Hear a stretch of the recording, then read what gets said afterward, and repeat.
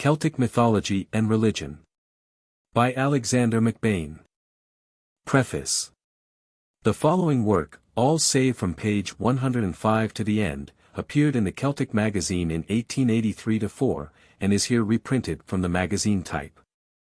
Hence it is that it is reproduced, with all its imperfections on its head, and the critic must be asked, before condemning details at least, to note the list of corrections appended to this preface. The intention of this series of papers was to popularize the subject of mythology, and to apply its principles to the elucidation of Celtic beliefs, tales, and traditions. I wish to place clearly before my Gaelic brethren the exact position which the religious beliefs of the Celts held in the European kinship, to clear up the misty subject of Druidism, and to reconstruct, from the shattered materials to hand, the pantheon of their Gaelic ancestors. This I undertook, knowing that in the last part of my object, the rehabilitation of the Gaelic Olympus, my results must only be tentative, for the material for reconstruction is difficult to deal with, and much of it is in Mrs. unedited. Since these papers began to appear in print, events have travelled with more than usual rapidity both in the field of general and of Celtic mythology. It was last year that Mr. Andrew Lang delivered his lively attack against the orthodox school of mythologists, and it was also last year that M. D. Arbois de Jubenville's important works on Celtic literature and mythology appeared. Mr. Lang's attack has certainly driven the older school from several of their positions, but he has by no means overthrown either the importance of language in the development of myth, or the fact that the sun, the sky, the powers of wind and storm, and the change of day and night were the most prominent factors in the creation of the deities and powers of the ancient mythologies. Despite Mr. Lang, mythology is, nevertheless, a dramatic view of the course of nature, and a personification of its forces. And language has been a most potent force in the development of myths, because it stereotyped older epithets and expressions, which in later ages were misunderstood. Mr. Lang has, however, shown that language is by no means so much the cause of myth as Max Muller and Cox believe, and that many of the myths claimed as Aryan are found also among barbarous and savage tribes all over the world.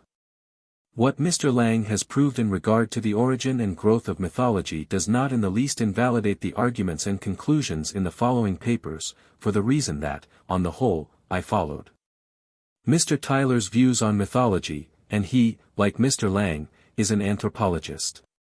But what Mr. Lang has invalidated in these papers of mine is the relation in which, following Max Muller, I held myth and folktale.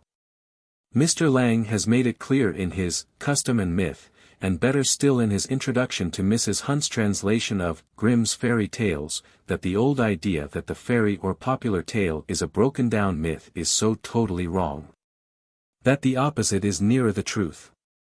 Indeed, Mr. Lang holds that the myth, the god tale, is but a sublimated folk tale. That, however, is not often the case. Folk tales have been raised to myths, the Jason myth is a case in point. But myths have often, and, indeed, with change and advance of religion, they have generally become folk tales. Another thing that Mr. Lang has done is to place the folk tale on a proper way towards explanation. The orthodox belief is that the hero of the folk tale must be the sun god, and that many incidents, including the beast form he assumes, arose from disease of language, that is, from after ages misunderstanding the epithets applied to the sun god and to the incidents, by a previous age. This view is untenable. Mr. Lang shows that savages now believe in men being transformed into animals, in fact, that we are kin with animals as we are with one another. Transformation of men into beasts is a fixed article of savage faith. It may be caused by witchcraft spell, or through the Pythagorean metempsychosis. Then he finds several incidents explained by savage customs, more especially the prohibitions or taboos we meet with in these tales. He instances the tale of Cupid and Psyche, the parallel of the hoodie tale at the beginning of these papers. In that tale the etiquette is that the wife must not see the husband unclothed. If she does, he must leave her. Similar customs still exist among savages, and are not unknown in modern Europe. In the tale of the hoodie, there are evidently two prohibitions. First, the inmates of the house must not sleep during the first night of a child's existence. And secondly, the wife must not make mention of a comb to her husband. The comb's mythic connections are attested by its frequent appearance on sculptured monuments. And the vigilance during the first hours of a child's existence was of course necessary because of the evil powers that hovered around. The fairies were, in the Highlands, a constant source of dread to baby life. And the special custom of watching during the first night of the child's life, while old shoes, Lugh, were kept burning to ward off the fairies, prevailed in the Highlands within the memory of people still living. The story was, therefore, as Mr. Lang would say, invented to account for and inculcate the observance of these prohibitions. M. Darbois de Jubenville's work on the Irish mythological cycle and the Celtic mythology appeared too late to be of any assistance to me in the reconstruction of the Gaelic Olympus. I am glad to note that, in so tentative a matter, we agree so far. He points out the doublets in the mythological cycle, Cicer, Partalon, Tuan Mac Caril, Fintan, etc. Partalon he compares to the Silver Age of Hesiod. The Nemedians are the Iron Age, and the Tuatha De Danann represent the Golden Age. But he takes stopgaps like Ca, Ser, Partalon, and Nemd too seriously, nor is the order of the ages comprehensible. Underscore the Fomorians who, he observes, coexist with all the invaders, he regards as the Titans, living far away in the Isles, and he further regards them as the powers of death, darkness, and evil. The fair Bolgs are the inhabitants of Ireland previous to the Celts or Milesians, who conquered and absorbed them. The Tuatha De Danann are the gods of the Gael. The Dagda, equals Dagodavas, Bonus Deus, represents Zeus or Jove. Lugh corresponds to Mercury, Ogma corresponds to Lucian's Hercules Ogmius, Dionsect is god of medicine, Gobniu answers to Hephaestos, Vulcan, Angus, son of the Dagda, he does not characterize. The god Manannan he notes as living far away, king of the land of promise, who supplies the gods with food, raiment, and pleasure, but he does not say how he stands in the pantheon. Cuchulainn he finds to be the counterpart of Heracles in descent and character. A remarkable feature of the pantheon is the number of triads, 3 gods joined together, which appear. These are the 3 last kings of the Tuatha, the 3 sons of Danann, the 3 Fomorian chiefs, and so on, while Gaul presents Lucan's triad of gods, and Wales abounds in all sorts of triads. The authors to whom I am most indebted are Mr. Elton, Origins of English History, and Professor Rees, Celtic Britain and in Academy. I mention also Mr. Fitzgerald's article on the Ancient Irish in Fraser's Magazine for 1875, and his articles in the Review Celtique. The materials, tales and myths, are chiefly from Guest's Mabinogion, Skene's Ancient Books of Wales, Joyce's Celtic Romances, Kennedy's various books, O'Curry's lectures, the Review Celtique, Campbell's Popular Tales. And editions like Windish's Irish Che Text. Inverness, October 1885. How do you find this book? Any thoughts about the book or the author? Any suggestion for improvement? Please take a moment to share your thoughts in a comment. If you like it, share it with your friends who might enjoy it as well. Subscribe to keep in touch. Visit CompleteAudiobooks.com for more quality content. Celtic Mythology. The field of mythology, strictly defined, embraces the fabulous events believed in by a nation and the religious doctrines implied in these. But the term is for convenience sake extended so as to include the kindred subject of folklore. Now folklore includes all those popular stories of which the fairy tales of our nursery are a good illustration, and where the religious element implied in mythology is absent. The term Celtic mythology, in these papers, is understood, therefore, to include the popular traditions and legendary tales of the Celts, the fabulous actions and exploits of their heroes and deities, the traditions of their early migrations, their fairy tales, and the popular beliefs in regard to the supernatural world.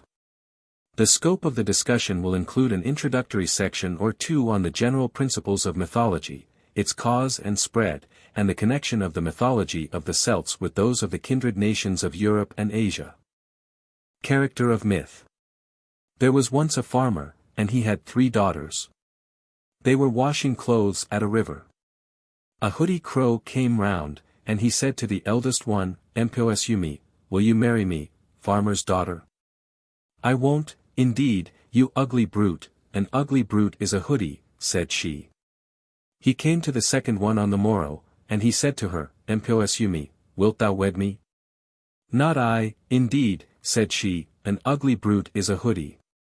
The third day he said to the youngest, "Embody, wilt thou wed me, farmer's daughter?" "I will wed thee," said she, "a pretty creature is the hoodie." And on the morrow they married. The hoodie said to her, "Whether wouldst thou rather that I should be a hoodie by day and a man at night, or be a hoodie at night and a man by day?" "I would rather that thou wert a man by day and a hoodie at night," says she. After this he was a splendid fellow by day and a hoodie at night. A few days after he got married he took her to his own house.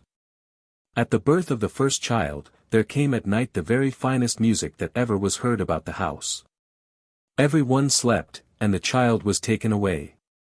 Her father came to the door in the morning, and he was both sorrowful and wrathful that the child was taken away. The same thing, despite their watching, happened at the birth of the second child, music, sleep, and stealing of the child. The same thing happened, too, at the birth of the third child, but on the morning of the next day they went to another house that they had, himself and his wife and his sisters-in-law. He said to them, "By the way, see that you have not forgotten something." The wife said, "I forgot my coarse comb." The coach in which they were fell a withered faggot, and he flew away as a hoodie. Her 2 sisters returned, and she followed after him.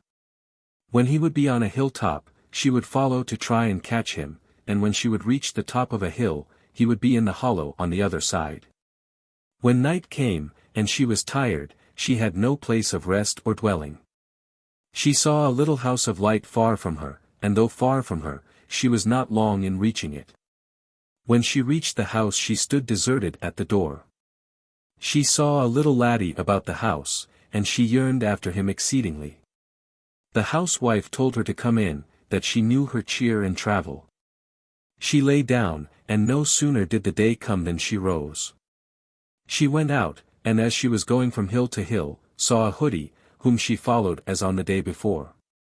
She came to a second house, saw a second laddie, pursued the hoodie on a third day, and arrived at night at a third house. Here she was told she must not sleep, but be clever and catch the hoodie when he would visit her during night. But she slept, he came where she was, and let fall a ring on her right hand. Now, when she woke, she tried to catch hold of him, and she caught a feather of his wing. He left the feather with her, and went away. In the morning she did not know what to do till the housewife told her that he had gone over a hill of poison, over which she could not go without horse shoes on her hands and feet. She gave her man's clothes, and told her to learn smithying till she could make horse shoes for herself. This she did, and got over the hill of poison. But on the day of her arrival, she found that her husband was to be married to the daughter of a great gentleman that was in the town. As festivities were in progress, the cook of the house asked the stranger to take his place and make the wedding meal. She watched the bridegroom, and let fall the ring and feather in the broth intended for him. With the first spoon he took up the ring, with the next the feather. He asked for the person who cooked the meal, and said, that now was his married wife. The spells went off him. They turned back over the hill of poison, she throwing the horse shoes behind her to him, as she went a bit forward, and he following her. They went to the 3 houses where she had been. These were the houses of his 3 sisters. And they took with them their 3 sons, and they came home to their own home, and they were happy. 1. Such is a good specimen of the folk tale, and the folk tales are merely the modern representatives of the old mythology, merely the detritus, as it were, of the old myths which dealt with the gods and the heroes of the race. In the above tale we are in quite a different world from the practical and scientific views of the 19th century.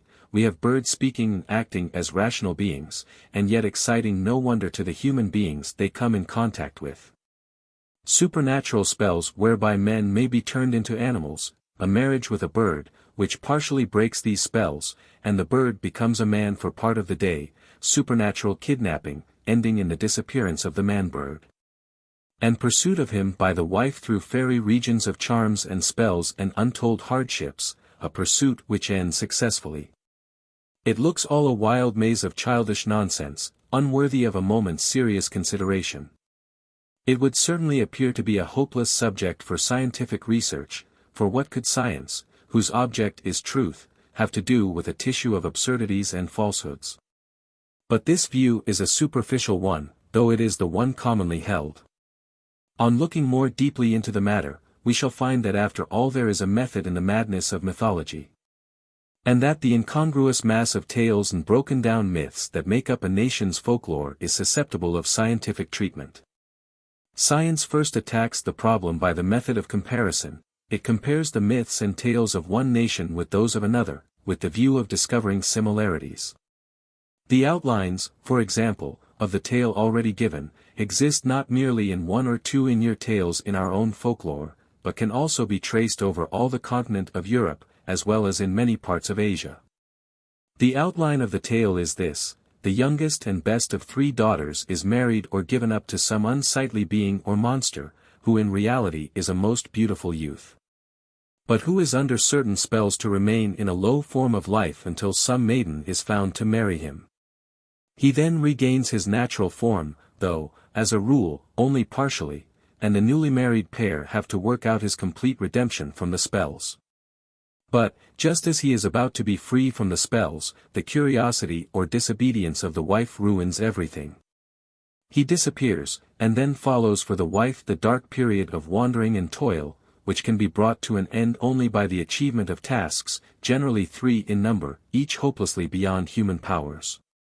The husband, who meanwhile has forgotten, owing to the nature of the spells upon him, all about his wife, is on the eve of marrying another, when the last task of all is accomplished by the persevering courage of the wife. The spells then leave him forever, and happiness reigns in the household ever after. There are in our Highland folklore 1 or 2 versions of this same tale. The story of the "Daughter of the Skies," in Mr. Campbell's book, is one variation. Here the hoodie crow is replaced by a little doggy, and the wife's disobedience is clearly brought out, while the supernatural machinery, the magical scissors and needle, for example, is much more elaborate. The tale also is found in Norway. In the Norse tale, East of the Sun and West of the Moon, the hero appears at first as a white bear, who, on his marriage with the heroine, becomes a man by night. She must not, however, see him, for light must not fall on his body or else he at once disappears. But the wife, instigated by her mother, steals a sight of him by lamplight, with the consequence that he awakes and vanishes. Then follow her trials, pursuit, and recovery of him. The beautiful Greek tale of Psyche and Cupid is but a variation of the same myth. Psyche, the youngest of 3 royal daughters, incurs the wrath of Venus, who sends Cupid to inspire her with love for something contemptible, as Titania, in Shakespeare, is made to fall in love with the transformed weaver, Bottom. But Cupid, captivated by her beauty, falls in love with her himself, conveys her to a secret cave, and visits her only at night, under strict charge of her not attempting to see him by any light. Her jealous sisters persuade her that she is married to some ugly monster, and she accordingly determines to disobey his injunctions, and inspect him by lamplight. In so doing, she allows in her admiration of his beauty, a drop of hot oil to fall on his shoulder, and he awakes, and escapes. She suffers woes untold in her pursuit of him, being finally a slave in the household of Venus, who treats her very cruelly. But, of course, she recovers her lost lover at long last.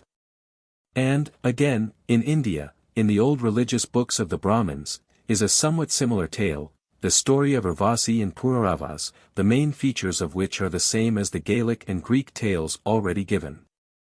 To the English reader, the well-known tale of Beauty and the Beast will at once occur as an exact parallel to all these.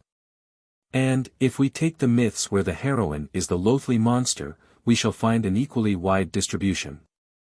We have the Hindu tale, where the princess is disguised as a withered old woman, the loathly lady of Teutonic mythology. And the Celtic story of Diarmaid's love for the daughter of the king of the land under the waves, who appears first as a hideous monster, and becomes, on approaching Diarmaid, the most beautiful woman ever seen. Thus, then, we have traced the same myth among nations so widely apart as the Celts and Hindus, while, intermediate between these, we found it among the Greeks and Teutons. And some myths are even more widely distributed than that. The tale of the imprisoned maiden and the hero who rescues her from the dragon or monster appears among all the nations of Europe as well as among many of the nations of Asia. Hence, from India in the east, to Ireland in the west, we may find a great mass of mythical tales common to the various nations. And this being the case, it may plainly become a matter of scientific inquiry, first, what the cause of these peculiar myths and tales can be. And, secondly, what the significance is of their wide distribution. Cause of myth. The cause and origin of these myths have puzzled philosophers of all ages, and it is only a generation ago when the first unraveling of the difficult problem really took place. In olden times their origin was set down to the well-known faculty of invention that man possesses. They were mere inventions and fictions, mostly purposeless, though some were evidently intended for explanations of natural phenomena or of historical events, and others again for the conveyance of moral truth. There were practically two schools of myth explainers, those who regarded myths as mere allegories or parables, and from them extracted codes of moral obligation and hidden knowledge of the mysteries of nature. And, again, those who, so to speak, rationalized the myths, that is to say, those who explained myths as exaggerated real events. Some of these explained, for example, Jupiter as king of Crete in the prehistoric times. And, again, the giant that Jack killed, according to such explanations, was not necessarily far exceeding the natural limit of 6 or 7 feet in height, for the only point to notice was that he was a big burly brute of little sense, overcome by the astuteness of a much lesser man.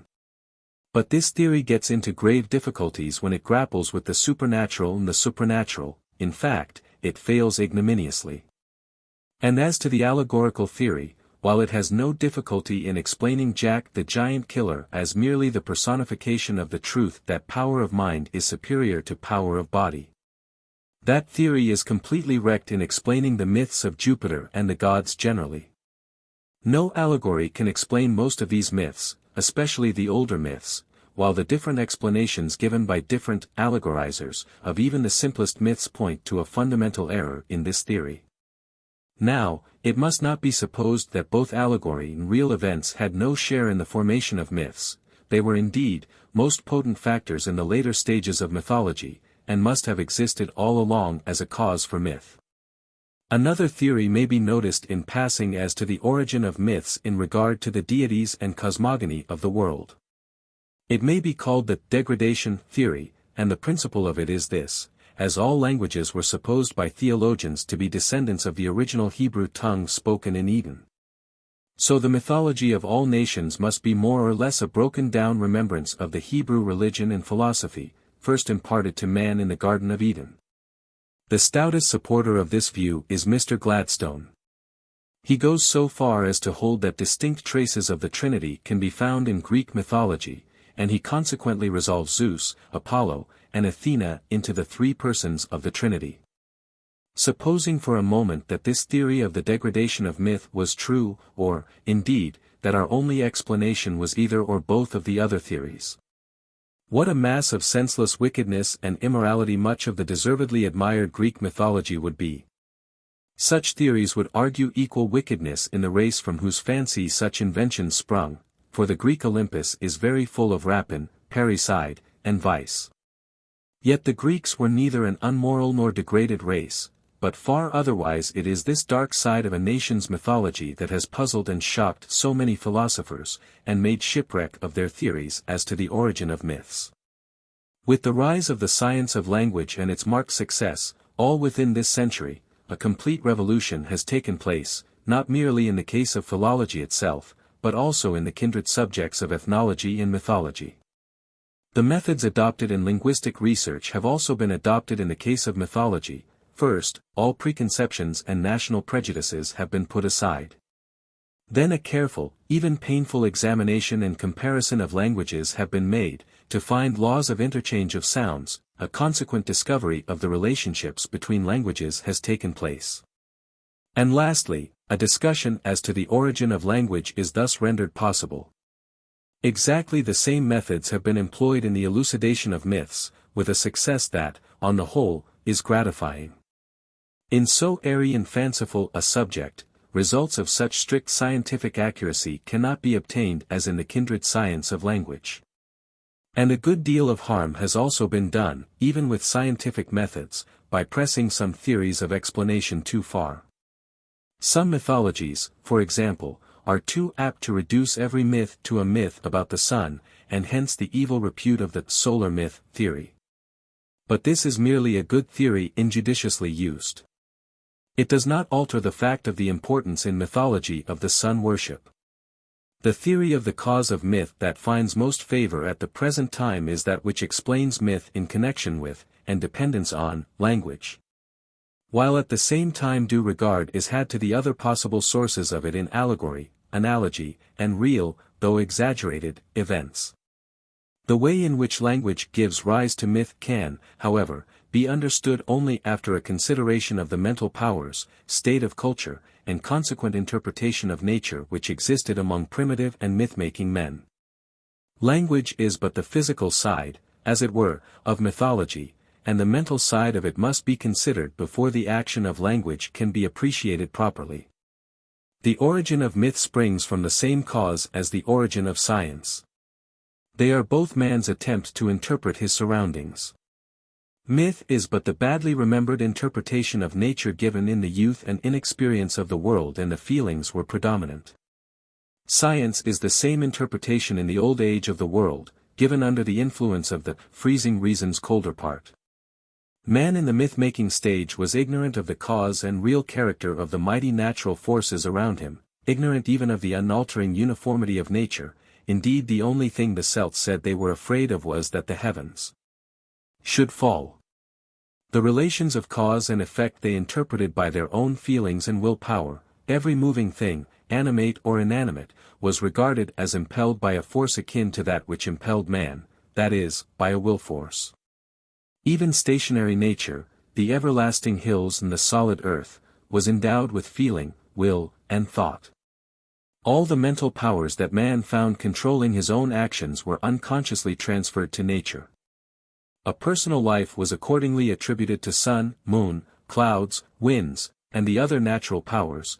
They were looked upon as performing their special functions by means of faculties of mind and body analogous to those of man or beast. The varying phenomena of the sky, morn and eve, noon and black-clouded night, were the product of the life that dwelt in each. The eclipse of the sun, for example, a most dreaded event in ancient times, was supposed to be caused by a wild beast attempting to swallow the Lord of Day. And men poured forth, as some savages do yet, with timbrels and drums, to frighten away the monster. The clouds were cows with swelling udders, milked by the sun and wind of heaven, the cattle of the sun under the care of the wind. The thunder was the roar of a mighty beast, the lightning, a serpent darting at its prey. Modern savages are in much this state of culture, and their beliefs have helped greatly in unraveling the problem of mythology. The ideas which children form of outward nature exemplifies in some degree the mythic age through which the race in its childhood passed. To a little child not only are all living creatures endowed with human intelligence, but everything is alive. In his world, Pussy takes rank with Pa and Ma in point of intelligence. He beats the chairs against which he has knocked his head. The fire that burns his finger is naughty fire. And the stars that shine through his bedroom window are eyes like Mama's, or Pussy's, only brighter.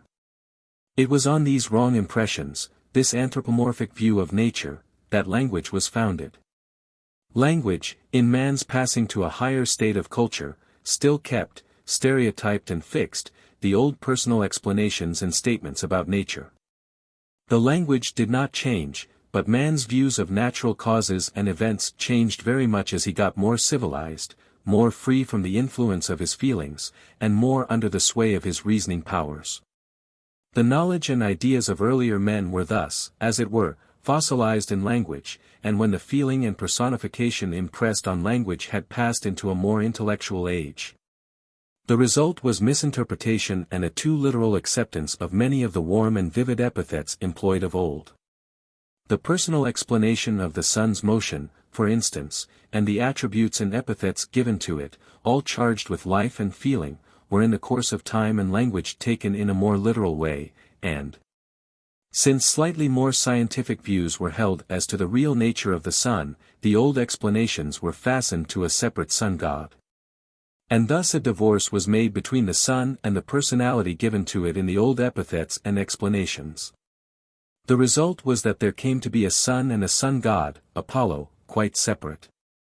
And the life history given to this sun god was taken from the explanations formerly given, in personal and anthropomorphic language, of the sun's daily and yearly course, his rising and setting, for example, expressions which, though anthropomorphic, are still in use. A myth cannot, therefore, well arise unless the true meaning of a word or phrase has been forgotten, and a false meaning or explanation fastened on it. We may take an example from Greek mythology to illustrate this. Prometheus, the fire-bringer, is merely the personification of the wooden fire drill, for the word is derived from the same source as the Sanskrit promanthas, the fire machine. Transplanted to Greek soil, the word lost its original signification with the loss of the thing signified, and became a mythological name, for which a new etymology had to be coined. Now, Prometheus, in Greek, means provident, and so Prometheus, the fire-bringer, was transformed into the wise representative of forethought, who stole the fire from heaven for suffering humanity. And a brother was supplied him in the foolish Epimetheus or afterthought. And thereby hangs one of the most famous and noble myths of antiquity. Gaelic, in its modern shape even, presents some very startling personifications of natural objects. The regular expression for, the sun is setting, is, the Grian Dola laid, going to bed. Mr. Campbell, in his very literal and picturesque translation of the West Highland Tales, does not hesitate to follow the Gaelic even in its most personal metaphors. Buil na e choichi, nightfall, is given literally as, the mouth of night. Gaelic poetry, too, is as a rule much more instinct with life and feeling in dealing with natural objects than English poetry. Ossian's address to the setting sun may be quoted to show what a mine of metaphor, and consequent mythology, exists in our poetic and elevated language. And die fag Thursday gorm astanan spur. A meek gun bud, a's bearbide, sayab. The dorsen na a choichi dut raid. Agus filian du close sanyar. Thegas stuid muen quert gumol. A choimhead fur a's glain gruid. A tingale fo eagle and scene. Re di, feoin cho aelid en ad shuine. Gobsa cadal and ad chbs. Anan, a's till od. Close lo aoibnias. These lines bring us back to the anthropomorphism of the Vedic hymns of India, to which alone, in their richness of personification and mythic power, they can be compared. Allied to the linguistic theory of myth is also the simpler case of those myths consciously started to explain the names of nations, countries, and places. A common method of accounting for a national name was to invent an ancestor or patriarch who bore that name in an individual form. Britain, so say the myths, is so named from Brutus, grandson of Aeneas, the Trojan hero, who first ruled here. Scotland gets its name from Skoda, the daughter of Pharaoh. The names of places are dealt with in the same way, and, if the name is anyways significant, the myth takes the lines indicated by the popular etymology of the name. This is the origin of the name of Loch Ness, where Loch Ness now is there was once a fine glen. Woman went one day to the well to fetch water, and the spring flowed so much that she got frightened, left her pitcher, and ran for her life. Getting to the top of a hill, she turned about and saw the glen filled with water. Aha, said she, the loch and a nis, and hence the lake was called Loch Ness. A somewhat similar account is given of the origin and name of Lough in Ireland, and Lugh in Argyllshire. From such myths as the last we gradually pass to myths that do not depend in the least on the quibbling and changes of language, but are, consciously or unconsciously, forged explanations of national customs, historical events, or natural phenomena. Thus the custom among the Picts whereby the succession was in the female line, was mythically explained by Bede. Thus, the Picts, having invaded Scotland, came to terms with the indigenous Gaels, and, as they brought no women with them, the compact was that, if the Gaels gave them their daughters as wives, the succession would be in the female line. Again, has the reader ever thought why the sea is salt? Well, this is the reason why. A man once got possession, it is needless to detail how, of a fairy quern which was good to grind anything, only requiring certain cabalistic words to set it going or to stop it. A ship captain bought it to grind salt for him on his voyage. In mid-ocean the captain gave the quern the necessary order to grind salt, and it did, but unfortunately he forgot the incantation for stopping it. The quern ground on and filled the ship with salt till it sank to the bottom of the sea, where the quern is still grinding salt. And that is the reason why the sea is salt. If anyone is skeptical, just let him taste the sea water and he will know its truth. Spread of myth. Closely akin to the consideration of the cause of myth is the question why myths and tales, evidently of the same origin, exist among nations differing widely both in language and locality.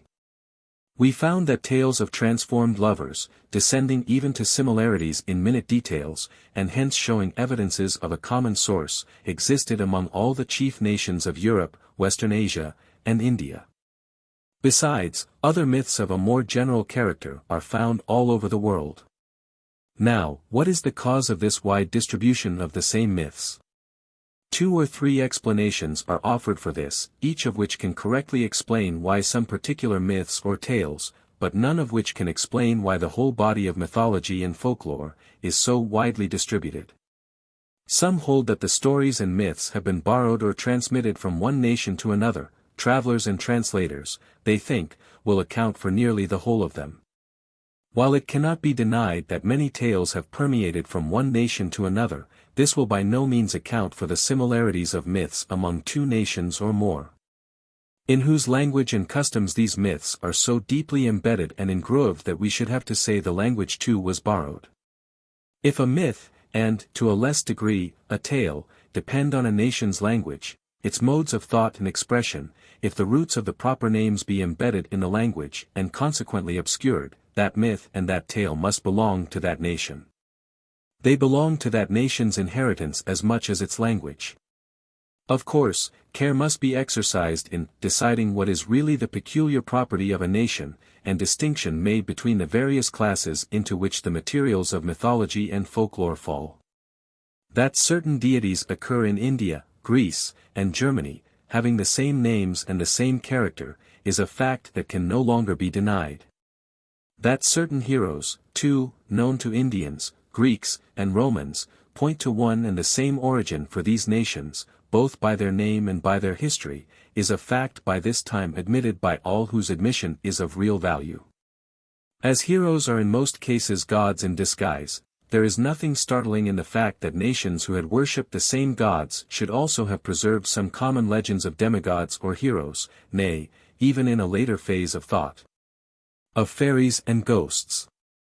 The case, however, becomes much more problematical when we ask whether stories also, fables told with a decided moral purpose, formed part of that earliest Aryan inheritance. Here Max Muller draws a distinct line between fables with a moral or educative purpose and the rest of the materials of mythology, and he has clearly demonstrated that many such are borrowed. The fables of Aesop have been adopted into every language in Europe, and the moral tales of the Indians, after many vicissitudes, found a local habitation in the pages of La Fontaine and others. Another explanation for the distribution of myths is that primitive men worked in similar grooves wherever they lived, man's circumstances being the same, his ideas and the expression of them will present strong resemblances everywhere. This view will account for the myths that are most widely distributed over the Earth's surface. Jack the Giant Killer, for instance, appears in the Zulu story of Olakanyana, who cheats the cannibal giant and his mother, to the latter of whom he had been delivered to be boiled, and whom he cunningly succeeds in substituting for himself, but the theory can apply only in a general way. To the great body of myths common to certain nations it cannot apply at all, it does not touch their deep and often detailed resemblances.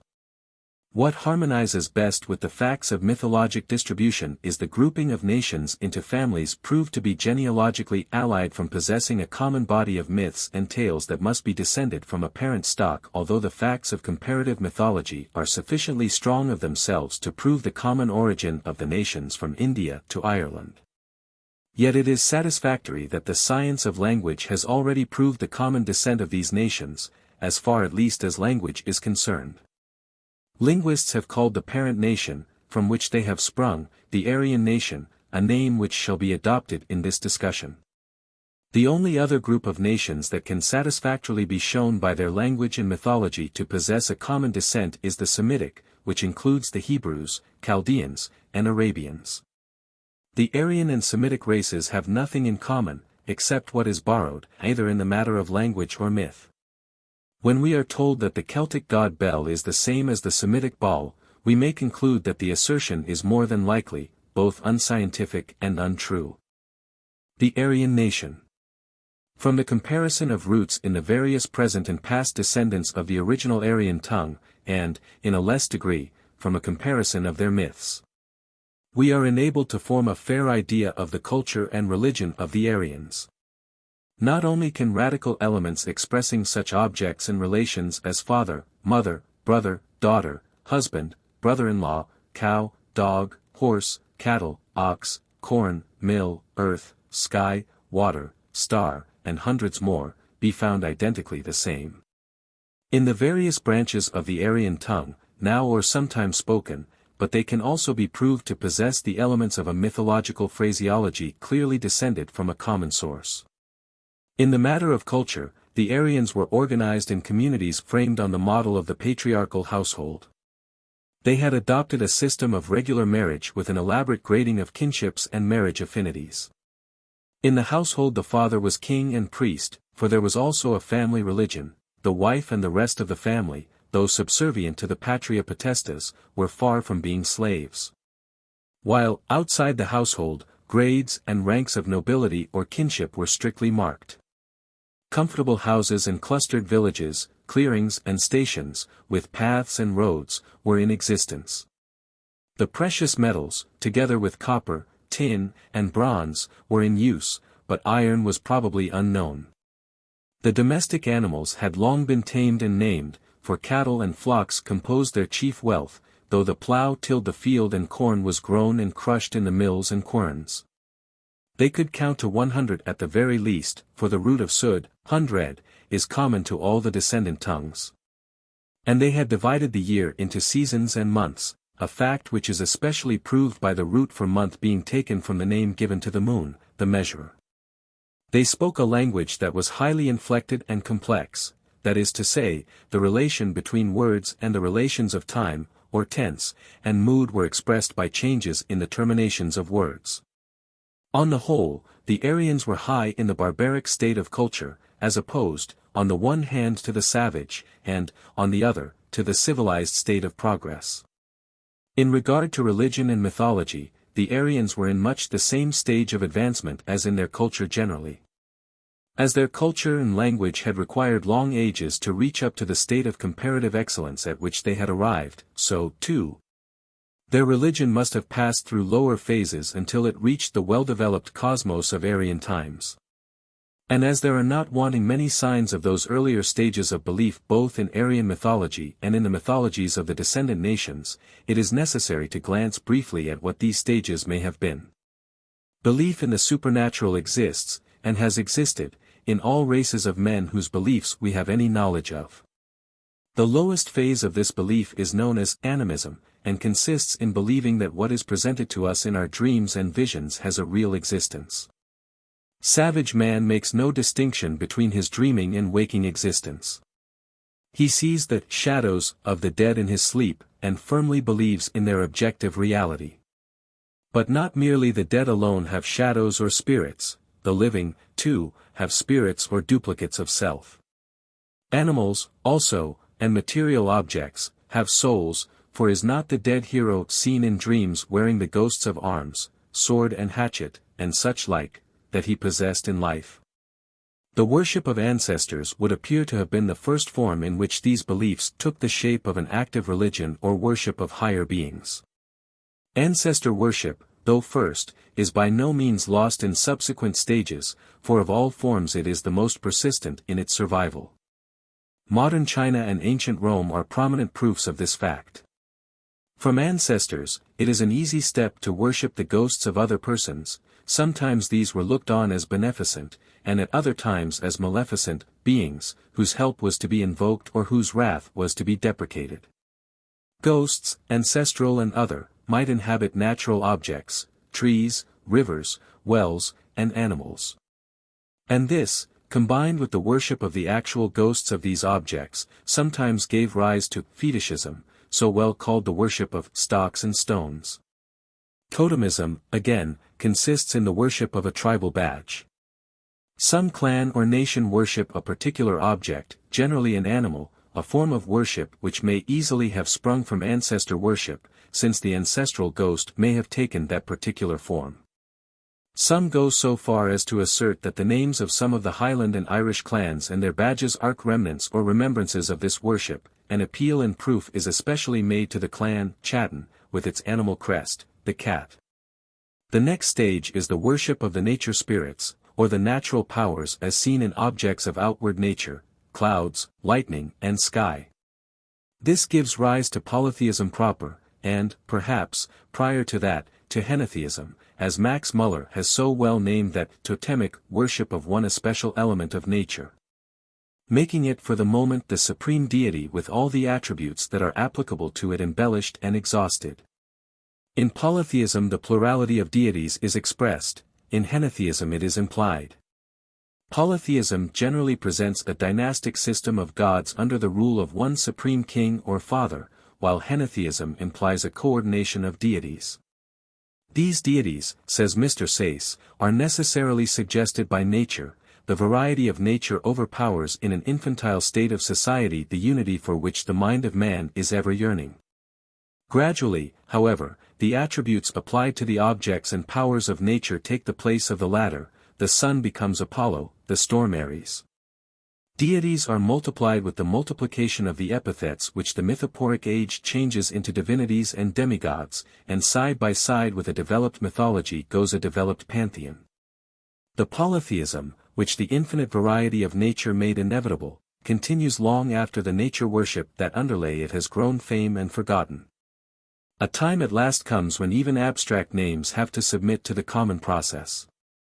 Temples are raised to terror and fear, to love and reverence, and the doom of the old polytheism of nature is at hand. When once the spirit of divinity has been breathed into abstractions of the human mind, it cannot be long before their essential unity is recognized, and they are all summed up under the one higher abstraction of monotheism. But this quotation anticipates the history of Aryan mythology in the descendant nations. Aryan religion itself was a fully developed henotheism, or rather a polytheism, where the supreme deity was different at different times in the eyes of the same worshipper. At one time, to take the Vedic hymns as representative of the oldest and nearest stratum of religious thought to the Aryan religion, Indra is the only god whom the singer recognizes, and he exhausts his religious vocabulary on his praise alone. And at another time Varuna receives all worship, at another it is Agni. Indra represents the heaven god, more especially in the view of a rain-giving deity, for the root is the same as the English water, and is seen also in the sacred river Indus. Agni is the god of fire, Varuna, of the canopy of heaven, the Greek Uranus. Comparing and analyzing the elements of Teutonic, Greek, and Hindu mythology, for example, we may arrive at a tolerably clear conception of the Aryan pantheon and religious cultus. It would seem the chief deity was connected with the worship of light. The shining canopy of heaven was the head of the Aryan Olympus. The Gaelic word dia, and Jode, Sanskrit, Dyaush, Greek, Zeus, Latin, Deus and Jupiter. And English, TIW, as seen in Tuesday, are from the primitive name of this god, their common root being div, shining. Hence Dia originally meant the bright sky, and Jupiter, the sky father, is the Roman version of Father in heaven. Fire, in all its manifestations, was an especial object of worship. Agni is the Vedic name of this deity, which appears in Latin ignis, and Gaelica in heat, but the Gaelic equivalent deity would appear to have been the Dagda, or the Great Good Fire. The sun and moon were prominent among the deities, the sun being the most in favor, perhaps, of all the gods. The epithets applied to him are innumerable, and, as a consequence, scarcely two nations have the same name for the sun god, and nearly all have one or two deities that are phases of solar worship. The Sanskrit, Surya, Latin, Sol, Greek, Helios. English, sun, and Gaelic, Solus, present the chief root, the first four actually meaning the sun, and being used as the name of the sun deity often. And there were other gods hardly inferior to these gods. Such were what we may call the meteorological deities, the regulators of weather and seasons. Prominent among these was the thunder god, who brings thunder and rain. In the Vedic hymns his place is filled by the chief god Indra. In Latin he is the Jupiter tonans, in the Norse mythology, he appears as Thor who is next in importance to Odin himself, and in the Celtic mythology, he is known as Tyrannes. The storm god was worshipped under the title of Maruts, the Latin Mars, and Greek Ares. The wind, Veda, the Gaelic Gauth, had a high position among the deities, but among the descendant nations its position is not quite so high, unless we connect with it the god Hermes, who in Greek mythology is clearly a wind god both in his connection with music and as messenger to the gods. The gods we have hitherto discussed belong to the intangible objects of nature, the sky, stars, sun, dawn, and, perhaps, so too the weather gods. Max Muller gives two other possible classes of deified objects, semi-tangible objects such as trees, mountains, the sea, the earth.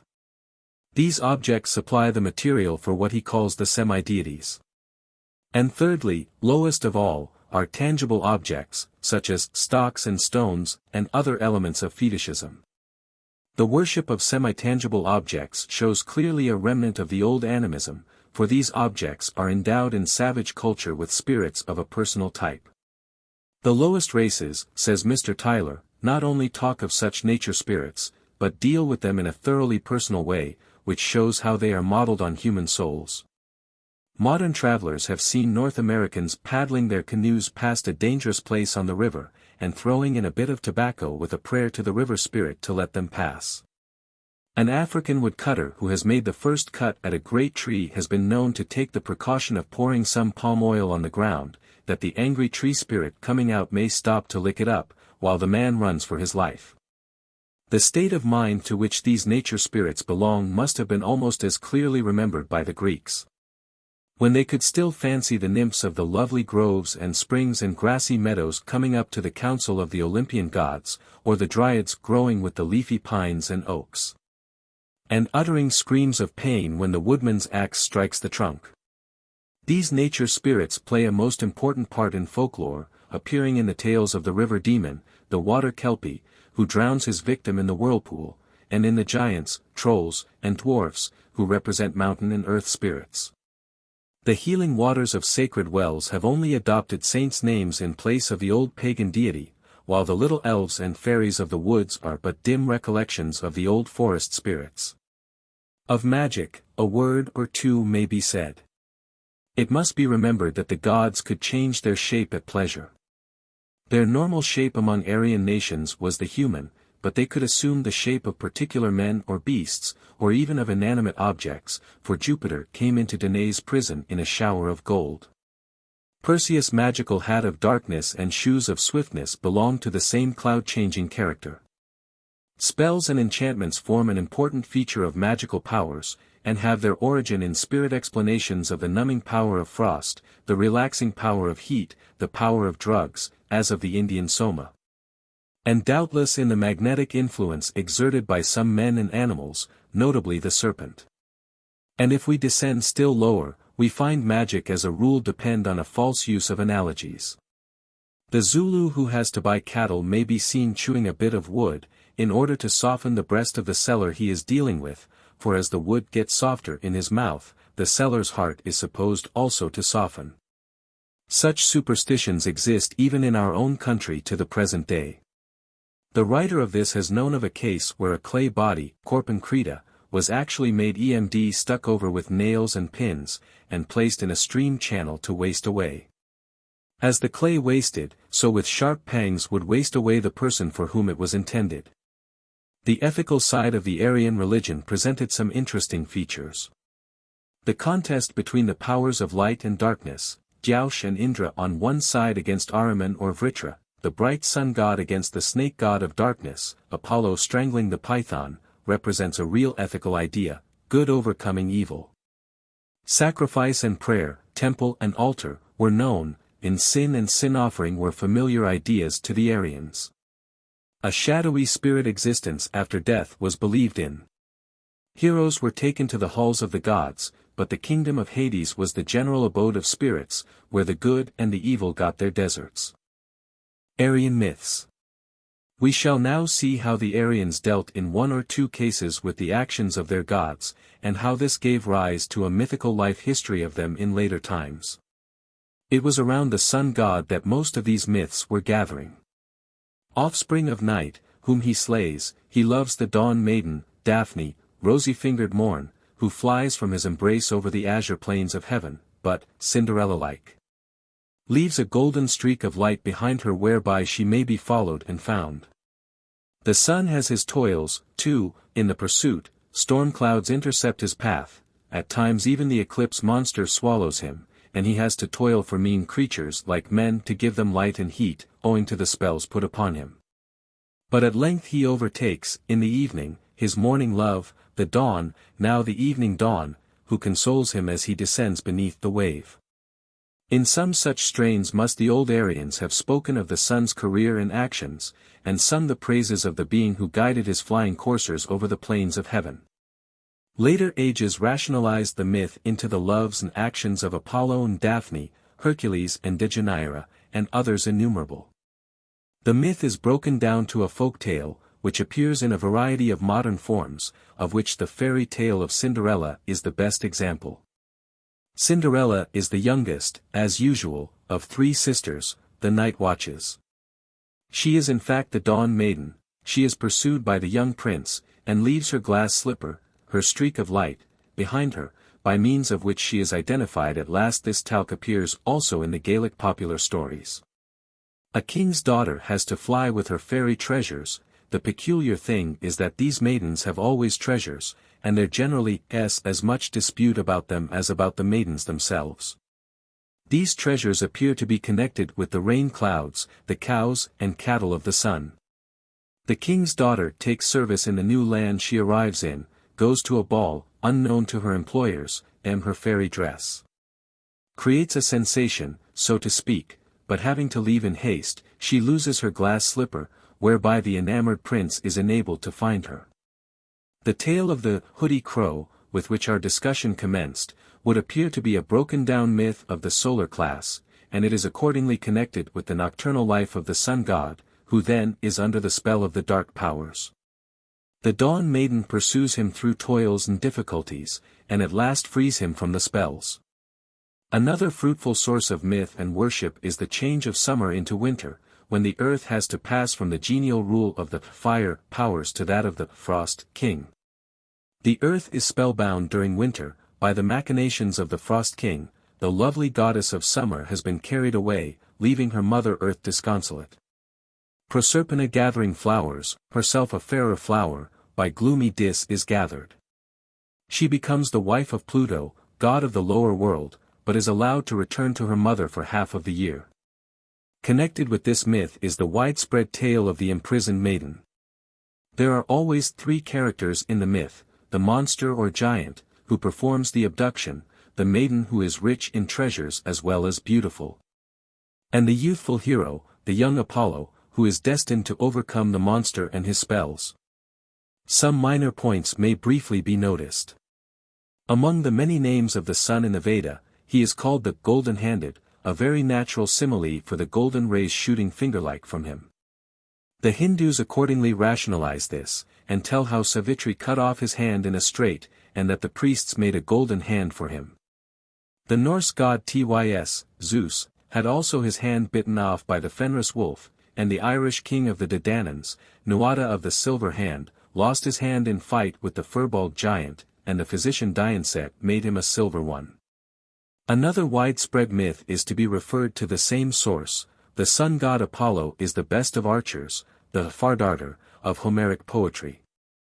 In nearly every Aryan nation there is a historical legend telling the doughty deed of some great archer. Such is the story of Tell, in Switzerland, which is typical of the rest. The legend appears in the German tale of Eigil, brother of Wayland, the smith god. While in Braemar it is circumstantially told regarding the ancestor of the Machartes, also a smith family. Of myths arising from the wind, storm, thunder, earth, and sea, it is unnecessary to speak as yet. They will appear in their proper place among the folk tales, and some, as the sea deities, Lyre and his children, among the myths of the heroes. Results of the general principles. The peculiar characteristics of mythology have now been indicated. The cause of myth, and the wide diffusion of the same myths among different nations have been discovered respectively in the philosophy of primitive man, and the common descent of the chief European and Asiatic nations. It has been shown that the Aryan nation possessed what may be dignified with the name of a civilization. Its culture and religion were of a very high type, though there were not wanting numerous traces of the culture of more primitive and ruder times. It now becomes our duty to follow the fortunes of the mythology of one of the nations descended from this Aryan parent nation, and see how it shaped the common heritage. It may be set down as a general principle that the Celts ought not to have in their language, mythology, or customs, any features inconsistent with their Aryan descent. They may have developed the outward and inward features of Aryan civilization, according to the idiosyncrasies of the Celtic race, but the essential Aryan characteristics ought still to be recognizable in the descendant Celtic languages and myths. Whatever we find in these must conform, regard being had to the development of Celtic peculiarities, to what we know to have been true of the myths and language of the parent Aryan tongue, or of those of one or two of the other Aryan nations.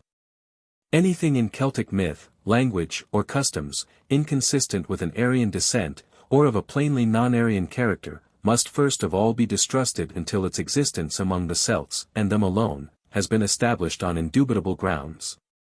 Nor must explanations of Celtic phenomena be accepted which would imply relationship with races outside the Aryan stock, such as with the Semitic or Hebrew race. Until clear historical or other proof is adduced, the a priori argument against such a connection is so strong that special care must be exercised in allowing non-Aryan explanations to appear. It is needless to remark that until lately the Celts suffered much from the injudicious and unscientific theories of Celtic enthusiasts. And it has been only by the patient industry of the Germans that full recognition has been given to the proper position of the Celts among the other Indo-European nations. Even yet, in Scotland, too little attention is paid to the scientific facts established in Celtic ethnology and philology. For this state of matters there is now little excuse, more especially as within the last year or two the results of continental and British learning have been put before the public in the works of Mr. Elton and Professor Rees, to both of whom the present writer must express his great obligations. Sources of information. Of the old Celtic nations, their culture and their religion, we have no native account. No Celtic language has got any literary remains earlier than the 7th century at farthest, and even these are but glosses or marginal Gaelic equivalents of Latin words in manuscripts. The oldest manuscripts of connected works cannot be traced farther back than the 11th century. By this period Christianity had asserted its sway, at least in name, and the old paganism remained only in the customs and the heroic and folk tales of the nation. What religion existed in Ireland and Britain 1,000 years before this period of the oldest manuscripts must be discovered, if it can at all, from some other source than contemporary native evidence. Yet we are not without a fair idea of what the old Celtic religion was. The sources of our information in deciphering what Professor Rees has called the weather-worn history of the Celts are these: Roman and Greek writers have left contemporary accounts of Celtic history, religion, and customs. Though in the case of religion and customs, such accounts are scrappy indeed, and the history is generally a statement of contemporary actions and the relations of the Celts to the favored races of Rome and Greece. Next to these come the monuments and inscriptions of ancient Gaul and Britain. These comprise mostly the votive inscriptions to the deities, the statues, and the coinage of the period. The names of places, especially of rivers, have indicated Celtic localities, migrations, and religious beliefs. For how numerous are, for instance, the rivers with the name Dee, goddess, showing the widespread worship of water and rivers among the Celts. Examination also of the rude stone monuments and the barrows of prehistoric times has elucidated much that is dark in Celtic history. While the examination of physical characteristics in the race has helped even more to clear up difficulties of ethnology. A judicious use of the oldest heroic and folk tales must divulge some secrets in regard to mythology, if not to history, while modern folk tales and customs lend special aid in reflecting light on the past. An intelligent scrutiny of the Roman calendar of saints will disclose a few more Celtic divinities in the realms of saintdom, for where the Church did not make demons or heroes of the ancient gods, it did the next best thing, it made saints of them. In the same way we can recognize pagan festivals and customs in a Christian guise, the Church festivals are nearly all the result of assimilating the existing religious customs. And, lastly, to steady our whole results, we have to remember that the Celts are an Aryan people, and that explanations of their customs and religions must follow the ordinary lines of the other Aryan nations. Where there are differences, and there are many *h, these must be caused by the fact that the Celts assimilated with themselves an earlier population. Notice has already been taken of the Pictish law of succession, where descent is traced through the mother. This implies clearly a low view of the state of matrimony, and one clearly opposed to an Aryan source. We are therefore fairly justified in regarding the Picts as strongly admixed with a non-Aryan race. In thus reconstructing the past history of the Celts, at least three classes of savants are pressed into our service. First and foremost is the philologist, who has within the last generation or two completely revolutionized the science of ethnology.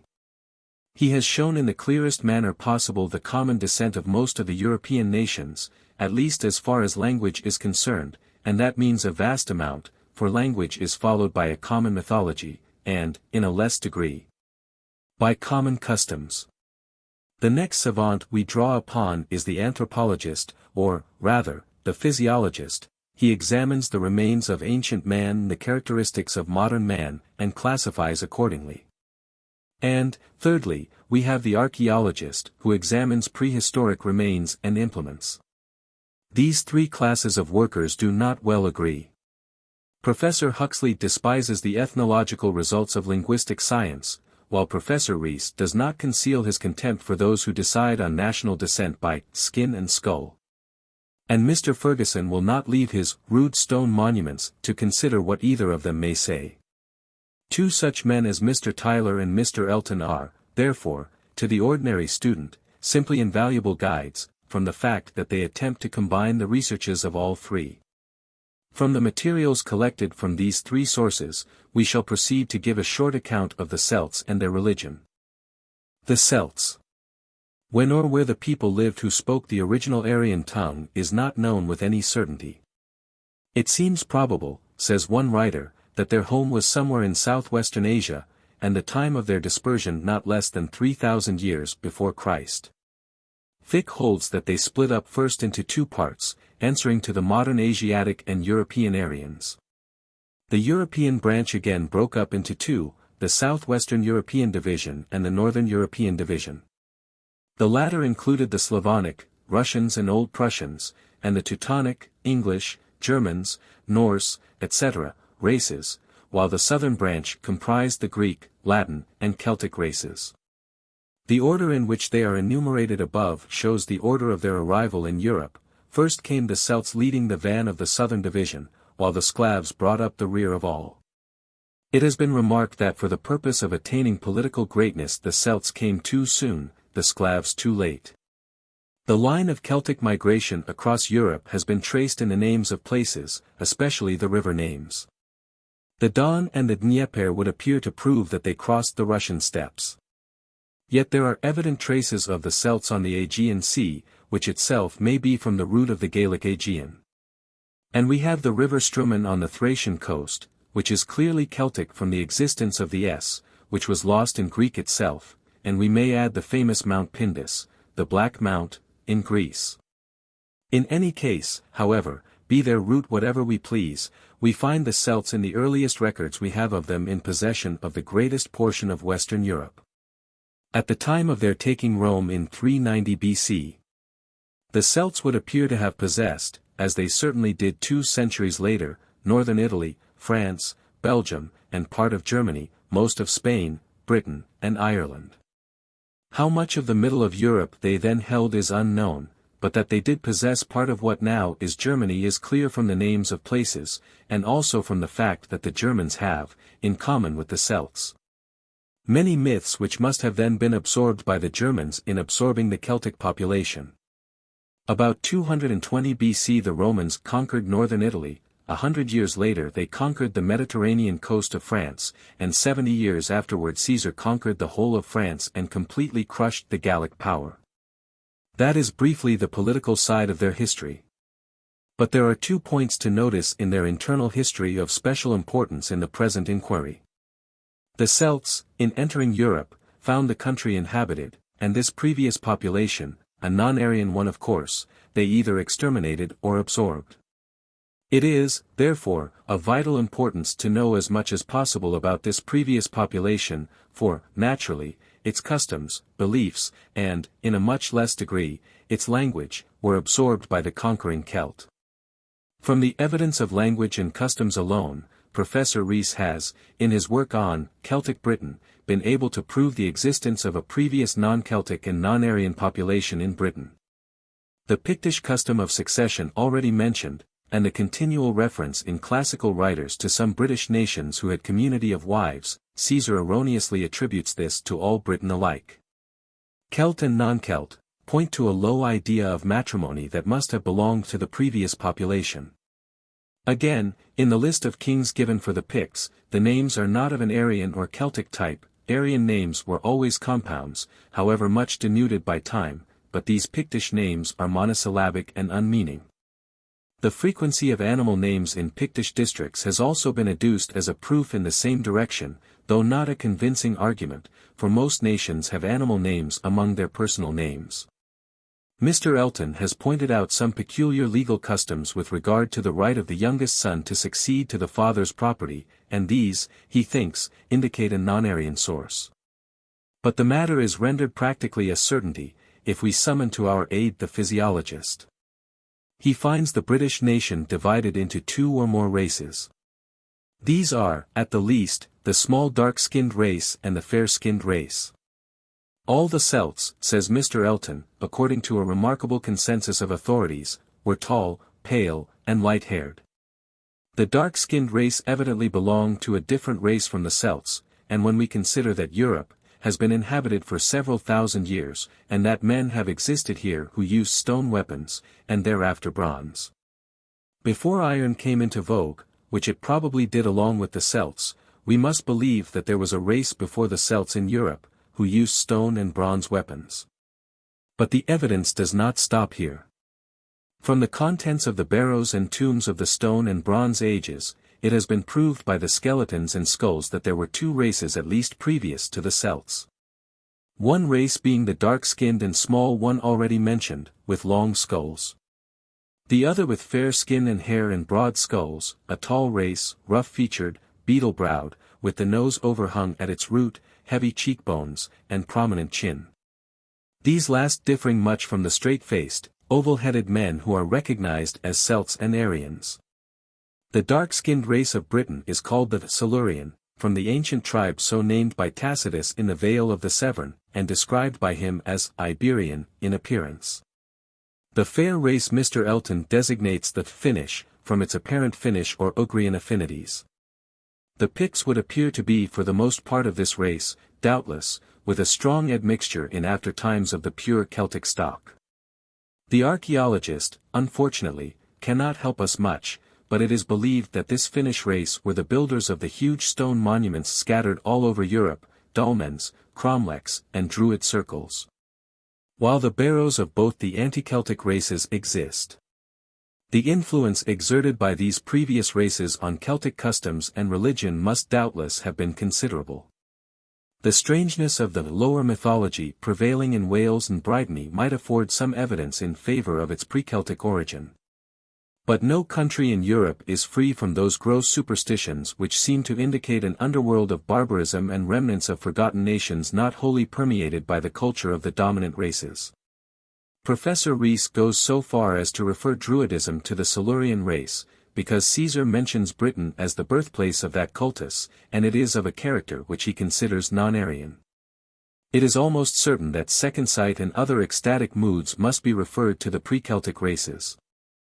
Welsh and Gaels. The second point in the internal history of the Celts is the fact that the race is divided into two great divisions, caused by the languages used by each.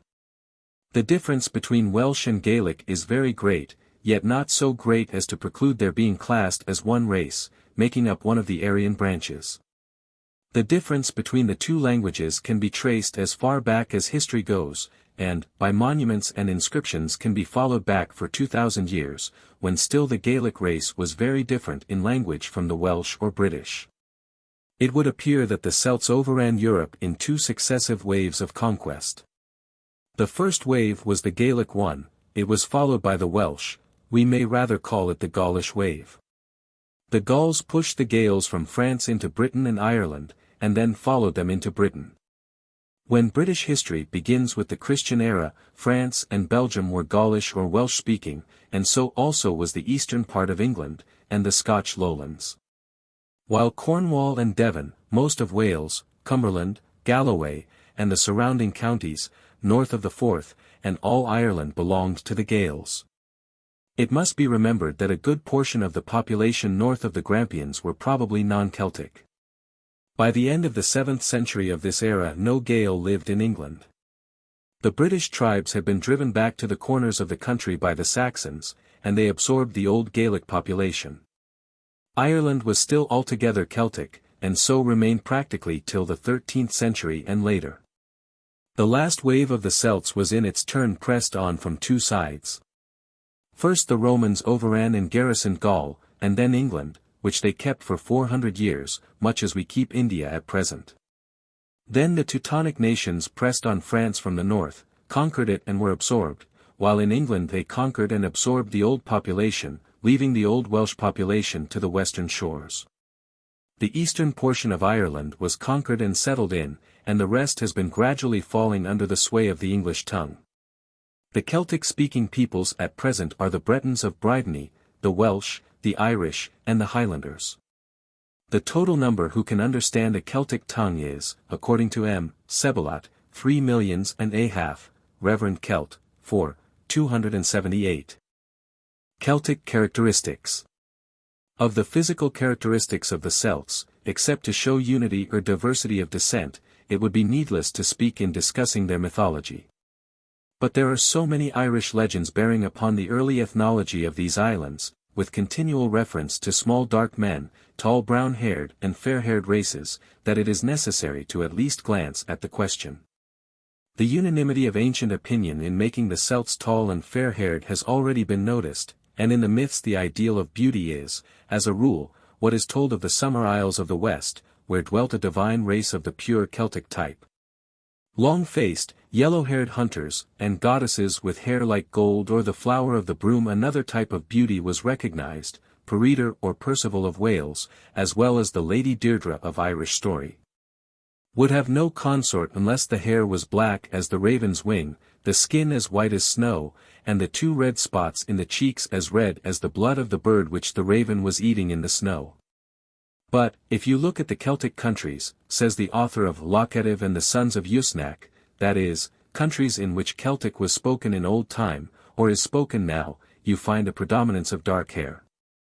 There would seem, therefore, to have been a decided change in the color of the hair among the Celts since the times of Caesar and Tacitus.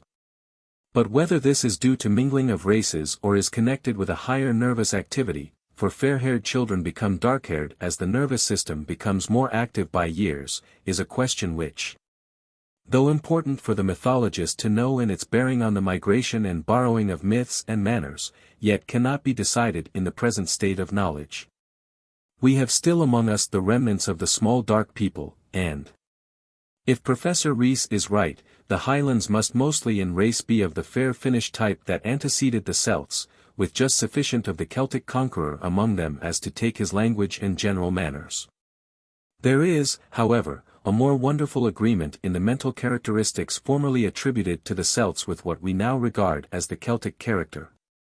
Roman writers have noticed their wonderful quickness of apprehension, their impressibility and great craving for knowledge, qualities which have rendered the Celt a very assimilable being in the fusion of races.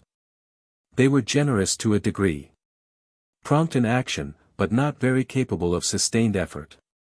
Caesar is never tired speaking of the mobilitas, changeableness, of the Gauls, and also of their celerity, both mental and physical. Another feature noticed from the very first, and still noticeable in the Celts, is their fondness for color, loudness, we might say, both in color and sound, musical or other, has been especially attractive to them. They appear in flaming tartan dresses before the walls of Rome in 390 BC, as we see from both Livy and Virgil. They wear, says Diodorus Siculus, a writer of the 1st century, bracelets and armlets, and round their necks thick rings, all of gold, and costly finger rings, and even golden corselets. They have dyed tunics, flowered with colors of every kind, and striped cloaks fastened with a brooch, and divided into numerous many-colored squares. In this description we have the tartan, but unfortunately the kilt had not yet made its appearance. The Gauls and ancient Britons actually wore tartan trousers. Their love of ornament and color appears strongly in the mythic tales equally of Wales, Ireland, and the Highlands. Indeed, so rich is the description in one Welsh tale that at the end of it we are told that no one knows the dream of Rhonabwy without a book, neither bard or gifted seer. Because of the various colors that were on the horses, and the many wondrous colors of the arms, and of the panoply and of the precious scarfs, and of the virtue-bearing stones, we can trace among the Celts the same succession of political life that we find in some of the other Aryan nations, notably the Greeks and the Romans. The patriarchal system of Aryan times had given place on European soil to kings, who were merely larger editions of the patriarch of old. They were kings of the Homeric type. For the Irish kings are not accurately represented in the lives of the saints as pharaohs surrounded with druids and magicians. The king consulted the chiefs beneath him, and the people, after this consultation, were told of his pleasure, but could only, apparently, murmur approval or disapproval. In the course of time, the chiefs abolished the kingly power, and conducted matters themselves as an oligarchy, often cruelly oppressing the common people.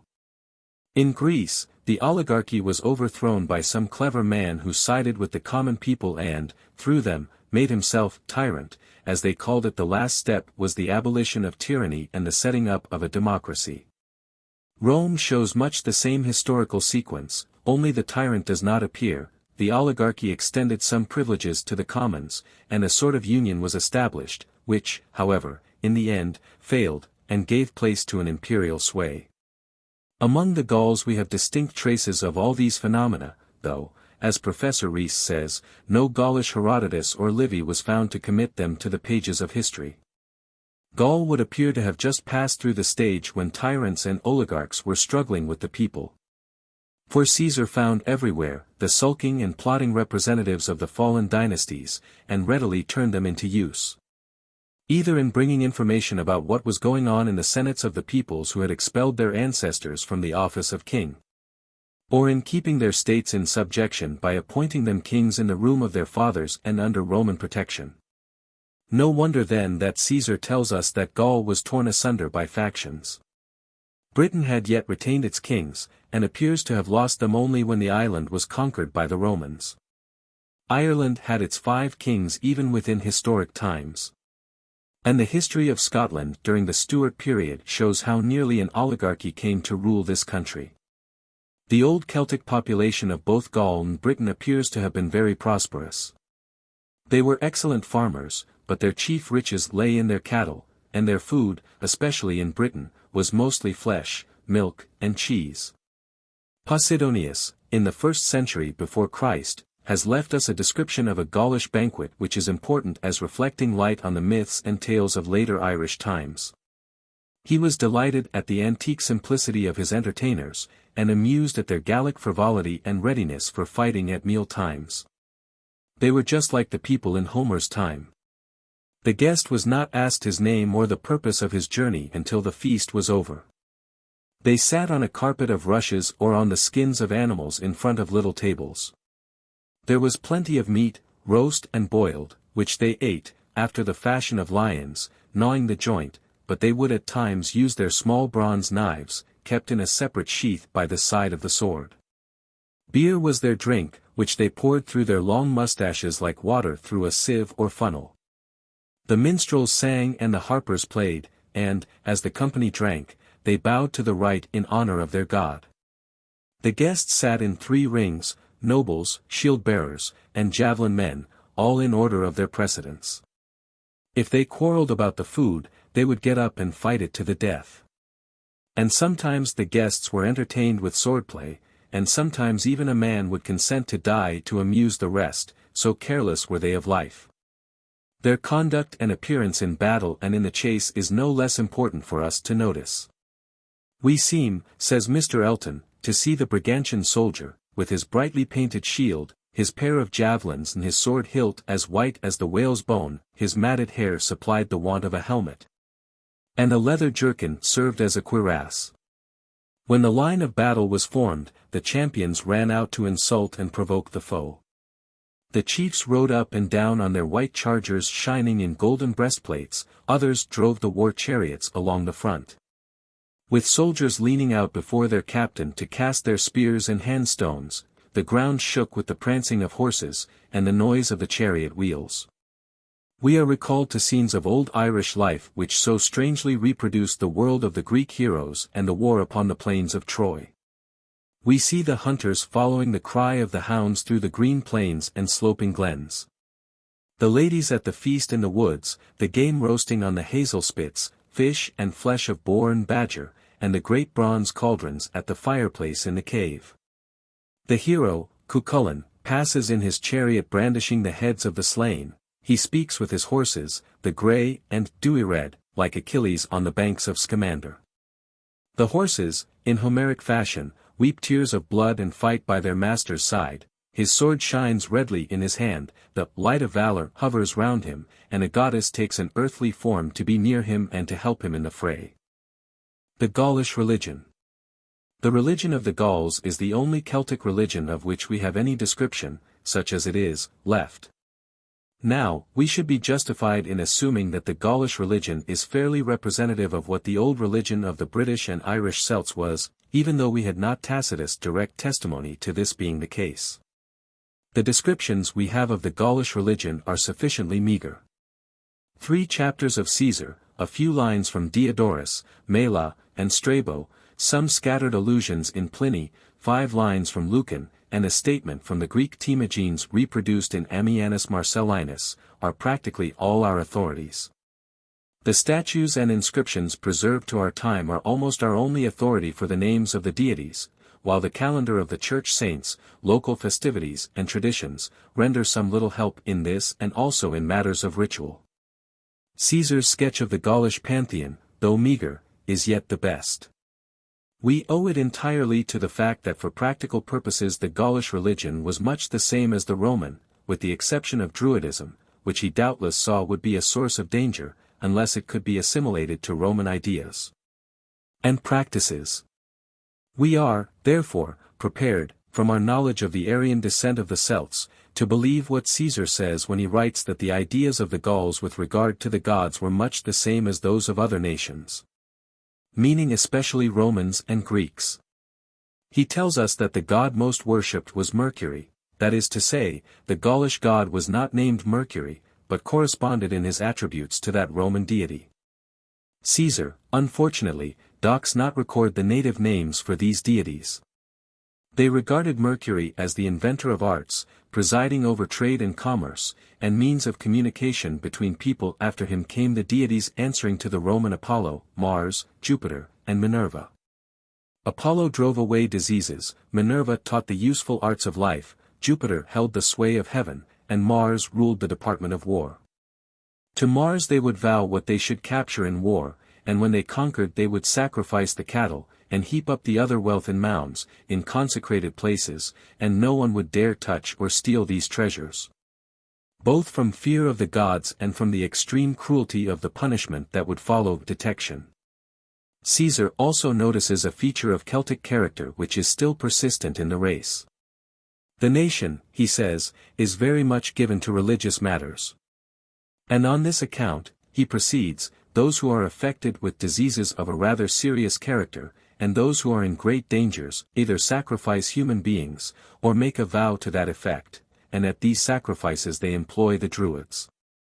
They think, he says, that the deity cannot be appeased unless human life is given up for human life, and they have even national sacrifices of this kind.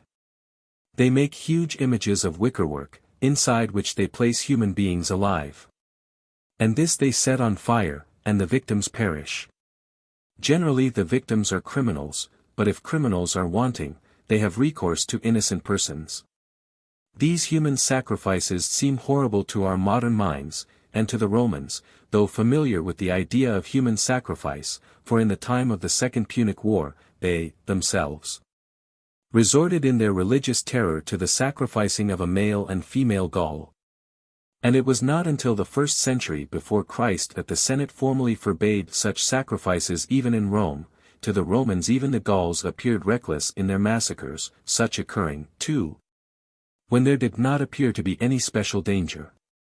Strabo says that it was a tenet of the Druids that the harvest would be rich in proportion to the richness of the harvest of death. Another article of the Gaulish Creed is given by Caesar. The Gauls, he says, assert that they are all sprung from Pluto, the god of the lower world, for so the Druids teach. Hence, therefore, they reckon by nights instead of days. In regard to the belief which Caesar records, it is probably only a mythical way of recording a belief common to most nations in their barbarous state, that they are the aboriginal inhabitants and sprung from the soil on which they dwell. As to the Gauls reckoning by nights instead of days, Caesar is scarcely right in tracing it to the belief that they are sprung from Pluto.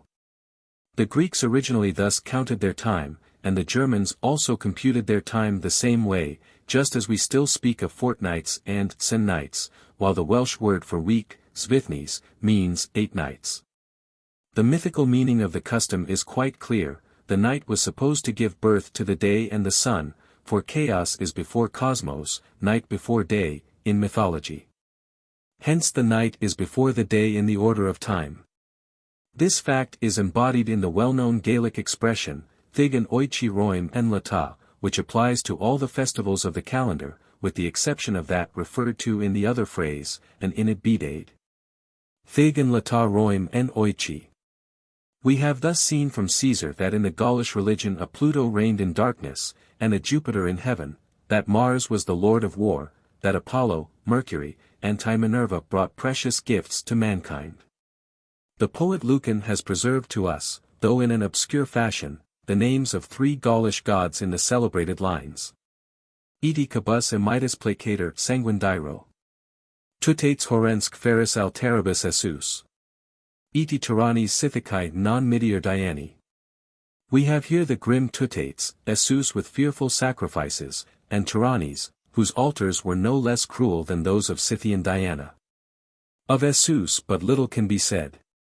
No trace of him exists outside Gaul, where statues and, at least, one inscription bearing his name have been found. Tutates, likely from the same root as the Gaelic tuath, people, has been identified with various deities. Probably he was the war god, defender of the people, at whose altars captives poured forth their blood. It does not appear that his name was used on British soil. Mr. Elton thinks that his place in this country was filled by camulus, a word which appears on British coins in connection with warlike emblems, and is used as a compound in the names of several military stations of the Roman period. Tyrannes was the northern Jupiter, worshipped by the Britons, also, under epithets derived from the words for thunder and rain. He answers to the Norse god Thor, the head of the meteorological gods, who regulate the weather and the seasons, who can withhold the rain and the dew, or blacken the heavens with clouds and wind, or drive in the tempest with chariot and horses of fire. The Irish dissects mentions this thunder god as Etyran, an idol of the Britons. Two other names of deities are preserved to us in the classical writers.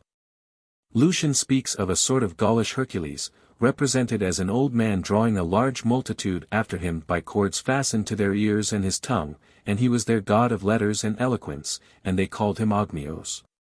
This name appears afterwards as that of the Irish sacred or runic alphabet, so named from its inventor, Ogma, the son of Elethan, evidently a degraded deity. Again, one or two other writers mention the god Belcnus, a name common in inscriptions and in proper names of persons. The inscriptions also give, according to the Gallo-Romanic habit, the Latin god as well, with whom he was identified. We have such a combination often as Belinus Apollo, thus making him the equivalent to the Roman sun and healing god. This Belinus is the famous deity of the Druids according to the school of Neo-Druidists, the investigators into the system of the Druids, lately rampant among us. As a rule, Belinus, or rather Bel, as he was called by them, was identified with the Phoenician Baal, and no end of theories were started on such suppositions. The word Belinus may, however, be from the same root as Apollo, and probably is from that root, as Mr. Moberly has pointed out in his notes to Caesar. That his worship was connected with solar rites is evident from the manner in which Ausonius describes his temple at Bayeux. But he was also especially connected with health-giving waters and herbs, and was worshipped at medicinal resorts under various local titles, the most important of which are Borvo, Bourbon, and Granus. The latter title is doubtless connected with the Gaelic Grian, sun, and it is interesting to note that an altar was once found at Inverrisk with the inscription, Apollini Grano, which clearly shows the worship of this sun god in ancient Scotland. It is probably in connection with the service of Belinus that the cutting of the mistletoe took place, as related by Pliny. The passage is given either in full or in abstract in almost all our school books of history, and it is there wrongly given out as a Druidic rite. It is merely a case of herb worship, common to all nations. The mistletoe is far more famous in Teutonic mythology, and the gallant rites at modern Christmases are merely a remembrance of its ancient efficacy as a preserver and defender from harm. Ility tells us that on the 6th day of the moon, the commencement of the Gaulish month, a druid or priest, clothed in white, mounted the tree and cut the plant with a golden sickle. It was received on a white cloth, and 2 white bulls were sacrificed, while the people burst forth in prayer for the favor of the god. The mistletoe was supposed thus to be a cure for sterility, and a safeguard against poisons. This is just merely a form of fetishism. The Gaulish inscriptions give us quite a host of minor deities. The Roman system of assimilating conquered peoples appears extremely well in these inscriptions. In nearly every case the Roman deity is given as the principal name to which is attached as epithet the local Gaulish equivalent. We, therefore, meet with combinations like these, Marti Segamoni, Marti Caturigi, Mercurio Arteo, Iavi Beniati, Apollini Virituti, etc. The Gaulish and British goddess, Belisama, is the most important to notice. She answered to the Latin Minerva, goddess of arts, who, along with Mercury, was the most human of all the deities of Gaul. The goddesses of the healing springs were honored as the companions of Apollo. Divine beings everywhere mediated between man and heaven. Fountains, rivers, and hills had their deities, and the sea nymph of the Breton shore is still revered under the title of Saint Anne. Livery Village was protected by local deities, with the generic title of Matres, or Mothers. Names which appear in great numbers on the inscriptions, and which survive, we are told, in medieval legends as the White Ladies, the Three Fairies, the Weird Sisters, and the Wild Women of the Woods. Some, again, of the lesser deities appear as the giants of our folk tales. Such has been the fate of Gargantua, an old Gaulish deity of Normandy, whose festivals are not unknown yet, and whose fame appears on the pages of Rabelais. There were also innumerable private or family gods, answering to the Roman Penates and Lares, of whom inscriptions and statues testify. Druidism. One feature of the Gaulish religion still remains to be discussed, and that, too, perhaps its most important one. We have discussed the religious beliefs of the people, but not their ecclesiastical polity. This is known as Druidism, although that term is commonly made to include all that we know of the Gaulish religion as well. But the Druids were rather the philosophers and divines of the Gauls. And, as what we know of their opinions and practices is somewhat remarkable, it is better not to confuse their system with the ordinary Aryan religion of the Gauls. Here, again, it must be repeated that our information is meager. In fact, with regard to the Druids no less meager, and far more unsatisfactory than our comparatively poor information about their general religion. Indeed, with the addition of 2 chapters in Caesar, a sentence in Cicero, and nigh a dozen lines of Lucan, our authorities for Druidism are included in the enumeration already made in regard to Gaulish religion in general. No monuments or inscriptions can help us, nor can we trust in the slightest degree the references made to Druidism by early Irish or Welsh writers. The Druids of Irish history are mere conjurers and magicians. Neither can any customs or religious survivals be referred to Druidic belief or usage. But it may be at the start premised that there is, perhaps, little to know, and that it is entirely due to Caesar's account of them, probably itself somewhat exaggerated in its political aspect. And certainly misread by modern writers under the influence of their knowledge of medieval ecclesiasticism, that this exaggerated opinion of Druidism is prevalent. So little is known, and the little that is known is so interesting, that it opened quite a new world for fancies and speculations. Omni ignotum pro magnifico est, the unknown passes for the magnificent. Here was an unknown and unknowable land, where in circular temples of stone, and mid groves of oak, in vestments of stainless white and ornaments of glittering gold, stalked majestically the Druids.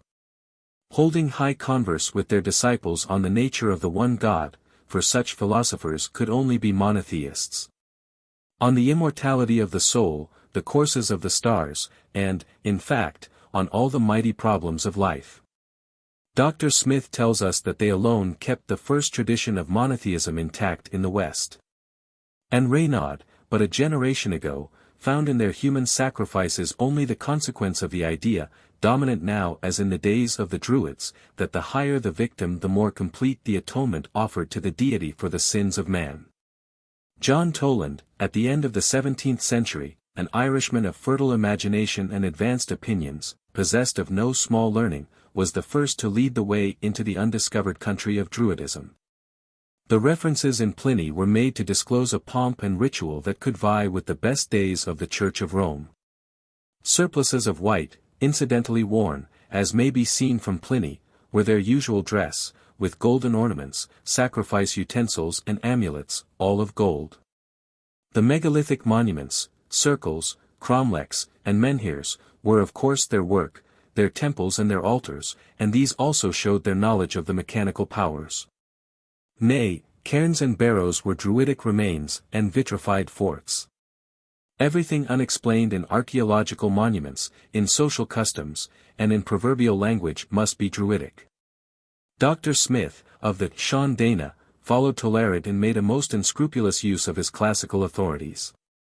Welsh and French writers took the same view of the old religion of Gaul, and Celtomania reigned supreme in this obscure region, until lately the light of modern criticism was allowed to shine through the overhanging mist of nonsensical speculation. All that can with certainty be known of the Druids will first be briefly given, apart from any personal theories. Caesar is again our first and best authority. In the digression in his 6th book, on the manners and customs of the Gauls and Germans, he tells us that all men of any consideration or position were included among either the Druids or the nobles. The Druids conduct public and private sacrifices, and interpret omens. Young men flock to them for instruction. And they are held in great honor, for they have the decision of all controversies, public and private. They are judges in cases of crime, murder, and disputes in regard to succession or boundaries. And whoever abides not by their decision is excommunicated, a most severe punishment, for such are reckoned sacrilegists, and men flee from their presence for fear of disaster from contact with them. A chief druid presides over them, having supreme authority. He may be elected with or without voting, and they at times resort to war to decide the matter. They meet at an appointed time of the year in the territories of the Carnurdes, in the middle of Gaul, where there is a consecrated place, and there all come who have disputes, and abide by their decisions. It is thought that the system was found in Britain, and then transferred to Gaul, and those who at the present time wish to know it thoroughly, as a rule proceed there to learn it. The Druids are wont to hold aloof from war, and pay no taxes, being thus free from military service and civil duties. Under the inducement of such great rewards, many come themselves into their ranks, or are sent by their parents and friends. With them they learn off a great number of lines of poetry, so that some remain under training for 20 years. And they do not regard it allowable by divine laws to commit these things to writing, though in secular matters they use Greek letters. The reason for this seems to be twofold, that they do not wish either their system to be made public, or their pupils to fail to cultivate their memory by trusting to waiting, as generally happens when books can be resorted to. Their chief doctrine is that souls do not perish, but pass after death from one individual to another, and this, the removal of the fear of death, they think the greatest incitement to valor. They theorize largely on astronomy, on the size of the universe and the earth, on nature, and on the power and might of the gods, and in these matters they instruct the youth. Caesar further on tells that the Druids presided at the human sacrifices, and in the 7th book he gives us to know that the Aeduan magistrates, at least, were elected by them. Cicero, in his treatise on divination, written a few years later, introduces his brother Quintus as saying, "The principles of divination are not overlooked among barbarous nations even, as, for instance, in Gaul there are the Druids. One of whom Divitiacus, the Aeduan, I knew. He was a guest of yours and great in your praises. He professed to know natural philosophy, which the Greeks call physiology, and he used to tell partly by augury, partly by conjecture, what was to happen in the future." Cicero's contemporary, Diodorus Siculus, tells us that among the Gauls were bards, certain philosophers and divines named Druids, and soothsayers, adding that the system of Pythagoras held sway among them, that is, the doctrine of the transmigration of souls. To this doctrine Valerius Maximus refers when he says, "One would have laughed at these long-trousered philosophers, the Druids, if we had not found their doctrine under the cloak of Pythagoras." Strabo, his contemporary, in the 1st century of our era, gives us a short account of the Druids, half of which is but a variation of Caesar's sketch. Amongst the Gauls, he says, there are generally 3 divisions of men, especially reverenced, the bards, the vates, and the Druids. The bards composed and chanted hymns, the vates occupied themselves with the sacrifices and the study of nature, while the Druids joined to the study of nature that of moral philosophy. The belief in their justice is so great that the decision both of public and private disputes is referred to them, and they have before now by their decision prevented battle. All cases of murder are particularly referred to them. When there are plenty of these they imagine there will be a plentiful harvest. Both these and the others, bards and vates, assert that the soul is indestructible and likewise the world, but that fire and water will one day have the mastery. And further on he says that without the Druids the Gauls never sacrifice. Another geographer, Pomponius Mela, refers to the Druids, but adds nothing to our knowledge, merely echoing Caesar's description. Lucan, who died in 65, has been quoted in the former section for the names of the Gaulish gods. But he further proceeds to describe, after a reference to the bards, the barbarous rites of the Druids and their theology. The passage is mostly an expansion of Caesar's reference to the transmigration of souls, but the poet beautifully brings out how Pluto's gloomy reign is not the habitation of souls, but that forth they fly immortal in their kind, and other bodies in new worlds they find. Thus life forever runs its endless race, and like a line death but divides the space. Thrice happy they beneath their northern skies, who that worst fear, the fear of death, despise. Hence they no cares for this frail being feel, but rush undaunted on the pointed steel. Provoke approaching fate and bravely scorn, to spare that life which must so soon return. The writer on the Druids, next in importance to Caesar, is Pliny the Elder. He has several interesting allusions to them and their superstitions. At the end of his 16th book he mentions the admiration of the Gauls for the mistletoe. The Druids, he says, for so they name their magi, hold nothing more sacred than the mistletoe, and the tree on which it grows, provided it be the oak. They choose groves of that tree, and conduct no sacrifice without a garland of its leaves, so that we may possibly suppose the Druids are so called from its Greek name /Druze/ whatever grows on the oak is considered a gift from heaven. And he proceeds to tell how it was culled from the tree, as has already been told. Pliny mentions other plant superstitions of the Gauls, connecting the rites naturally enough with the Druids who presided. The next important fetish he mentions is the club moss, celigo. It must be touched by no metal, but plucked by the right hand passed through the tunic under the left, with a thievish gesture. The worshipper must be dressed in white, with feet washed and bare, and the plant must be carried in a new cloth. The Druids held that it was a charm against all misfortunes, and the smoke of its burning leaves cured diseases of the eye. In much the same way they thought that samolus, or water pimpernel, a talisman against murrain in cattle. Vervain was another plant, about which the Gaulish magi raged, which cured everything, and had to be gathered at the rise of the dog star, and when neither sun nor moon was seen. But these plant superstitions and ceremonies have nothing especially Druidic about them, they are common among other nations as well. Pliny's account of the serpent's egg, the anguimon, is more important and special. The snake's egg was said to be produced from the frothy sweat of a number of serpents writhing in an entangled mass, and to be tossed up into the air as soon as formed. The Druid who was fortunate enough to catch it in his cloak as it fell rode off at full speed, pursued by the serpents, until stopped by a running stream. If tried, the egg would swim in water though cased in gold. Pliny says he saw one himself, about the size of a moderately large apple, with a cartilaginous rind, studded with cavities like the arms of a polypus. A Roman knight was making use of it in court to gain an unfair verdict, and for this was put to death by Claudius the emperor.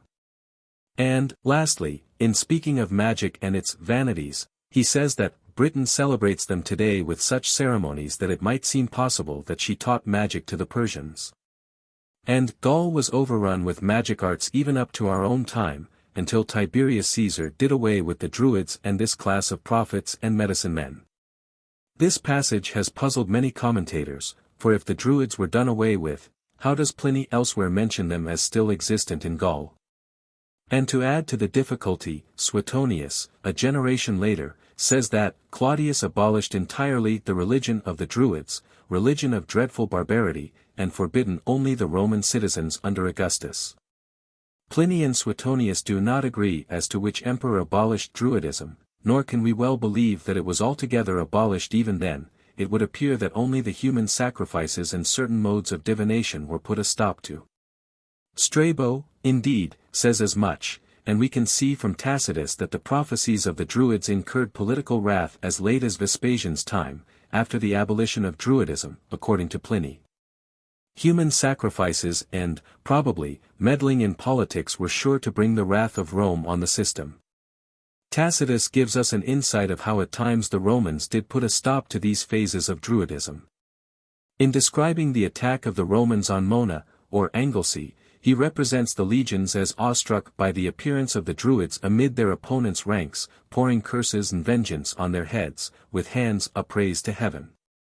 But they were rolled in their own fires, and the groves sacred to grim superstitions were cut down, for, he adds, they hold it lawful to sacrifice captives at their altars and to consult the gods from the movements of human entrails. After the 1st century, writers speak of Druidism as a thing of the past. Evidently the decrees of the emperors had done away with its fiercer elements of superstition, and the purer and more philosophical parts had been absorbed into the usual Roman faith. Christianity, at least, had no contest with Druidism either in Gaul or in England. It may be mentioned that Ammianus Marcellinus, in the 4th century, gives us a few lines on the old and long-extinct Druidism. After noticing the foundation of Marseilles by a Phocian colony, he says that when the people in those parts got gradually civilized, the learned studies which had been begun by the bards, the Uages, probably a corruption of Vates, and the Druids, throve vigorously. Of these, he says, the Druids were the intellectual superiors of the others, and were formed into muons in accordance with the precepts of Pythagoras, where deep and hidden problems were discussed. And looking from a lofty philosophic pinnacle on human affairs, they pronounced human souls immortal. Such is the history of Druidism in Gaul and early Britain. Of its course in Ireland we have no direct information. It is only when Christianity has been long established, and Druidism a thing of the remote past, that we have writers who speak of the Druids, and in their eyes the Druids were but magicians that attended the courts of the pagan kings. The lives of the pioneer saints, Patrick and Columba, are full of contests between themselves and the royal magicians, who are called in the Gaelic Druid and in the Latin versions Magi.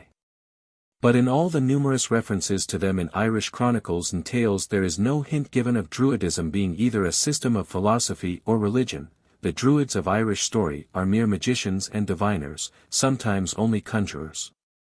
But as such, as magicians, the Druids play a most important part in Irish pagan history, as chronicled by the long posterior Christian writers. From the primeval landing of Partholon with his 3 Druids, to the days of Columba, we have themselves and the bards exercising magic and divining powers. The second fabled settlers of Ireland, the Nemedians, meet the invading Fomorians with magic spells, but the fairy host of the Tuatha De Danann are par excellence the masters of Druidic art. Their power over the forces of nature, over sea, wind, and storms, shows them plainly to be only degraded gods, who allow the sons of Mild to land after showing them their power and sovereignty as deities over the island. The kings and chiefs had Druids about them to interpret omens and to work spells, but there is no reference to these Druids being a priestly class, and their power was limited to the functions of mere divination and sorcery. 2 of the most famous Druids were Cathbad, Druid of Concobar Mac Nessa, the instructor of Cuchulainn, who, among many other things, foretells the fate of Deirdre and the sons of Usnach, even before Deirdre was born. And Moch Ruth of Munster, who single-handed opposed Cormac and his Druids, and drove them by his magic fire and storm spells out of Munster. The Druids of King Logair oppose St. Patrick with their magic arts. One of them causes snow to fall so thickly that men soon find themselves neck-deep in it, and at another time he brings over the land an Egyptian darkness that might be felt. But the saint defeats them, even on their own ground, much as Moses defeats the Egyptian magicians. Saint Columba, in Adamnan's life of him, is similarly represented as overcoming the spells of the northern Druids. Broican, Druid to King Bruid, caused such a storm and darkness on Loch Ness that the navigation appeared impossible, until the saint gave orders that the sails should be unfurled and a start made. Then everything became calm and settled. We are also told in many instances how the Druids worked these spells. A wisp of hay, over which an incantation was made, when cast on a person, caused idiocy and deformity. The Druidic wand plays an important part, a blow from it causing transformations and spells. It must be remarked, too, that the wood used for wands and Druidic rites and fires was not the oak at all, as in Gaul. Sacred wood among the Irish Druids would appear to have been the yew, hawthorn, and, more especially, the rowan tree. Divination was an important feature of Druidic accomplishments, and there were various forms of it. Pure Druidic divination sometimes consisted in watching the Druidic fire, how the smoke and flame went. Sometimes the Druid would chew a bit of raw flesh with incantation or oration, and an invocation to the gods, and then generally the future was revealed to him. Sometimes, if this failed, he had to place his 2 hands upon his 2 cheeks and fall into a divine sleep, a method known as illumination by the palms of the hands. Finn used to chew his thumb when he wanted any supernatural knowledge. The bards, too, were diviners at times, a fact that would appear to show their ancient connection with the Druids. The bardic divination is known as illumination by rhymes, when the bard in an ecstatic state pours forth a flood of poetry, at the end of which he brings out the particular fact that is required to be known. Connected with this is the power of poetic satire.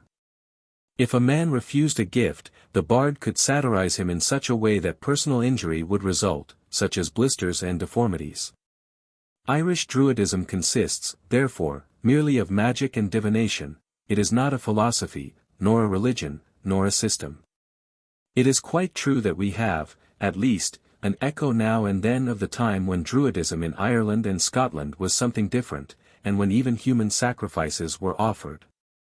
Columba, in commencing the building of his church at Iona, addressed his followers in words which clearly point to human sacrifice. "It is good for us," says he, "that our roots should go under the earth here.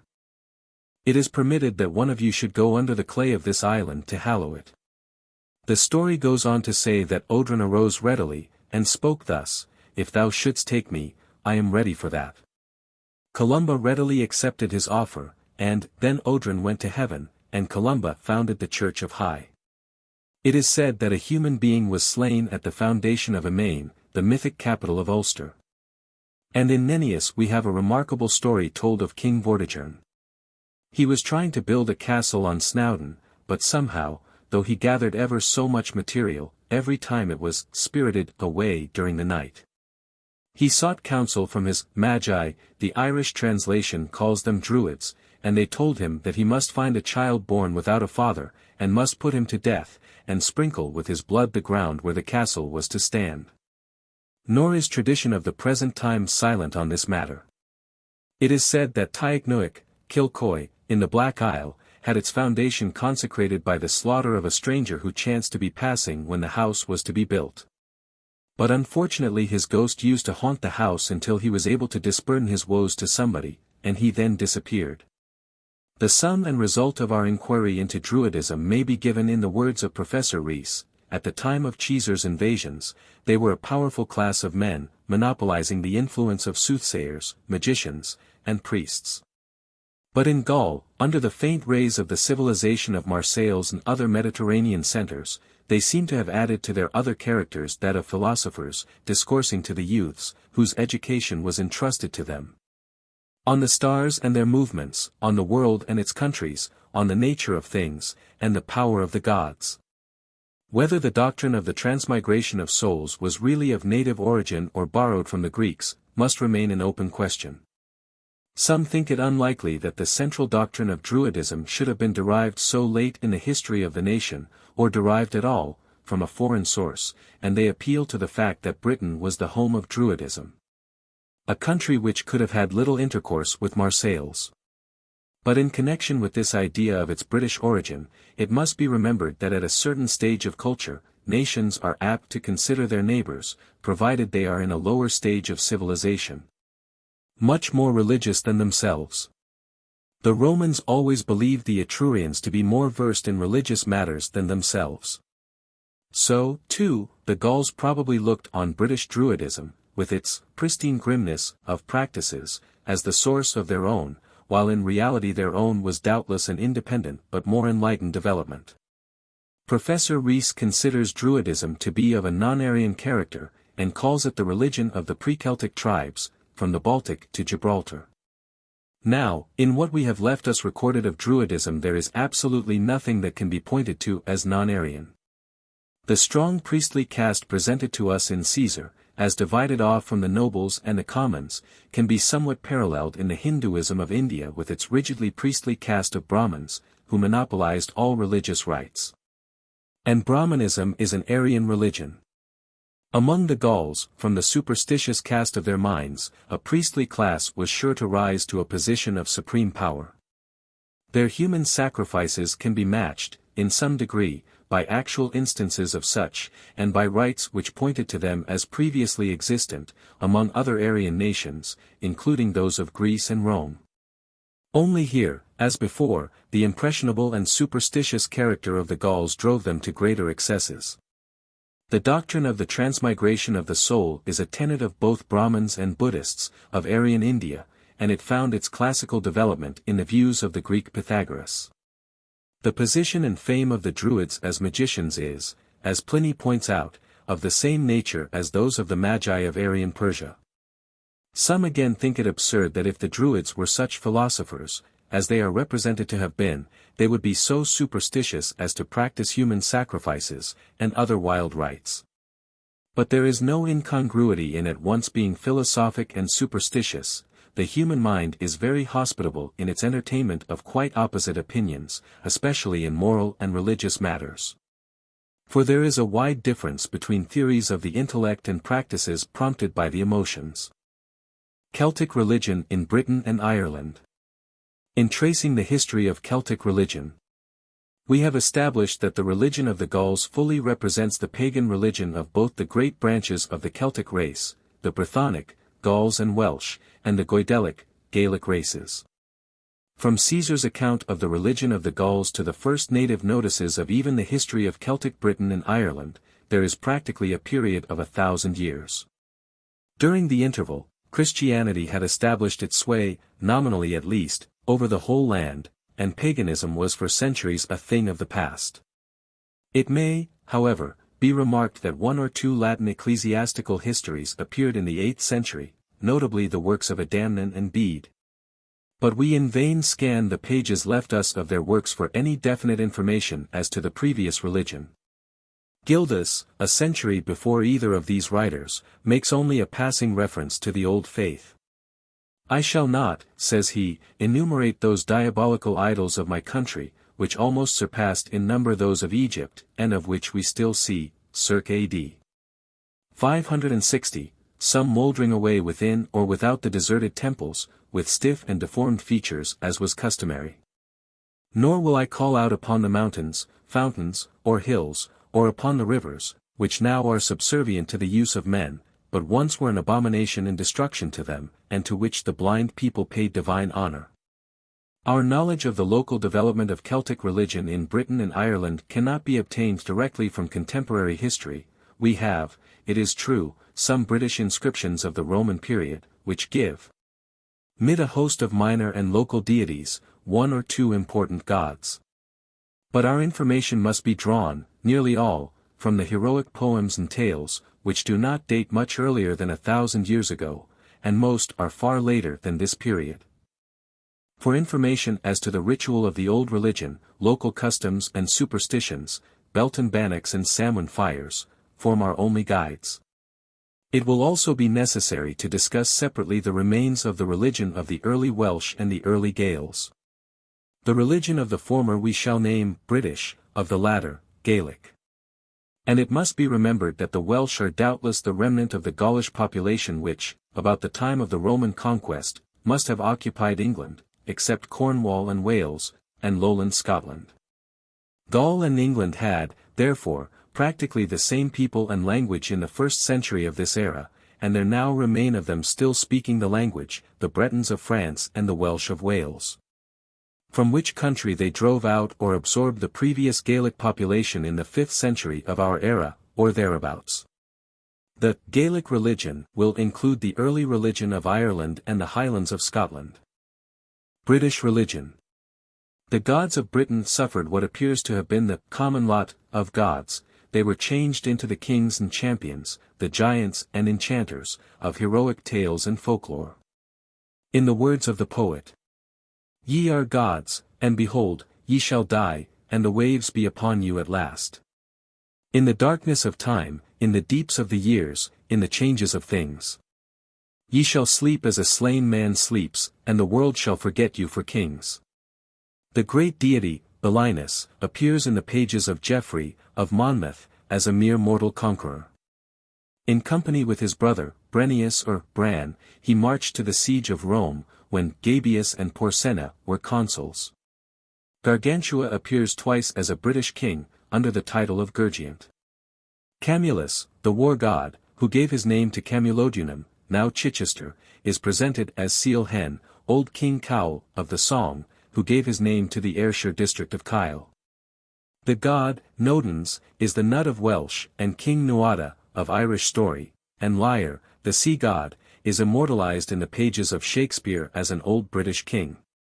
Some of the gods fight under Arthur's banner, and perish on the battlefield of Camlan, along with him. There is, consequently, a considerable amount of confusion in the Welsh tales, which does not appear in the more consistent tales of Ireland. Probably, there were kings of the names of Beli, Seal, Urien, and Arthur, and there certainly were kings and chiefs of the names of Brennus, Cass, Sibulanus, and Caractacus, but their history is irretrievably mixed up with that of deities and demigods, possessed of similar names. Thus, Bran the Blessed is a son of Lyre, a personage of such gigantic proportions that no house could hold him, and evidently a degraded god, possibly a war god. He next appears as father of Caradoc, for whom he is sent as hostage to Rome, when the latter is conquered by Claudius. In Rome he is converted to Christianity, which he introduced into Britain, and hence his name of Bran the Blessed. And again he is brother of Belinus, and the same as the Brennus of the Roman historians, who sacked Rome in BC 390. It is, therefore, a matter of great difficulty to take either history or myth out of the confusion in Welsh poetry and tradition, caused by a little knowledge of classical and biblical history, a history which is interwoven with native myths and facts. The inscriptions of Roman times show that the religious condition of Britain then differed in no respect from that of Gaul. The local deities were assimilated to the corresponding deities of Rome. And we have in Britain combinations like those met with in Gaul. The Roman deity has the corresponding British name attached to him on the votive inscription by way of epithet. Thus, at Bath, altars are dedicated to Sol Minerva, Sol being a goddess unknown elsewhere. On the Roman wall, between the Forth and Clyde, the name of Mars Camulus appears on the inscriptions, among many others to the genii of the places, the spirits of the mountain and the flood, and to Sancta Britannia, and Brigantia, the goddesses of Britain and the land of the Brigantes respectively. The most interesting inscriptions were those found in the temple of a god discovered at Lydney Park, in Gloucestershire. One inscription bears to be to the great god Nodon, which proves the temple to have been dedicated to the worship of Nodon, a god of the deep sea, figured on a bronze plaque as a Triton or Neptune borne by seahorses and surrounded by a laughing crowd of Nereids. This deity is identified with the legendary Nud, known in Welsh fiction only as the father of famous sons and in Irish story as King Nuada of the Silver Hand, who fought the two battles of Moytura, and fell in the second before Balor of the Evil Eye, the king of the Fomorians. Passing, however, to the Welsh legends and myths preserved in the ancient books of Wales, and in the prose Mabinogion, we can easily eliminate three principal families of deities, the children of Don, of Nud, and of Lyre. Of these the first are purely Welsh, the second, the children of Nud, have Irish equivalents both in name and office, while the children of Lyre belong equally to both nations. The family of Don is evidently connected with the sky and its changes. He has given his name in Welsh to the constellation of Cassiopeia, called Lys Don, the court of Don. The Milky Way is named after his son, Gwydion, Caer Gwydion, the city of Gwydion. And his daughter Arianrhod, silver-circled, inhabits the bright circle of stars which is called the Northern Crown. With the name Don may be compared that of the father of the Irish hero Diarmat, son of Don. Gwydion is the greatest of enchanters, a prince of the powers of air. He can change the forms of trees, men, and animals, and along with Math, the son of Mathenwy, his master, styled by Professor Rees, the Cambrian Pluto, though rather a god of air than earth, he forms a woman out of flowers. They took the blossoms of the oak, and the blossoms of the broom, and the blossoms of the meadowsweet, and produced from them a maiden, the fairest and most graceful that man ever saw. Amathon, the son of Don, is a husbandman, doubtless a god of weather and crops. He has a fight with Araun, king of An, or Hell, for a white roebuck and a whelp, which he had carried off from the realms of darkness. The battle is known as the Battle of the Trees, and in it Gwydion, by his divinations, won the victory for his brother, for he guessed the name of the person in the ranks of his opponents, which had to be guessed before either side won. Nud, like Don, is eclipsed by his family. He appears to have been god of the deep and its treasures. His son Gwyn, known always as Gwyn ap Nud, is the Welsh king of the fairies in the widest sense of the word. It would appear that Gwyn is no less a person than the god of the next world for human beings. He answers, therefore, to the king of Tir nan Og, land of youth, of the Irish legends, and Tir Efothuin, of the Gaelic stories, the land below the waves. The son of the deep-sea god is naturally enough made lord over the happy realm under the waves of the west. Christian bias, however, gave Gwyn a more sinister position. We are told that God placed him over the brood of devils in An, lest they should destroy the present race. A saint of the name of Colin one day heard two men conversing about Gwyn ap Nudd, and saying that he was king of An and the fairies. "Hold your tongue quickly," says Colin, "these are but devils." "Hold thou thy tongue," said they, "thou shalt receive a reproof from him." And sure enough the saint was summoned to the palace of Gwyn on a neighbouring hill top, where he was kindly received, and bid sit down to a sumptuous repast. "I will not eat the leaves of the trees," said Colin. For he saw through the enchantments of Gwyn, and, by the use of some holy water, caused Gwyn and his castle to disappear in the twinkling of an eye. The story is interesting, as showing how the early missionaries dealt with the native gods. Gwyn, according to St. Colin, is merely a demon. His connection with the lower world is brought out by his fight with Gwithyr, the son of Grysidwal, for Cordelia, the daughter of Lyre or Lugh. She is represented as a splendid maiden, daughter of the sea god Lyre, a blossom of flowering seas, at once a Venus and a Proserpine, goddess of the summer flowers. For whom there is a fight between the powers of the worlds above and below the earth respectively. Peace was made between these two deities on these conditions, that the maiden should remain in her father's house, without advantage to either of them, and that Gwyn ap Nudd, and Gwithyr, the son of Gradwal, should fight for her every 1st of May, from thenceforth till the day of doom, and that whichever of them should be conqueror then, should have the maiden. We have thus discovered in Dawn and his children the powers of sky and air, answering to Jove and his Olympians of classical mythology. In Nudd and his son Gwyn we have probably found the powers that rule over the land of shades, corresponding to Pluto or Dis. And we now come to consider the third family of British deities, Lyre and his children, whom we shall find to be the British and Gaelic equivalents of Neptune, the sea god, and Aphrodite, daughter of the foam. Lyre, or as the Welsh spell the name, Llyr, is the same as the Gaelic Lir, found in the Ossianic poems, and signifying the sea. Lyre is therefore the personification of the sea deified. He is a deity common to both Britons and Gaels. Indeed, it may rather be said that he is more properly a deity of the Gaels transferred into the British pantheon. The epithet lidiaire, or half-speech, that is, dialect, which is attached to his name, goes to show that he was not a deity of native British origin.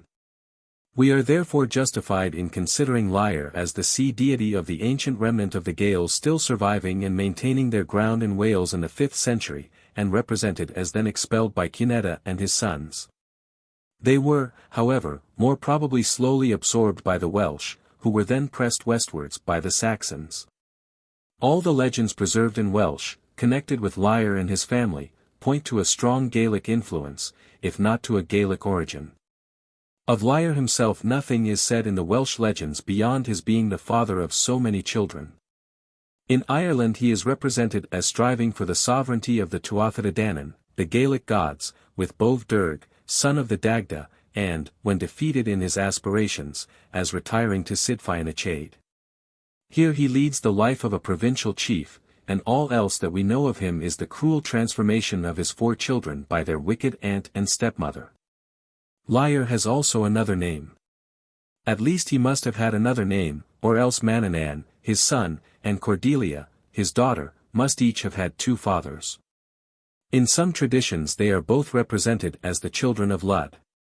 The same confusion, of course, appears in the Irish genealogy of Manannán. For the most part he is known as the son of Lyre, but in the genealogies he is set down as the son of Aloid, doubtless the original, or, at least, the equivalent of Lugh. Professor Rees thinks that Lugh stands for Nudd, the N changing into Li, because Lugh also received the title of Law Eraint, silver-handed, just as the Irish king Nuada did. And the principle of alliteration required the changing of nud law eraint into lud law eraint. And Nud, besides, was somehow a god of the sea. What was the necessity of two chief sea gods? We have interpreted Nud as a god of the land under the waves, and not as the sea god proper. And, again, the Irish alloyd is distinctly against any such change of letters as Nud into Lud, besides its being otherwise far from probable that such a change should occur on any principle of alliteration. Liar, under the name of Lud, is, in the histories and tales, the brother of Cassibelanus, Caesar's opponent, and in his reign Britain was troubled with three direful plagues, the Coranians. A people whose knowledge was such that there was no discourse upon the face of the island, however it might be spoken, but if the wind blew it, it was known to them. Second, a shriek that occurred every May Eve, that created all kinds of terrors and horrors, and, third, the king's winter provisions disappeared every year when stored. From these plagues the wisdom of his brother Lievelys freed King Lud. Liar appears in the pages of Geoffrey of Monmouth as an old British king, who reigned long before Lud, and who had 3 daughters, whose story forms the groundwork of Shakespeare's tragedy of King Lear. Manannán, the son of Liar, is in the Welsh myths one of the 7, that mystical number, so common in the old Welsh poems, who escaped from Ireland on the death of his brother, Bran, the Blessed, king of Britain.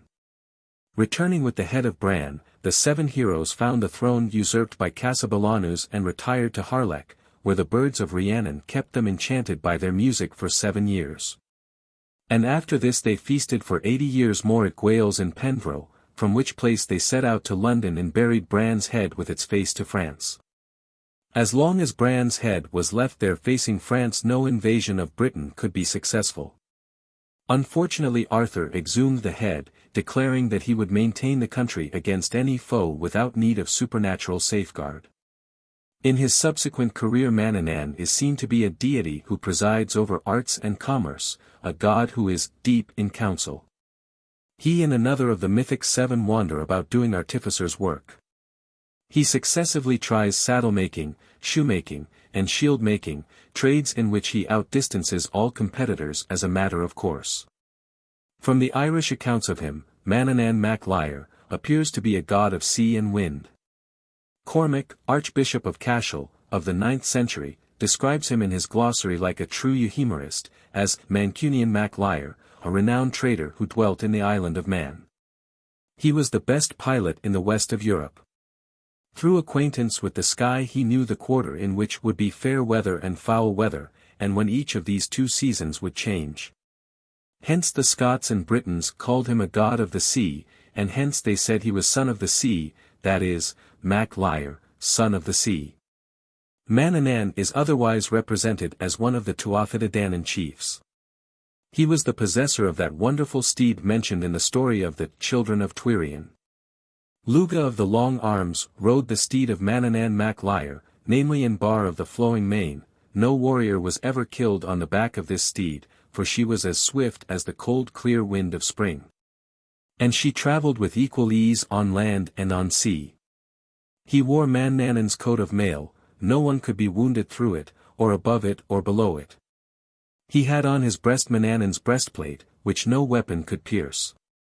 Manannán's sword, the answerer, hung at his left side. No one ever recovered from its wound, and those who were opposed to it in the battlefield were so terrified by looking at it that their strength left them and they became weaker than women. In the curious story called the Sick Bed of Cuchulainn, Manannán is represented as a fairy chief who deserts his fairy bride Fand, but Fand is helped and loved by Cuchulainn, mortal though he was. Manannán on discovering this, returns to his wife and shakes his magic cloak between her and Cuchulainn, so that they should never meet again. This magic cloak had also the effect of producing forgetfulness of the past. Of Manannán, Mr. Elton says, "In him we see personified the splendor and swiftness of the sun, the god rushes over the waves like a wheel of fire, and his 3-legged shape recalls the giant strides of Vishnu. He was the patron of traffic and merchandise. The best weapons and jewels from across the sea were thought to be gifts from the god." Bramvan, White Bosom, the daughter of Liar, is the central figure of the most tragic of Welsh myths. She is married to Matholwick, King of Ireland, who treats her badly. Her brother Bran, coming to know of it, invades Ireland.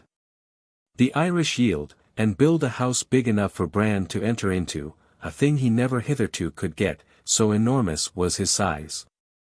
But the Irish had decided to murder their guests at the first feast in the great house. The cleverness of one of Bran's men foils their purpose. There is, however, a general slaughter, in which the Irish have at first the best of it, for they possess a cauldron, into which, when any one is dipped that is dead, he comes to life hale and sound. But the cauldron is discovered by the already mentioned one of Bran's men, and he breaks it. Bran is killed, and only 7 return of his people to Wales. The story as a whole is a very widely spread one. It appears in about a dozen forms in Teutonic lands, the Volsung saga and the Nibelung story being the most famous forms of it. Probably there are in the myth the evidences of a time when Celt and Teuton lived not too amicably together on the banks of the Rhine, a supposition which would obviate the necessity of supposing the Celtic version a borrowed one. Inferior though it may be in some details. Another legend represents Branwen or Brangwain as helping the loves, illicit though they be, of Tristram and Iseult. It is she that hands to Tristram the fateful love potion which binds him irrevocably to Iseult. Hence Mr. Elton considers her the Venus of the northern seas. Indeed, the sea was poetically named the Fountain of Venus, according to the Iolo Mizas. And a verse in the Black Book of Carmarthen gives this stanza. Accursed be the damsel, who, after the wailing, let loose the fountain of Venus, the raging deep. From this we can easily understand how Branwen may be Venus and daughter of the sea god as well, just as Aphrodite was sprung from the foam of the sea. Cordelia, another daughter of Lear or Lugh, has already been mentioned as the resplendent summer goddess for whom the powers of air and the shades fight every May Day till the day of doom. In the remarkable Mabinogion entitled Cilwch Olwen, so full of mythologic lore, we can see the true character of at least one of Arthur's knights. This is his seneschal Kai. From the references in this mythic tale, it could alone be proved that Kai was no less than the British Vulcan, the fire god. Kai, says the tale, had this peculiarity, that his breath lasted 9 nights and 9 days under water, and he could exist 9 days and 9 nights without sleep. A wound from Kai's sword no physician could heal. Very subtle was Ka. When it pleased him he could render himself as tally as the highest tree in the forest. And he had another peculiarity, so great was the heat of his nature that when it rained hardest, whatever he carried remained dry for a handbreadth above and a handbreadth below his hand. And when his companions were coldest he was to them as fuel with which to light their fire. Such was Arthur's steward. Hephaestus and Vulcan do equally mean duties in the halls of Olympus. The gods laugh heartily at the limping gait and ungainly appearance of Hephaestus as he hands round the cup of nectar.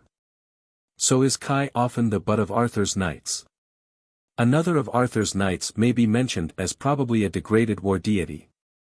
Owain, the son of Urien Reged, is never mentioned in the older poems and tales without reference to his army of ravens, which rose as he waved his wand, and swept men into the air and dropped them pecumile on the ground. We are here reminded of the Irish war goddess who so often appears as, and is indeed named, the Scald Crow, Bab. Odin, too, has his ravens to consult with, and to act as his messengers. Many others of Arthur's heroes partake of the same mythical type. Of Arthur himself we shall speak again in considering the Celtic hero tales. At present it is sufficient to say that Arthur is, at least, as mythical as any of the rest we have mentioned.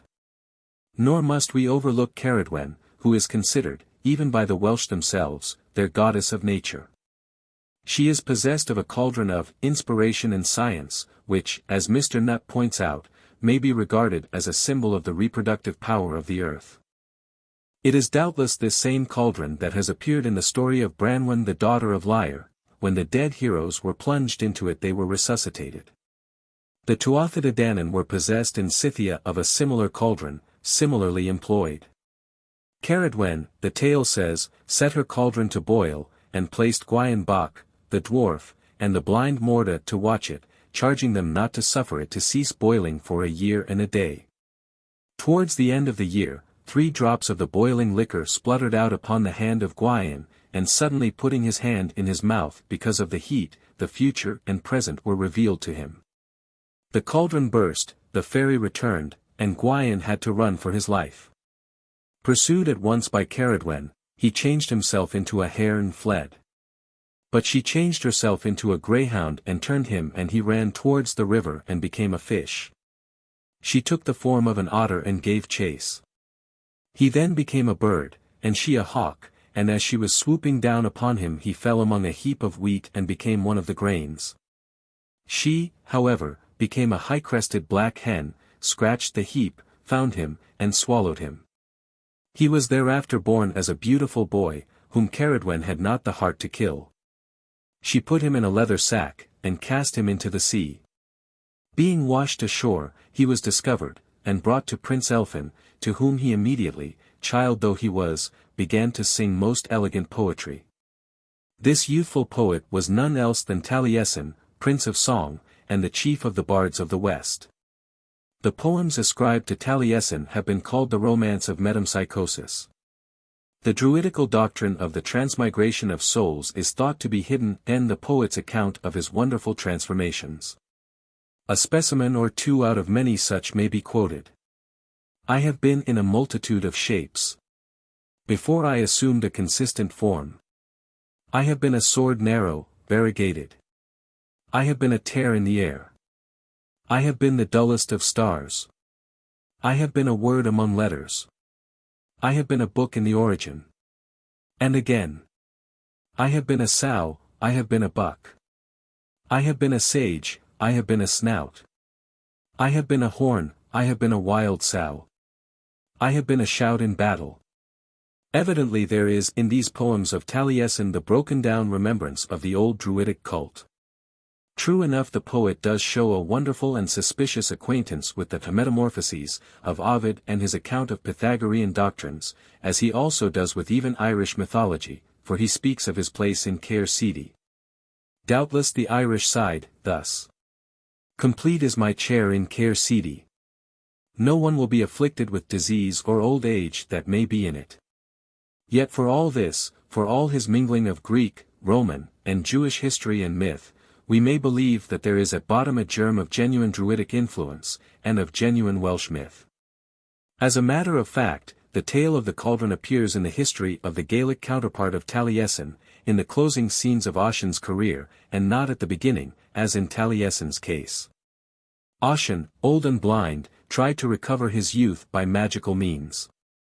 He now lived among little men who could not give him food enough, and consequently he had a belt round his waist with 3 skewers, dealg, in it to tighten his stomach. He went out one day with his gillie to hunt, and by some supernatural means brought down 3 remarkable deer. These he took home and put in a cauldron to be cooked, bidding his gillie watch them, and on no account to taste any of the food. All went right for a time, the deer were cooked, Ossian ate the first and let out 1 skewer, he ate a second and let out a second skewer. But as misfortune would have it, while the 3rd deer was simmering in the cauldron, a drop of the broth spurted out on the gillie's hand, which he instantly put into his mouth. Ossian ate the 3rd deer and let out the 3rd skewer, but no youth returned to him. The licking of the little drop of broth had broken the spell. The supernatural knowledge and power gained by Gwaun Bach do not, of course, appear in this tale, but it may be observed that Finn gained his knowledge of futurity in a manner which, though dissimilar in details, is yet the same in result. Following a strange woman that he saw one day, he came to a hillside, where she entered by a concealed door. Finn attempted to follow her inside, and had his hand on the doorpost, when the door suddenly shut on him and jammed his thumb. With difficulty extricating his thumb, he very naturally shoved the hurt member into his mouth, when, lo! He found himself possessed of the gift of seeing future events. This gift, however, he possessed only when he bruised his thumb in his mouth. The Gaelic gods in history. Material for reconstructing the Olympus of the Gaels is not at all so scanty as we have found it to be in the case of the Welsh. There is, it is true, no general description of the Irish Olympus, but references to particular deities are not uncommon. The earliest reference to any Irish gods occurs in one of the oldest monuments we possess of the Gaelic language. A manuscript of the St. Gall Monastery contains incantations to the powers dissect and goibniu. This manuscript Zeus sets down as of the 8th century, and it is, therefore, 1100 years old. Cormac's glossary, originally composed in the 9th century, mentions as deities Art, Anna, Buanan, Bridget, Neat, and Manannan. Keating quotes from the Book of Invasions a poem that makes the Dagda, king of heaven, and he further enumerates Bab, Macha, and Morrigan as the 3 goddesses of the Tuatha Dé Danann. The Tuatha Dé Danann themselves appear often in the tales as the fairy host, the side that dwell in the land of promise. They interfere in the affairs of mortals long after they are represented as having been expelled from Ireland, thus, if not actually mentioned as having been the pagan gods of the Gael, yet. Despite the rampant euhemerism of Irish tales and histories, implicitly considered as such.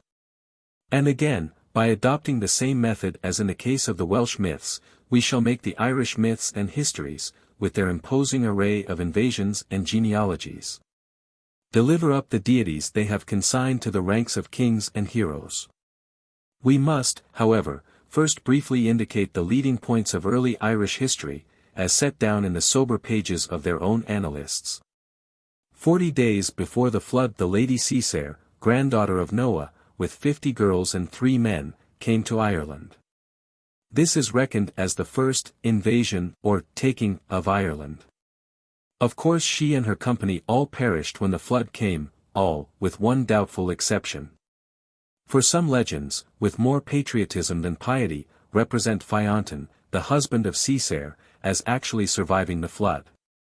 The way in which he accomplished this feat is unlike that of the ancestor of the Maclains, who weathered the flood in an ark of his own. Fianton, when the flood began, was cast into a deep sleep, which continued for a year, and when he woke he found himself in his own house at Duntulcha, in Kerry somewhere, for O'Cary has not been able exactly to localize this important event. He lived here contemporaneously with the various dynasties that ruled in Ireland down to the time of Dermot in the 6th century of our era. He then appears for the last time, with 18 companies of his descendants, in order to settle a boundary dispute, since he was the oldest man in the world, and must know all the facts. This story is not believed by the more pious of the historians, for it too flagrantly contradicts the scriptures. It, therefore, falls under O'Cary's category of wild stories. These are stories which contain some historic truth, but are so overloaded with the fictions of the imagination as to be nearly valueless. The Irish historians have as much horror of a blank in their history, as nature was once supposed to have of a vacuum. The Lady Cessair fills the blank before the flood, Partholon and his colony fill the first blank after the flood. He came from Mygdonia, the middle of Greece, 22 years before the birth of Abraham, and was the 9th in descent from Noah, all the intermediate names being duly given. He was not in the island 10 years when the Fomorians, or sea rovers, disturbed him. These Fomorians were a constant source of trouble to all succeeding colonists, and sometimes they actually became masters of the country. Some 300 years after their arrival, the colony of Partholon was cut off by a plague. Plagues, and eruptions of lakes and springs, fill up the gaps in the annals, when genealogies and battles are not forthcoming. For 30 years after the destruction of Partholon's colony, Ireland was waste. Then came Nemd and his sons, with their company, from Scythia, in the year before Christ 2350. They were not long in the island when the Fomorians again appeared, and began to harass the Nemedians. Both parties were extremely skilled in Druidism, and they opposed each other in a fierce contest of spells as well as blows. The Fomorians were finally routed. Nemd was the 12th in descent from Noah. He had 4 sons, Starn, Jarbanel, Fergus, and Ein, Nn. Some 216 years after coming to Ireland, the Nemedians were overthrown by the Fomorians and the plague together, and only 30 escaped under the leadership of the 3 cousins, grandsons of Nemd, Simeon Brake, son of Starn, Beathach, son of Jarbanel, and Brighton Mael, son of Fergus. Simeon Brake and his party went to Greece, and after 11 generations returned as the Firbolgs. Beathach, with his clan, went to the northern parts of Europe, where they made themselves perfect in the arts of divination, druidism, and philosophy, and returned 11 generations later as the Tuatha De Danann. Brighton Mael, with his family, went to Mona, and from there poured their descendants into the island, which is now called Britain, after their leader, Brighton Mael. The Firbolgs, the descendants of Starn, son of Nemd, being oppressed in Greece, much as the Israelites were in Egypt, returned to Ireland, and took possession of it. They were called the Firbolgs, we are told, from the bags of leather they used to have in Greece for carrying soil to put on the bare rocks, that they might make flowery plains under blossom of them. The Firbolgs held Ireland for 36 years, and then they were invaded by their J2th cousins, the Tuatha De Danann, the descendants of Jarban Nel, son of Nemid. Next to the Milesian colony yet to come, the Tuatha De Danann are the most important by far of the colonists, for in them we shall by and by discover the Irish gods. What the annalists tell of them is briefly this. They came from the north of Europe, bringing with them 4 precious jewels. The first was the Lugh Fail, the stone of virtue or fate, for wherever it was, there a person of the race of Scots must reign, the sword of Lugh Lam Fada. The spear of the same, and the cauldron of the Dagda, from which a company never went away unsatisfied. The Tuatha landed in Ireland on the 1st of May, either 1900 or 1500 years before Christ, for the chronologies differ by only a few hundred years. They burned their ships as a sign of no retreat, and for 3 days concealed themselves in a mist of sorcery. They then demanded the Firbolgs to yield, which, however, they would not do, and the great battle of Moytura south was fought. The Firbolgs were routed with immense slaughter. Nuada, leader of the Tuatha in the battle, lost his hand in the fight, but Credan Serd, the artificer, made a silver one for him, and Dionsect, the physician, fitted it on, while Mayak, his son, infused feeling and motion into every joint and vein of it. For 30 years the Tuatha held undisputed possession of Erin, but the Fomorians, who were continually hovering about the coast, now made a determined effort to conquer them. The Battle of Moytura North was fought between them. In it Nuada of the Silver Hand fell, and so did Baylor of the Evil Eye, leader of the Fomorians. He was slain by his grandson Lugh of the Long Arms, who was practically leader of the Tuatha, and who succeeded to the kingship on the death of Nuada. After a reign of 40 years Lugh died, and was succeeded by the Dagda Mór, the central figure of the Tuatha De Danann, and in the pages of our Euhemerist annalists, an inscrutable and misty personage. Okri ventures even to call him a demigod. The Dagda was the 24th in descent from Noah, let it be observed that Nemid was the 12th in descent. The Firbolg chiefs also were in the 24th generation from Noah. Among the leading personages of the Tuatha were Manannan, the son of Aloid or Lyre, Ogma, son of Elathan, and brother of the Dagda, surnamed Sunface Goibniu, the smith, Luctine, the carpenter, Danan, mother of their gods, Bridget, the poetess. Badb, Macha, and Morrigan, their 3 goddesses, says Keating. The Tuatha held Erin for nigh 200 years, but when Mac Quill, Mac Sect, and Mac Grain, who were so called, because Call, Sect, and Grian, the hazel, the plough, and the sun, were gods of worship to them, were ruling over Ireland with their respective queens Banba, Fadla, and Eire, 3 names of Ireland, the last colony of all appeared on the southern coast. These were the Milesians or Gaels from Spain and the east. They were in no respect related to the previous races, except that they were equally with them descended from Noah, Golam Mild, after whom they were called Milesians, being the 24th from Noah in direct descent. They were also called Gaels or Gadels from an ancestor Gadalus, the 7th in descent from Noah, and son of Skoda, daughter of Pharaoh. The family lived for the most part in Egypt, but Golam Mild, who was also married to a second Skoda, daughter of Pharaoh, settled in Spain. The sons of Mild, to avenge a relative's murder, resolved to invade Erin. Under the leadership of Heber, Hirman, and Amergin, and accompanied by Skoda, a vast army in many ships invaded Ireland. No resistance was offered at first. The Milesians arrived at Tara, and there met the 3 kings and queens of the Tuatha De Danann. The latter complained of being taken by surprise, and asked the Milesians to embark again on board their ships and allow them have a chance of opposing their landing. The Milesians assented, entered their ships, and retired for 9 waves on the sea. On facing about again no Ireland was to be seen. The Tuatha by their sorcery had made the island as small as a pig's back, and the Milesians could therefore not see it. In addition they raised a violent storm on the sea, with clouds and darkness that could be felt. Many Milesian ships were lost, and the danger was brought to an end only when Amergin, who was also a Druid, pronounced a Druidic prayer, or oration, evidently addressed to the Tuatha, and the storm ceased. They then landed peaceably. But they did not get the island without a few battles of a very hazy sort, indeed. It probably at first was intended to be shown that the Tuatha allowed them to land, and themselves retired to the land of promise, the country of the side, where they still took an interest in mortal affairs. And often afterwards appeared in Irish history and tales. The Milesians, or Gadelians or Gaels, are a purely mortal race. They were, in fact, the dominant race of Ireland in historic times. Their history and full genealogies from some 1300 years before Christ till the introduction of Christianity, are gravely told in the annals of the Four Masters and Keating's Ireland. Every king has his pedigree given, and many are the details that are recorded of their doings in war and in peace, society, and in the chase, in law, and in the care and seizure of land and of cattle. Mythic persons constantly flit across the page.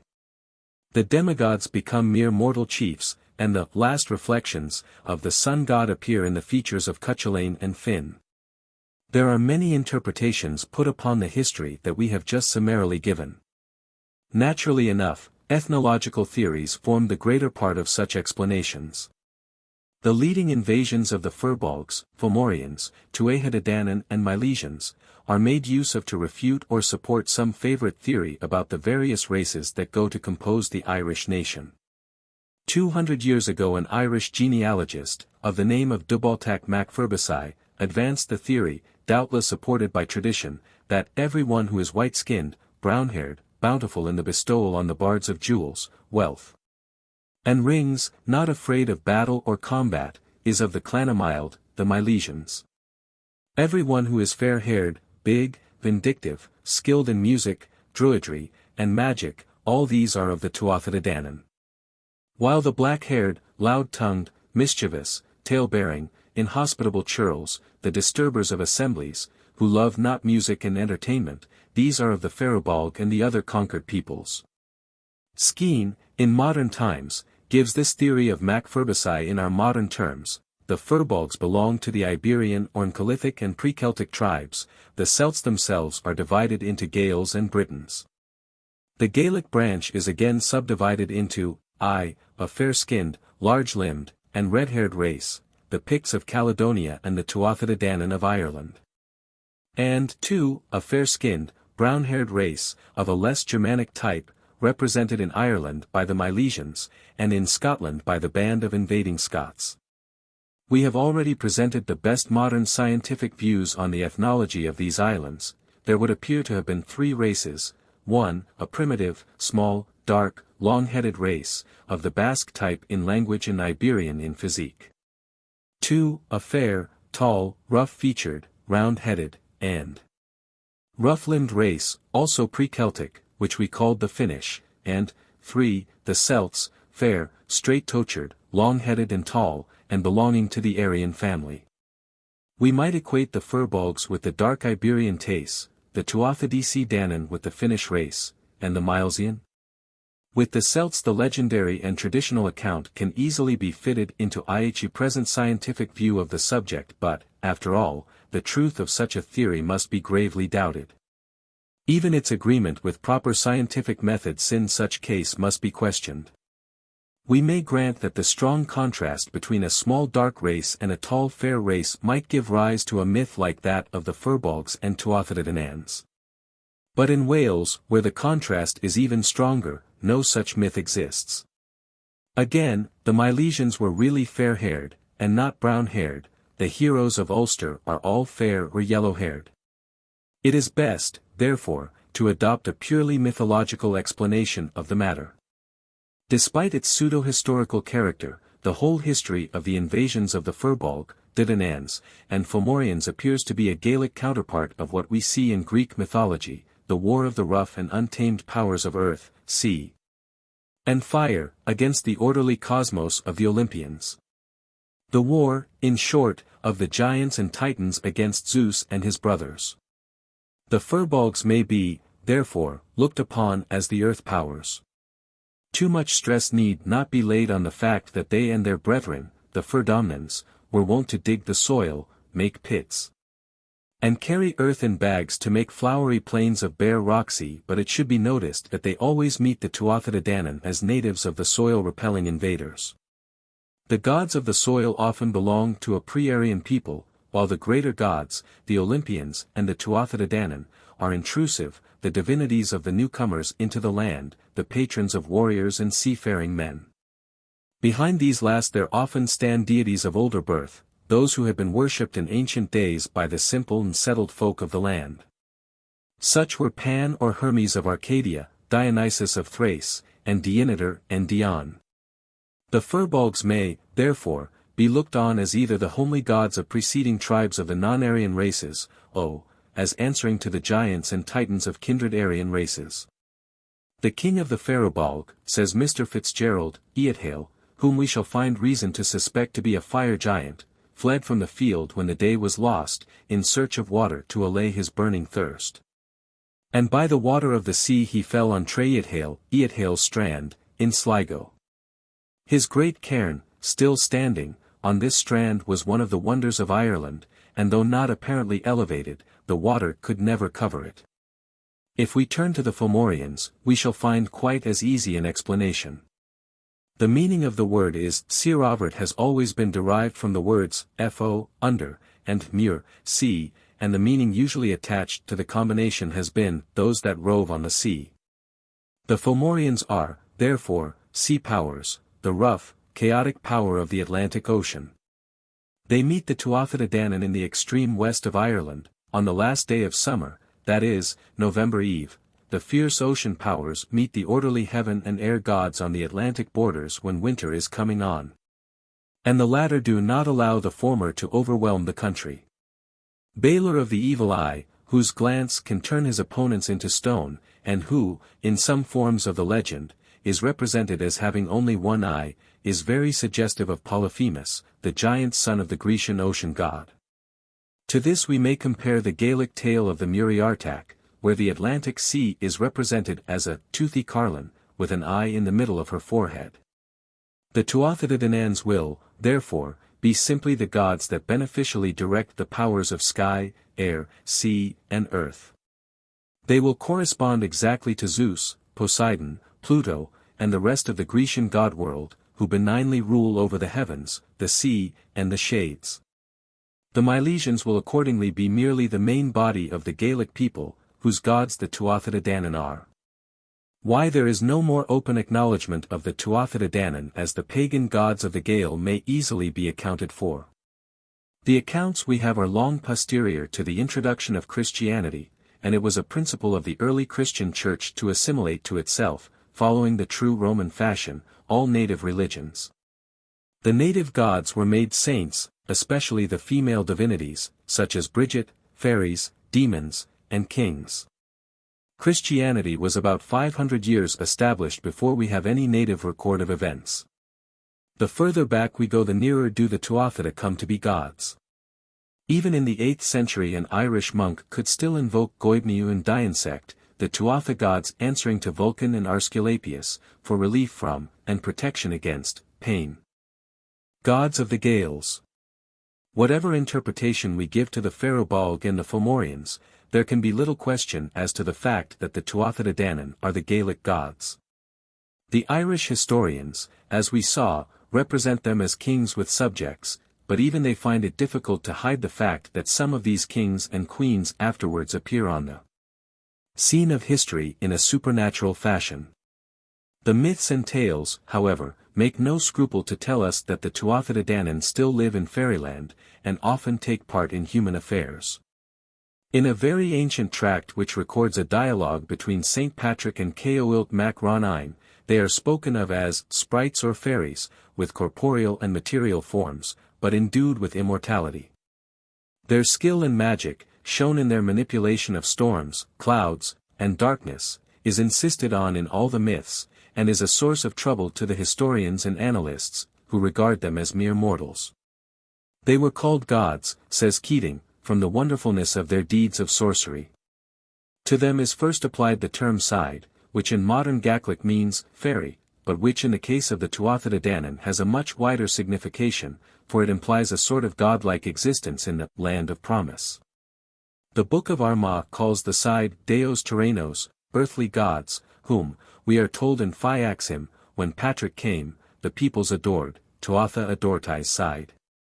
Cid was a term applied to the green knolls where some of these deified mortals were supposed to dwell. The word appears in the modern Gaelic Sith and Sitcom, a mound or rather a fairy mound. The Tuatha De Danann were also called Aes Side, Aes being here used in the sense of race and not of age. We may remark that the Norse gods were also known as the Aes or Asur, one of the many remarkable coincidences in words and in actions between the Irish gods and the deities of Asgard. In attempting to reconstruct the Gaelic god-world from the almost hopeless ruins in which piety and time have laid it, we must not merely remember the Aryan character of it, but also Caesar's brief account of the Gaulish Olympus. There can be little doubt but that the Gaelic and Gaulish Olympi were similar in outline, and probably also in details. We shall, therefore, expect Mercury to be the most important of the Gaelic deities, while Apollo, Mars, Jupiter, and Minerva take rank after him. These deities and others, as was pointed out, represent the personified powers of nature, the wind, the sun, the storm, the sky, and the moon.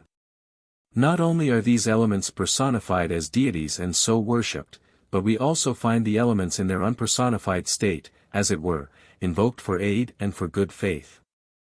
The classical examples of this are extremely numerous. One instance will suffice. In Virgil, Tinias and Latinus are represented as swearing by the sun, the earth, the sea, the stars, by the Almighty Father and his spouse, by Mars and Janus, by the spring and rivers, the ether and the deities of the sea. The first instance of such an oath in Irish history is when Breas, the Fotnorian, swore by the sun and the moon, by the sea and the land, and by all the elements, to fulfill the engagement which Lugh imposed on him. Vows to the heavens and the earth, to day and night, to the rain, the dew and the wind, are exceedingly common, appearing even in historic times both in Ireland and Scotland. Among the Picts and Scots in the 4th century, in Ireland in the 5th, as when Loghaire was made to swear by the elements that he would never again demand the cow tribute, and with Cynglyn in the 8th century. It is said that Loghaire forgot his oath, and thus met with an evil end, for it was the sun and the wind that wrought his death, because he had violated their sanctity, so say the Four Masters, good Christians though they were. The divine elements are known in Gaelic as Dully / and one of the oldest and most favourite epithets of the deity is Rig na an Dul, the king of the elements.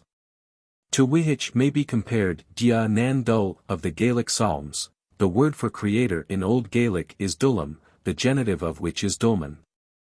Our description of the Gaelic gods will naturally begin with the Jupiter of the Gaels. This honour belongs most probably to the Dagda, in Dagda Mór, the Great Good One, as Mr. Fitzgerald explains his name. Some interpret the name as the Good Fire. In any case, Dag signifies good, appearing in modern Gaelic as death, but what de means is yet undecided. Though the Dagda is very often mentioned, yet little information is given about him. He was one of the leaders of the Tuatha De Danann from Scythia to Ireland. And he brought with him from Murias a magical cauldron capable of satisfying the hunger of everyone. He is the most renowned of all the Tuatha for his skill in druidism. With Lugh he makes and carries out all the arrangements of the Second Battle of Moytura, in which, however, he was wounded with a poisoned weapon by the Amazon Queen Sethlin. The venom of that wound caused his death 120 years later. For 80 years previous to his death, he ruled the Tuatha as king. There is little in these meager details to help us to a true notion of the character of the Dagda. It is in the epithets attached to his name, and the incidental references to him, scattered through many tales, that we can hope to understand his position among the gods. He is called Iachade Oakthair, that is, Chevalier All-Father, and, further, Ruadrofessa, the Red One of all knowledge. The epithet, Alathair, All-Father, puts him on a level with Jupiter, Zeus, and Odin. He is the father of gods and men, king of heaven and earth. Zeus, we know, is the sky god, the beneficent power of light and life, who regulates the atmosphere and its phenomena, notably, the thunder. For the good of men. Odin is, however, a wind god more than a sky god. Answering rather to the Roman Mercury and the Greek Hermes than to Jove and Zeus. Is the Dagda a wind god or a light god or a fire god? Mr. Fitzgerald classes him with Odin as a sky and wind god, and appeals to the epithet Iachade, horseman, as confirmation. For horsemen and huntsmen are nearly allied, and seem rather to belong to the wind deity, as in the case of Odin they do so apply. Mr. Elton makes the Dagda a spirit of heat who ruled all fires in earth and heaven, for he interprets the name after Adonavon as signifying the great good fire. The view which we will adopt on the matter differs from both the foregoing. The Dagda represents rather the sky god, exactly the Roman Jove. He is the All-Father, he is the Red One, the sky in certain states being so, just as at other times he is said to be grayer than the grey mist, who is all-wise. He is the Dagda, the good father or good one, the Deus Optimus Maximus, the benign providence, who arranges, provides, and superintends everything. His cauldron is interpreted by some as the canopy of heaven. Like the thunder god, Thor, he possessed a hand stone which returned of itself to the place from which greater Thant was thrown, just as Thor's hammer, the thunderbolt, did. The most important deity in the Gaelic pantheon must have been Mercury. Which of the Tuatha De Danann was he?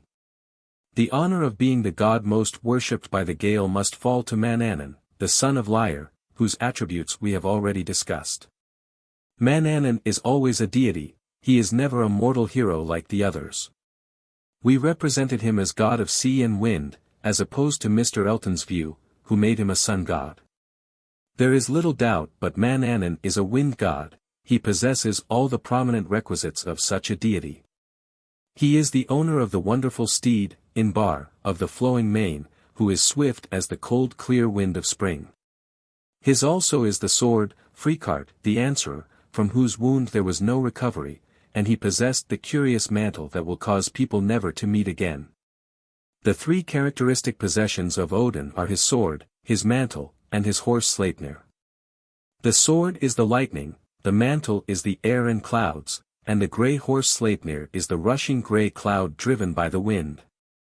Odin is, as already said, mostly a wind god, so, too, is Manannan. Both deities, however, usurped features belonging to more departmental gods, in proportion as they took the first place in the worship of the people. Manannan also possessed the wonderful canoe which could hold any number of people, suiting its size to them, and which obeyed the will of those it bore, and swept over the ocean as fast as the March wind. He, too, instituted the Feast of Age, known as the Feast of Gobnin the Smith. Whoever was present at it, and partook of the food and drink, was free ever after from sickness, decay, and old age. The Land of Promise is often identified with Innismanen, or Isle of Man, which was ruled over by Manannan, but his connection with the Land of Promise is rather more like that of Mercury with the Land of Shades. He would appear to have been the psychopomp, the conductor of the shades of men to the happy isles of the west. He was, as we saw, god of merchandise and also god of arts, for he is represented as teaching Diarmat in all the arts when he was with him in Fairyland. Why the Celts and Teutons made the wind deity their chief god is fairly clear. The atmospheric conditions of Western and Northern Europe make the wind and storm powers of comparatively more importance than they are in sunnier lands, where the gods of light on the other hand are supreme. Manannan is further very properly denominated the son of Lyre, the son of the sea, for sure enough where else does the wind come from in these islands of ours but from the sea? There is little trouble in settling the identity of the Gaelic Apollo. This is Lugh Lamieda, surnamed the Eldana, Lugh of the long arms, the many-armed one. He appears with a stately band of warriors on white steeds, a young champion, tall and comely, with a countenance as bright and glorious as the setting sun. But more definite still is the reference to his sun-like countenance. In another place the Fomorian champion, Breas, is made to say in reference to the approach of Lugh from the west, "A wonderful thing has come to pass today, for the sun, it seems to me, has risen in the west." "It would be better that it were so," said the Druids. The light you see is the brightness of the face and the flashing of the weapons of Lugh of the long arms, our deadly enemy. He also possessed the swiftness and keenness of the ocean wind god Manannan, for we are told that he rode Manannan's mare in bar of the flowing mane, that is, the driving wind, his coat of mail, the clouds. And he is further represented as having Manannan's sword, the lightning flash. But this last is doubtful, for two of the precious jewels that the Tuatha De Danann took from the east are Lugh's sword and his spear, Gi Buaifnich, tempered in the poisoned blood of adders. These weapons arc merely the flashing rays of the sun, just as Lugh's helmet, Canbar, glittered with dazzling brightness, with two precious stones set in it, one in front and one behind. Whenever he took off the helmet, we are told that his face shone like the sun on a dry summer day. His deeds arc also sun-like in their character. He first frees the Tuatha from the hated tribute which was imposed on them after a temporary success on the part of the Fomorians.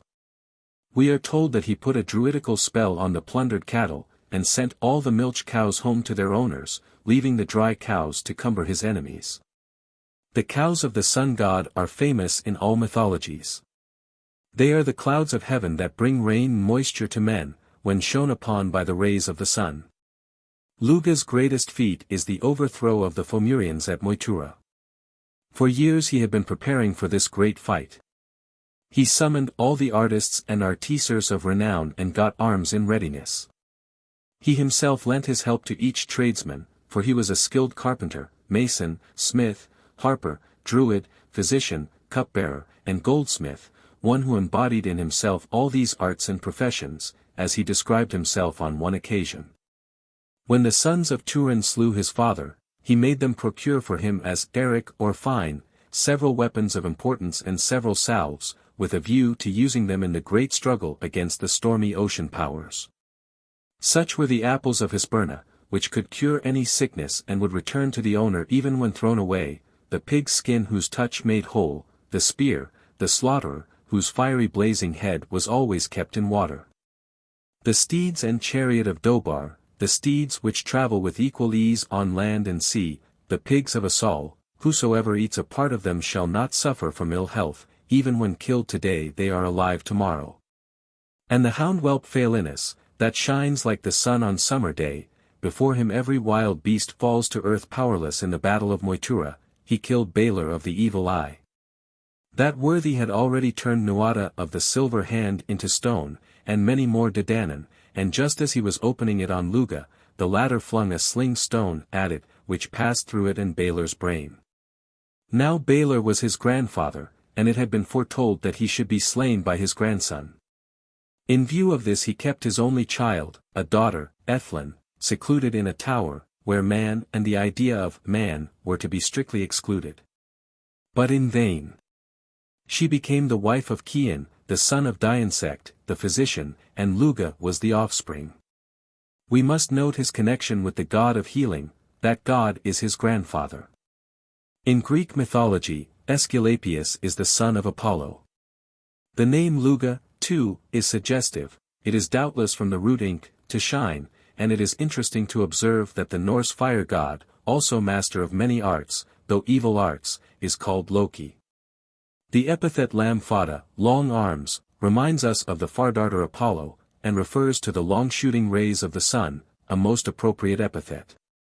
Cormac informs us in his glossary that Neith was the god of battle among the pagan Gael, and that Nieman was his wife, information which is repeated in other and later manuscripts with some variations and additions. We are vouchsafed no further information as to Neitha's character or actions, only he appears in some of the inevitable pedigrees, and we are told that Neith, son of Indu, and his two wives, Badb and Nemain, were slain at Alec by Neptar. Of the Fomorians. With Nemain may be compared the British war goddess Nemetona, whose name appears on an inscription along with that of Mars Lucetius. There would appear to have been more than one war goddess. The names Badb, Nemain, Macha, and Morrigan constantly recur as those of war deities and demons. Badb signifies a scald crow, and may be the generic name of the war goddess rather than a proper name. The crow and the raven are constantly connected in the northern mythologies with battle deities. How is it with you, ravens, says the Norse raven song, whence are you come with gory beak at the dawning of the day? There is flesh cleaving to your talons, and a scent of carrion comes from your mouth. You lodged last night I ween near where ye knew the corses were lying. The greedy hawks of Odin sent the slain from afar. The ravens also protect and assist heroes, both in Irish and Norse myth. It was a lucky sign if a raven followed a warrior. Of Macha, the third goddess mentioned, little need be said. She appears afterwards as a queen of Ireland, under the title of Macha Mungruad, or Macha Redmane. The goddess Morrigan was also a war deity to all appearance. The name signifies, Great Queen, and may be, like Badb, a generic name. She is represented first resisting and afterwards assisting the hero Cuchulainn, appearing to him in various forms. O'Curry makes her the wife of the Dagda, and she is often equated with the goddess Anna. The name is doubtless the same as that of Morgan Le Fay, the fairy queen and Arthur's sister. It may be remarked that Morgan Le Fay is also wife of Urien Reged, who and his son Owen, with the army of ravens, are clearly war deities. The goddess Anna or Ain, Jen Anan, has been called the Queen of Heaven, and connected with the worship of the moon. Cormac describes her as Mater Deorum Hibernensium, mother of the Irish gods. Well, she used to nourish the gods, he adds, and in another place he says, as Anna was mother of the gods, so Buanan was mother of the Fiann, heroes. Camden found in his time survival of moon worship.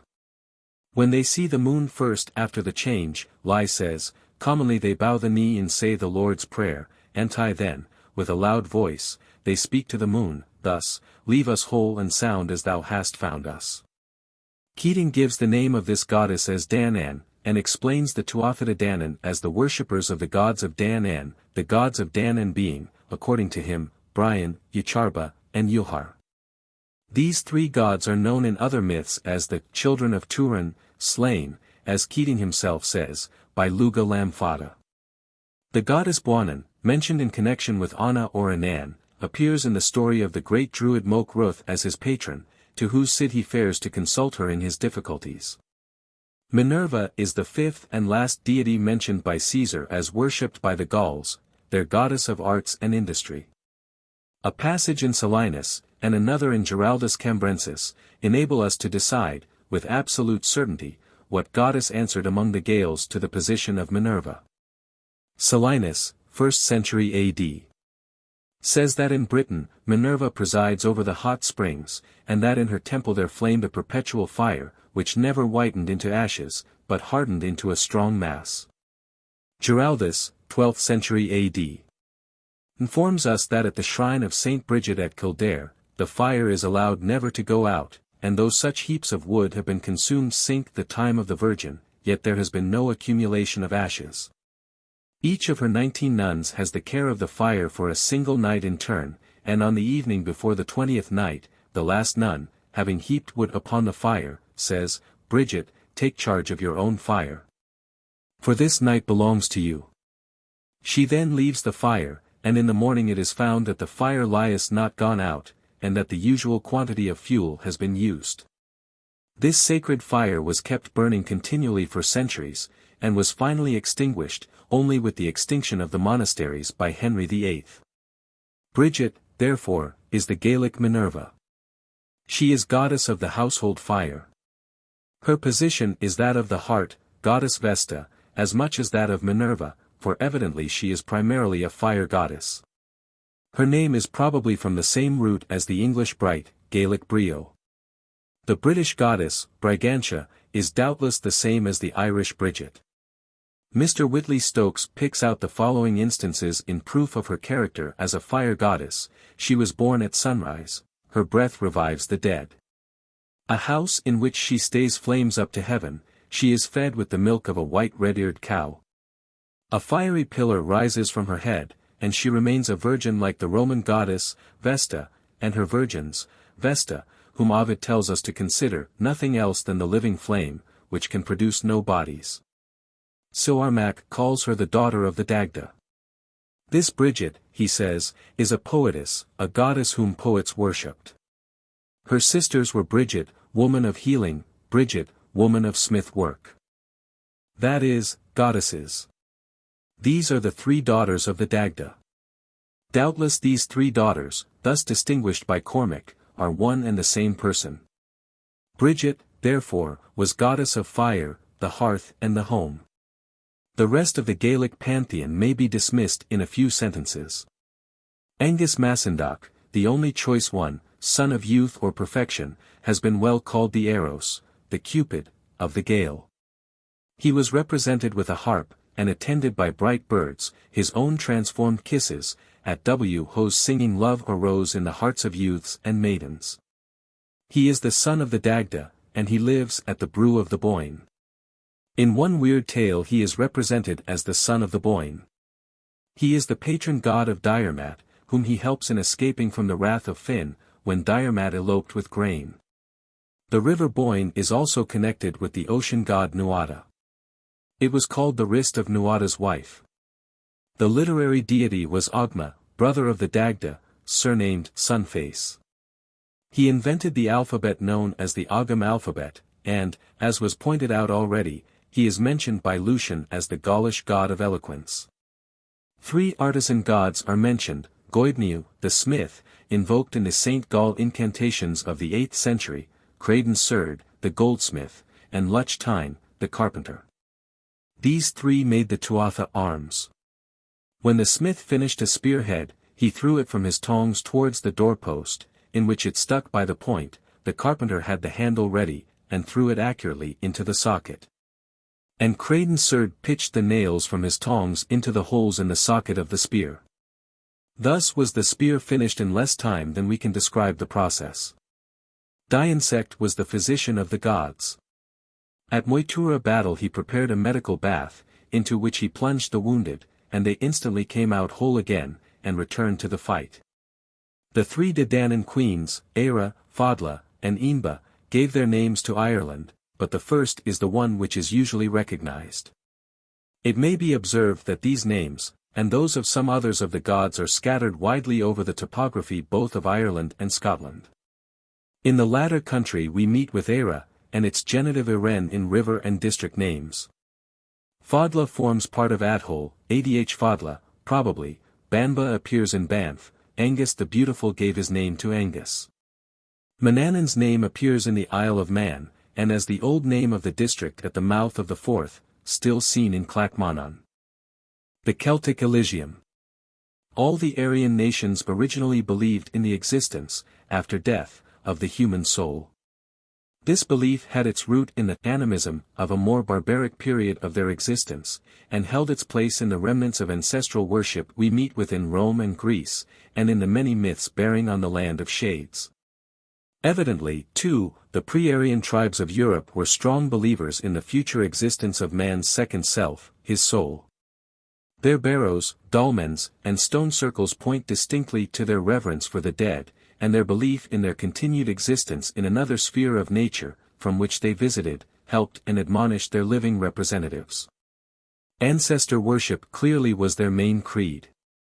Hence the vividness of the belief of the early Northern Aryans, Celts and Teutons, in future existence, and their clinging to ancestor worship so long, may arise from their mingling with a people who was in that stage of belief.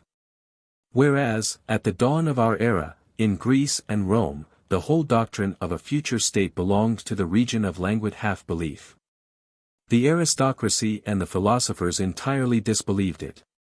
Caesar, as supreme pontiff of Rome, declared, in his place in the Senate, his utter disbelief in another life, and the stern Cato but mildly replied that their ancestors, men, perhaps, as wise as Caesar, believed that the guilty, after death, were sent to noisome abodes, full of all horrors and terrors. But the classical belief, even at its best, in the poems of Homer, gives but a poor, shadowy, comfortless existence to the spirits of the dead. They lived in Hades, a country which comprised various districts of woe, and of bliss such as it was. The ghost of Achilles says to Ulysses, "Rather would I live on earth as a poor man's hireling, than reign among all the dead." The gods lived on the heights of Olympus, aloft in heaven, and far apart from the hated abode of the dead, which lay under the earth and ocean. Mortals were all consigned to the grisly realm of Pluto. Even the demigod Hercules, though living in Olympus, had his ghostly mortal counterpart in Hades. Among the Romans, ancestor worship had a stronger force than in Greece. Their feast of the dead was duly celebrated in the latter half of February, when chaplets were laid on their tombs, and fruit, salt, corn soaked in wine, and violets, were the least costly offerings presented to them. The deification of the emperors was merely a further development of this ancestor worship. The remembrance of the festival of the dead is still kept up in the Roman calendar as the Feast of All Souls. The Celts of Brittany preserve still the remembrance of the ancestor worship on this day. They put cakes and sweet meats on the graves, and at night make up the fire and leave the fragments of the supper on the table, for the souls of the dead of the family who will come to visit their home. The Celts would appear to have had a much more vivid belief in future existence than either the Greeks or the Romans. We may pass over the Druidic doctrine of transmigration. It was doubtless not the popular view of future life. We know as much from some side references in one or two classical writers. So realistic was the Celtic belief in existence after death that money loans were granted on the understanding that they were to be repaid beyond the grave.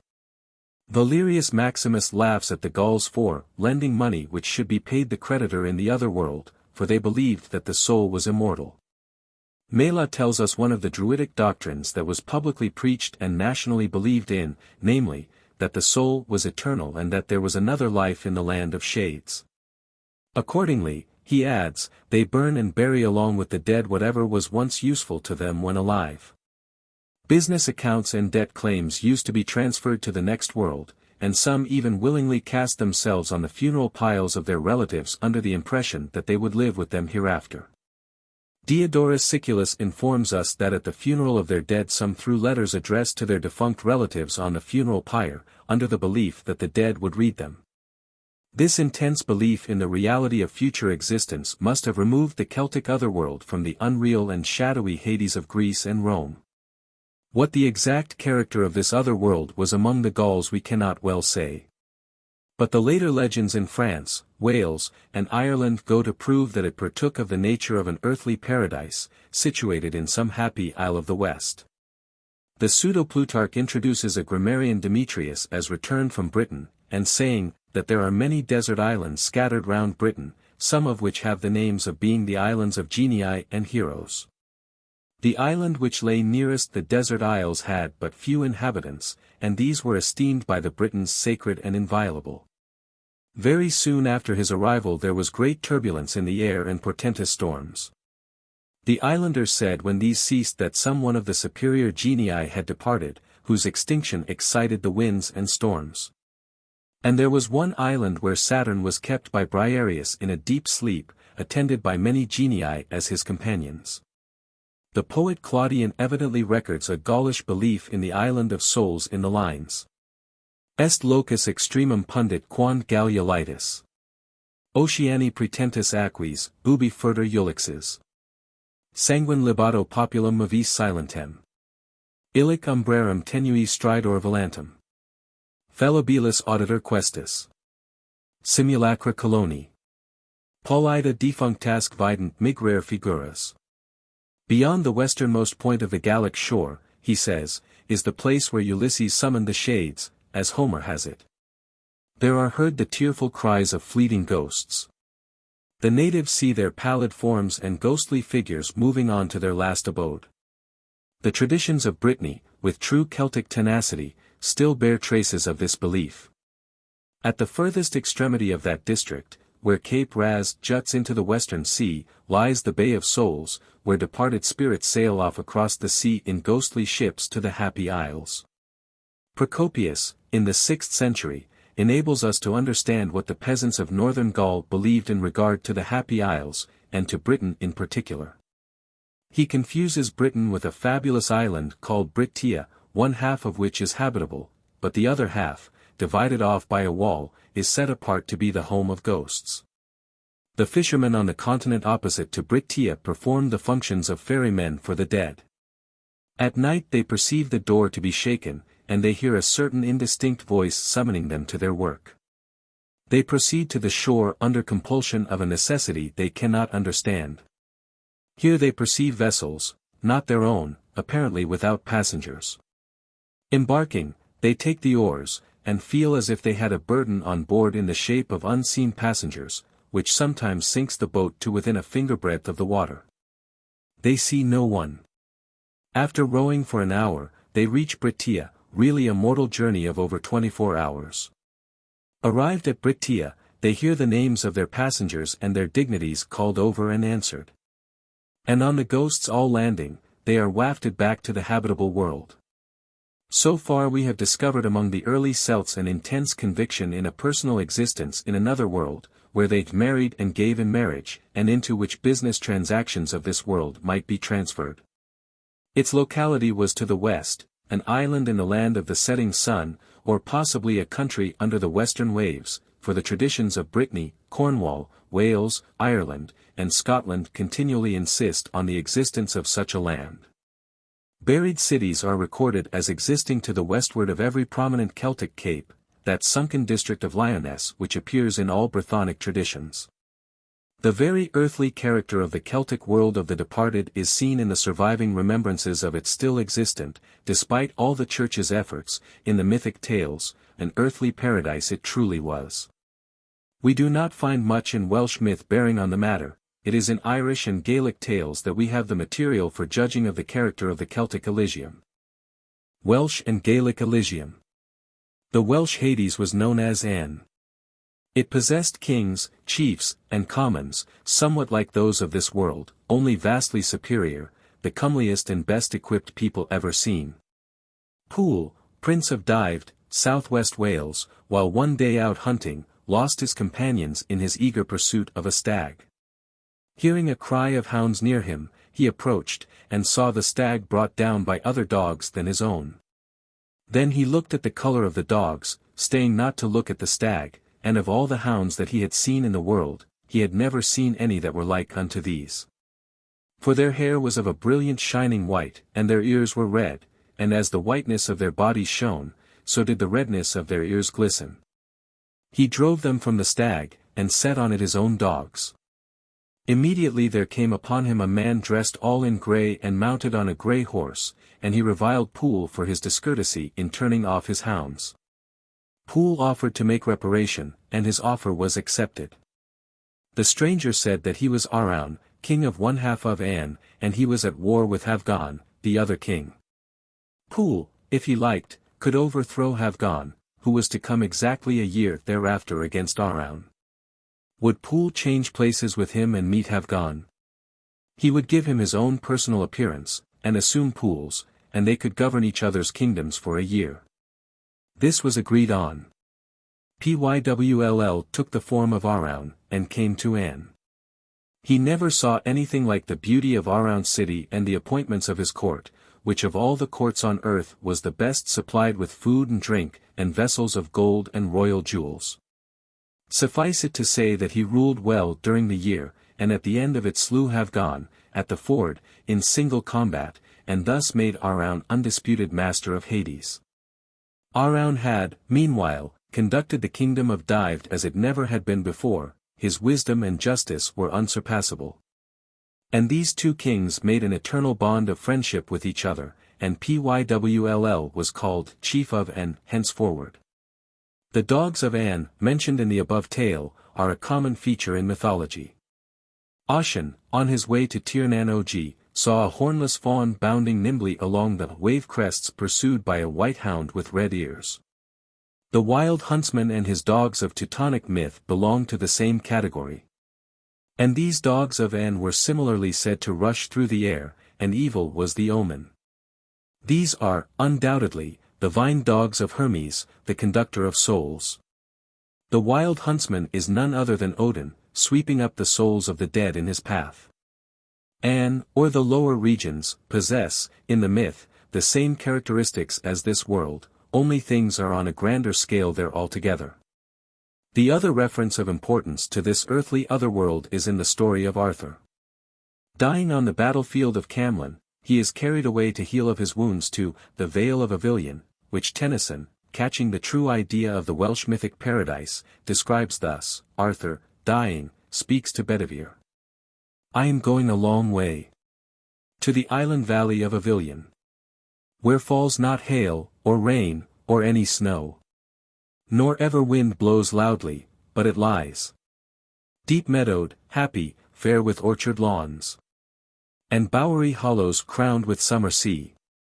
And here Arthur still lives on, destined one day to appear and set free his Cambrians from the hateful yoke of the Saxon. The myths in Ireland bearing on the existence of a happy western land are very numerous and important. The names given to this land vary, but they have a general reference to happiness, all save the name Tir Eton, the underwave land.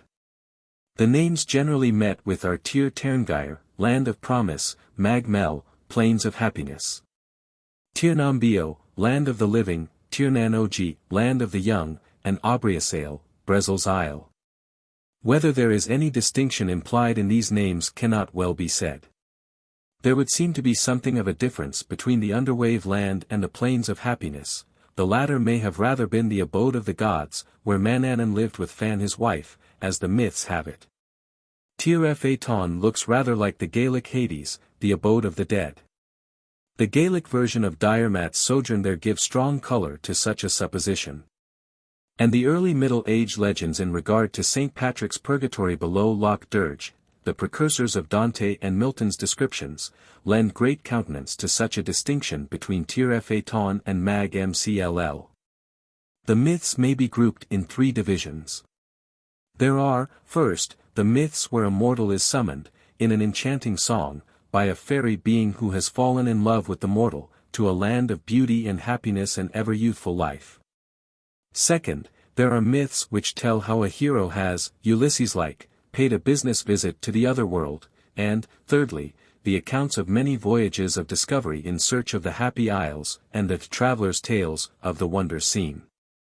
To the first class belong three very remarkable Irish myths: the courtship of Etain, the story of Conla Cam, and Ossian in Tir Nanogi. The outline of the story is as follows: there suddenly appears before a kingly company a fairy being who chants for some particular person in the company loved by the fairy, a song descriptive of the glories and pleasures of the land of the ever-young. The person so addressed cannot choose but love the fairy, and go to the wonderful land. In Ossian's case alone have we got an account of the career of the enchanted one in Tir Nanogi. Niam of the golden hair suddenly presents herself before the Ichni, tells her love for Ossian, and says, I place you under obligations which no true heroes break through, to come with me on my white steed to Tir Nanogi, the most delightful and renowned country under the sun. Jewels and gold there are in abundance, and honey and wine, the trees bear fruit and blossoms and green leaves all the year round. Feasting and music and harmless pastimes are there each day. You will get 100 swords, and robes of richest loom. 100 steeds, and hounds of keenest scent, numberless herds, and sheep with fleeces of gold, 100 maidens merry and young, sweeter of mouth than the music of birds. 100 suits of armor, and a sword, gold-handled, that never missed a stroke. Decline shall not come on you, nor death, nor decay. These, and much more that passeth all mention, shall be yours, and myself as your wife. Needless is it to recount how Ossian went, the wonders he saw by the way, and the feats he did, how he found Tir Nanogi all that it was painted by the Princess Niam. How, after 300 years, he returned to earth on the white steed, from whose back he was forbidden to dismount, how he fell from the steed when helping the poor weakly mortals that he found then on earth to raise a huge stone. And how the steed rushed off and left him, old and withered and blind, among little men. Visits of the nature of that undertaken by Ulysses, in Homer, to the land of shades, were made by at least 3 great champions of the Gael. These are Cuchulainn, Cormac Mac Art, and Diarmat o' Duin. We have already referred to Cuchulainn's helping of Fand, wife of Menanchon. The story says that, like a wise man, Cuchulainn, when invited to assist Fand, deserted as she was by her husband, sent his charioteer Lugh to prospect and report as to the safety of such a journey. Lugh and his fairy guide proceeded until they reached the side of the island, when they saw the bronze skiff waiting for them. They then stepped on to the ship and landed on the island. There they found Fand and her father waiting them. Professor Rees very properly compares this passage to the well-known boat and ferry of Charon in classical mythology. There can be no mistake, he says, as to its, the Isle of the Blessed, being the Elysium of the dead, and that going into it meant nothing less than death to ordinary mortals. It was only by special favor that a mortal might enter it otherwise. Passing over Cormac Mac Art's visit to Manannan, and rescue from death of his wife and 2 children, we find a double account of Diarmat's visit to Tir Ephaiton, one Irish, one Gaelic. The Irish one is in its main features the counterpart of the Welsh Mabinogion, the Lady of the Fountain. Diarmat fights with the Knight of the Fountain, and in wrestling with him they both fall into the fountain. Diarmat, arriving at the bottom of it, finds himself in a most beautiful territory, where he does many deeds of valor, and helps a distressed prince to a throne. The Highland towel represents him as sheltering a loathly creature that turns out to be a most beautiful lady under spells. She is the daughter of the king of the land under the waves. After presenting Diarmat with a fairy castle, and living with him some time, she left him for her own country. A slight quarrel having occurred, Lugh followed her, crossed on the Charon boat, much as already described in Lugh's case, and arrived at an island, where down went the boat to a land under the sea. Here Diarmat found his love, but she was deadly sick, to be cured only by a drink from a magical cup in the possession of the King of Wonderland. This he procured by the help of the messenger of the Otherworld, who advised him to have nothing to do with the king's silver or gold, or even with the daughter, an advice which Diarmat took, for after healing her, he took a dislike to her. Diarmat, therefore, was allowed to return from the realms of death. The Voyagers' Tales of Ireland can compare for sensuous imagination very favorably with any other country's travelers' tales. Naturally enough, the tales deal altogether with sea voyages, generally to some western islands, and they must and do contain many reminiscences of the Happy Isles, where the dead live and the gods reign. Despite the monkish garb they at times assume, for 2 of the most important are undertaken by monks, the old heathenism peeps out at every turn. Sometimes we hear of a man living in a happy island with the souls of all his descendants as birds giving music around him. Sometimes we get a glimpse of the earthly paradise, where the travelers saw a great number of people, beautiful and glorious look-ing, wearing rich garments adorned and radiant all over, feasting joyously and drinking from embossed vessels of red gold. The voyagers also heard their cheerful festive songs, and they marveled greatly, and their hearts were full of gladness at all the happiness they saw and heard. But they did not venture to land. They pass occasionally into the regions of spirits, and are brought into contact with the living and the dead. The wonders they meet with often point a moral, for there are punishments for wickedness. On one island was found a man digging with a spade, the handle of which was on fire, for on earth he was accustomed to dig on Sunday. On another island was found a burly miller feeding his mill with all the perishable things of which people are so choice and niggardly in this world. Islands of lamentation and islands of laughing are visited. Gorgeous palaces and towns, both above and below the waves, are seen, and duly described. The principal voyagers were Saint Brendan, the sons of Ua Cora and Maelduin. No argument as to the character or the inhabitants of the next world can be drawn from the modern names given to it. Flaithemnes or Gaelic, Flaithemnes, meant glory, in its original sense, being derived from the word flaithcum, a lord, with the abstract termination, as. Innis, an island, forms no part of the word, so that the old derivation and its consequent theories, island of chiefs, fall to the ground. In the same way do the many weird speculations upon the place of pain, fail. Uffern, in Welsh, and Ifrin or Eutharn, in Gaelic, are both borrowed from the Latin word, bifernum, much to the misfortune of those druidic theories that make the Celtic hell an Isle of the Cold Waves. Both Flaithemnes and Ifrin are Christian ideas, and have no counterpart in the pagan mythology of the Celts. Our Celtic myths warrant us to speak but of an earthly paradise, a home of sensuous ease for the departed soul.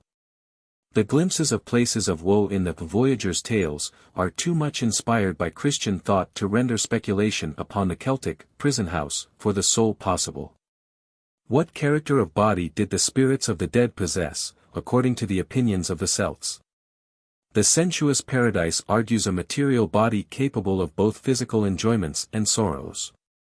The gods, of course, had bodies somewhat analogous to those of men. These bodies were celestial, but yet quite as substantial as human bodies. The difference was that they were not subject to the trammels of gravitation and visibility, unless they chose. Their persons were more beautiful and majestic than those of men. A sublimated humanity characterized them. They appeared among mortals, sometimes all of a sudden in the midst of an assembly, ate, drank, and acted, like mortals, in every respect. Sometimes they were seen only by one person in the company, though heard by all, as in the story of Condla Cam, whom the fairy enchanted and abducted. These are, however, the pagan gods as seen in Christian myth. Yet we find the ghosts of departed heroes appearing in much the same way as the Side and Tuatha Danann. The ghost of Caoilt is met with in one or two myths representing different times, in St. Patrick's time and King Mongan's time, and on each occasion he appears in his habit as he lived, full of life and color, not pale and shadowy. Besides, these ghosts can appear in the daytime, as Caoilt used to do. The great poem of the Táin Bo Chwaeln had been lost by the 6th century, and it could be recovered only by raising its composer, Fergus MacRoy, from the dead. And this the saints of Erin were able to accomplish. Fergus himself, we are told, appeared in a beautiful form, adorned with brown hair, clad in a green cloak, and wearing a collared gold-ribbed shirt, a gold-hilted sword, and sandals of bronze. He was evidently a very substantial apparition. St. Patrick was also able, though indirectly, to raise the spirit of the great Cuchulainn himself, to meet King Loghaire. The famous champion appeared to him one morning splendidly dressed, with his chariot, horses, and charioteer, the same as when alive. All is minutely described. The charioteer, for instance, was a lank, tall, stooped, freckle-faced man. He had curling reddish hair upon his head. He had a circlet of bronze upon his forehead which kept his hair from his face, and cups of gold upon his poll behind, into which his hair coiled. A small winged cape on him, with its buttoning at his elbows, a goad of red gold in his hand, by which he urged his horses. The substantial ghosts of dead heroes are in the myths generally classed as side, among whom also the gods were classed. This, of course, arose from a confusion. The side, I take it, were the ghosts of the glorious dead dwelling in their barrows or tumuli, the Cid. At these barrows, doubtless, they were worshipped in accordance with the customs of ancestor worship. This cannot be proved with satisfaction from the Gaelic myths alone, but if we refer to the belief and rites of the Norse peoples, we shall see plenty evidence of the worship of the dead in their barrows. In the land Namabak we read that at one place there was a harrow, high place, made there, and sacrifices began to be performed there. For they believed that they died unto these hills. The editors of the lately published work Corpus Poeticum Boreal bring forward quite an array of evidence in proof of the sacredness of these houses and barrows. And the belief that dead ancestors lived another life there, and took an interest in the living. Of the spirit life and the behavior of the dead, they say, there is some evidence. In the older accounts they are feasting happily, and busying themselves with the good of their living kindred, with whom they are still united in intense sympathy. Of the ritual names of the worshipped dead, the oldest we know is Once, which survived in Iceland into the Middle Ages, in the sense of guardian spirit or genius of a hill. Elf is another name used of spirits of the dead, of divine spirits generally, as the Onses and the elves of Lokasenna. Later, in Christian times, it sinks in Scandinavia to mean fairy. There were evil spirits, spirits of bad men, and even vampires and the like, such as the dreadful glam and unhallowed spirits and monsters. We may thus argue that the side or aes side, compare Once or Asir above, were properly the divine ancestors, and that the gods, originally in pagan times quite distinct from them, were afterwards confused with the side, as we have them in the myths. But a still greater confusion overtook these names and ideas as time and Christianity advanced. The side got mixed up with the elves, the earth and wood powers, just as they did among the Norse. And the modern Sith is a mixture of tumulus dweller and wood nymph. The gods have almost entirely left the scene, only the Laras, the Gruagachs and Brownies are left. Of old, among the pagan Gael, there were, doubtless, ghosts somewhat analogous to those of present superstitions, but they were clearly those of unhallowed men, as we have seen in the case of the Norse beliefs. The modern ghosts follow the analogy of the dwellers in the Greek Hades, and not of the inhabitants of the earthly paradise of the Gaels, that land of the Leal where the sun sinks in the west. They grew up during the Middle Ages under the shadow of the Roman Church. Celtic worship and rites. A brief glance at the places and rites of worship and burial among the ancient Celts will conclude the religious aspect of their mythology. The Celts worshipped in temples and in groves.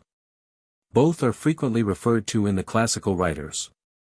Unfortunately, no description of any Celtic temple is vouchsafed us. The natural conclusion we must come to is that they must have been similar, however rude, to the temples of the kindred races of Greece and Rome. Celtic houses were constructed of wood, great houses, says Strabo, arched, constructed of planks and wicker, and covered with a heavy thatched roof. They were circular, high, and with either a conical or domed roof. This description applies to the very earliest Celtic buildings, those of Britain and rural Gaul, for the Gauls of Caesar's time had towns with walls, streets and marketplaces, as opposed to the dunum, the stockade hilltop or fortified forest clearing, of their insular brethren. The Gaulish temples must, therefore, have been of stone, but the British temples were most likely constructed, like the houses, of wood. The earliest Christian churches were also made of wood, and, for the most part, clearly consisted of the old heathen temples consecrated to Christian use. The temples of the idols in Britain, says Pope Gregory, A.I. 601, ought not to be destroyed, but let the idols that are in them be destroyed. Let holy water be made and sprinkled in the said temples, let altars be erected and relics placed. There are no remains of either Celtic heathen temples or early Christian churches. The theory that the so-called Druid circles were Celtic temples is refuted by the two facts that the Celts were Aryans with Aryan culture, and that they made use of metal, even iron, tools from the earliest period we have record of them. The rude stone circles are evidently not the work of a race well acquainted with the use of metal. It is quite true that in religious ceremonies old phases of culture, whether of dress, instruments, or buildings, survive in a higher stage of civilization. Thus the flint knife of the Stone Age was used on solemn occasions at the Jewish circumcision, and at the sacrifices of old Carthage and Rome, and the gowns of modern clergymen are the survivals of Middle Age dresses. This, however, operates but to a limited extent. The Jewish temple, unlike their rude stone altars, was built of hespen stone, made ready before being brought to the temple, so that there was neither hammer nor axe, nor any tool of iron, heard in the house while it was building. In this way a metal-using people reconciled the old with the new phase of culture, and we cannot suppose that the Celts, even if they did use stone circles, which is most improbable, would not have reconciled them to their state of culture by dressing and shaping the stones, as, indeed, the Bronze Age builders of Stonehenge had begun to do. Along with temples, the classical writers continually mention groves as especial places where Celtic worship was conducted.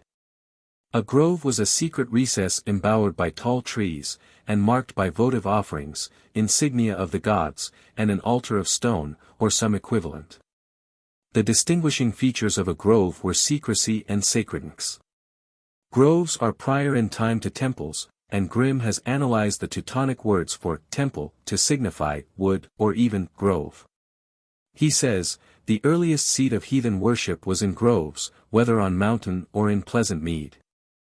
There the first temples were afterwards built, and there also were the tribunals of the nation. The classical words for temple. Latin, turn plumb, Greek, temenos, both from the root tan, to cut, mean, originally, a clearing, a forest clearing, in fact. The Greek temenos, which may mean a sacred grove, is often used speaking of Celtic places of worship. The Gaulish word of like signification was nemeton, which appears in several place names in Britain, Gaul, and Asia Minor. In the latter country the Galatian Council of the 12 Tetrarchies met at a place called Drynemeton, that is, Oak Grove.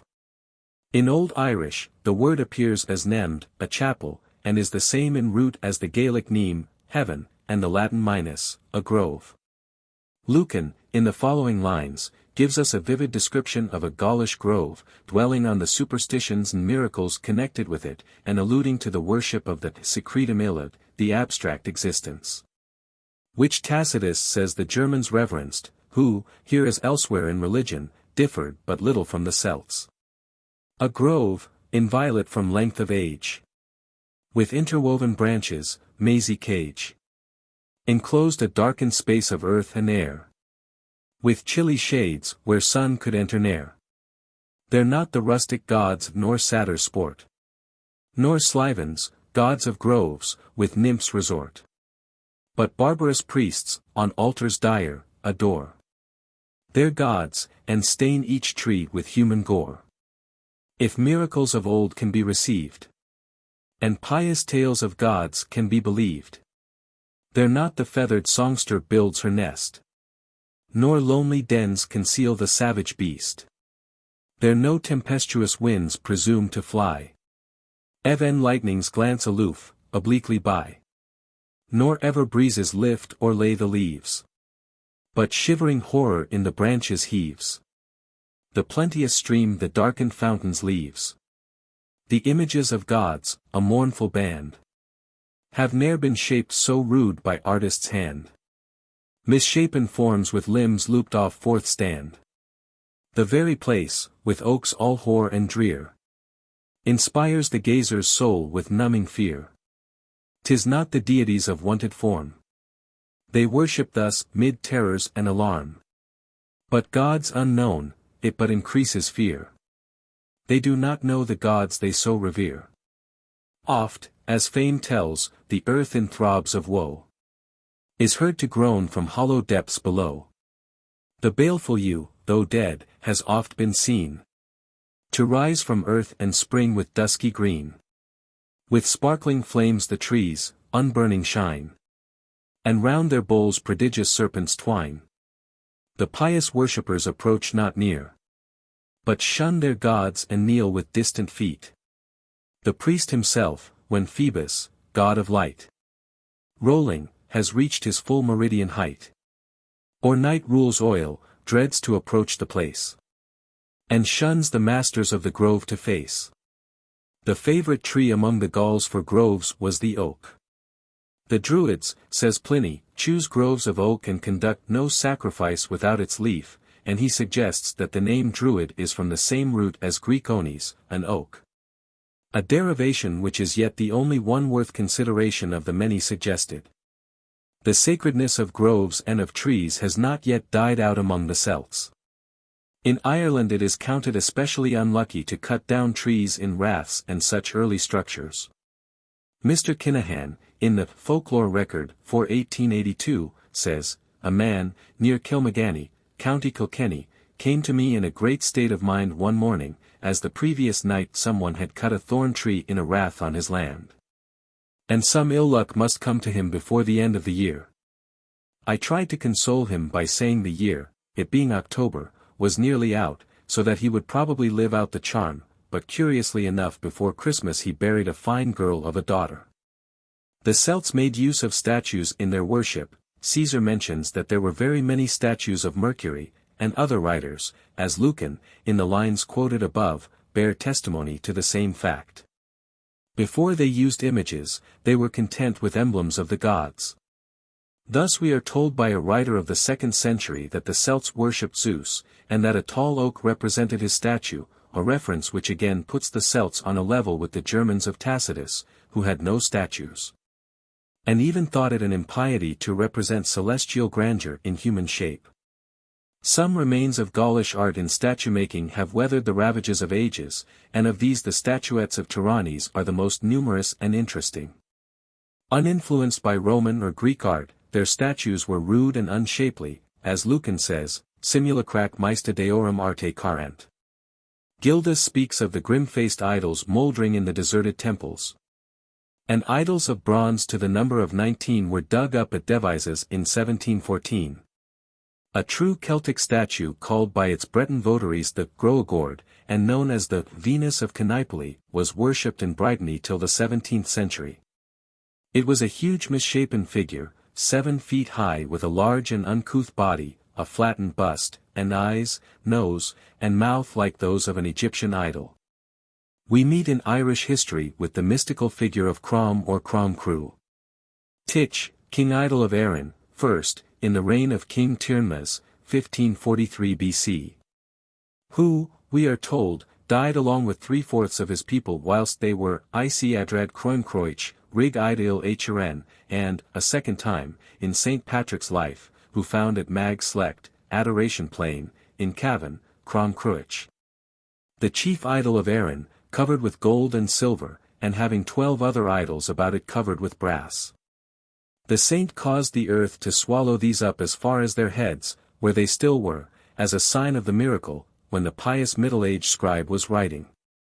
The Gaulish altars and also the Gaelic altars were pillars of stone inscribed with emblems of the sun and moon, or a beast, bird, or something which symbolized some force of nature, dialba nan dula, representations of the elements, as Cormac calls them. Another feature of Celtic groves and temples consisted of the many votive tablets and images, with representation of limbs, faces, and bodily parts, hung up on the walls or suspended from the trees. These were set up as thank offerings for rescue from some sickness or pain in the part represented, or with a view that relief from pain might come. The rag bush by the modern wells, and the crutches and other accessories of infirmities left at holy wells, are a remnant of ancient and analogous beliefs in the deities of the fountains.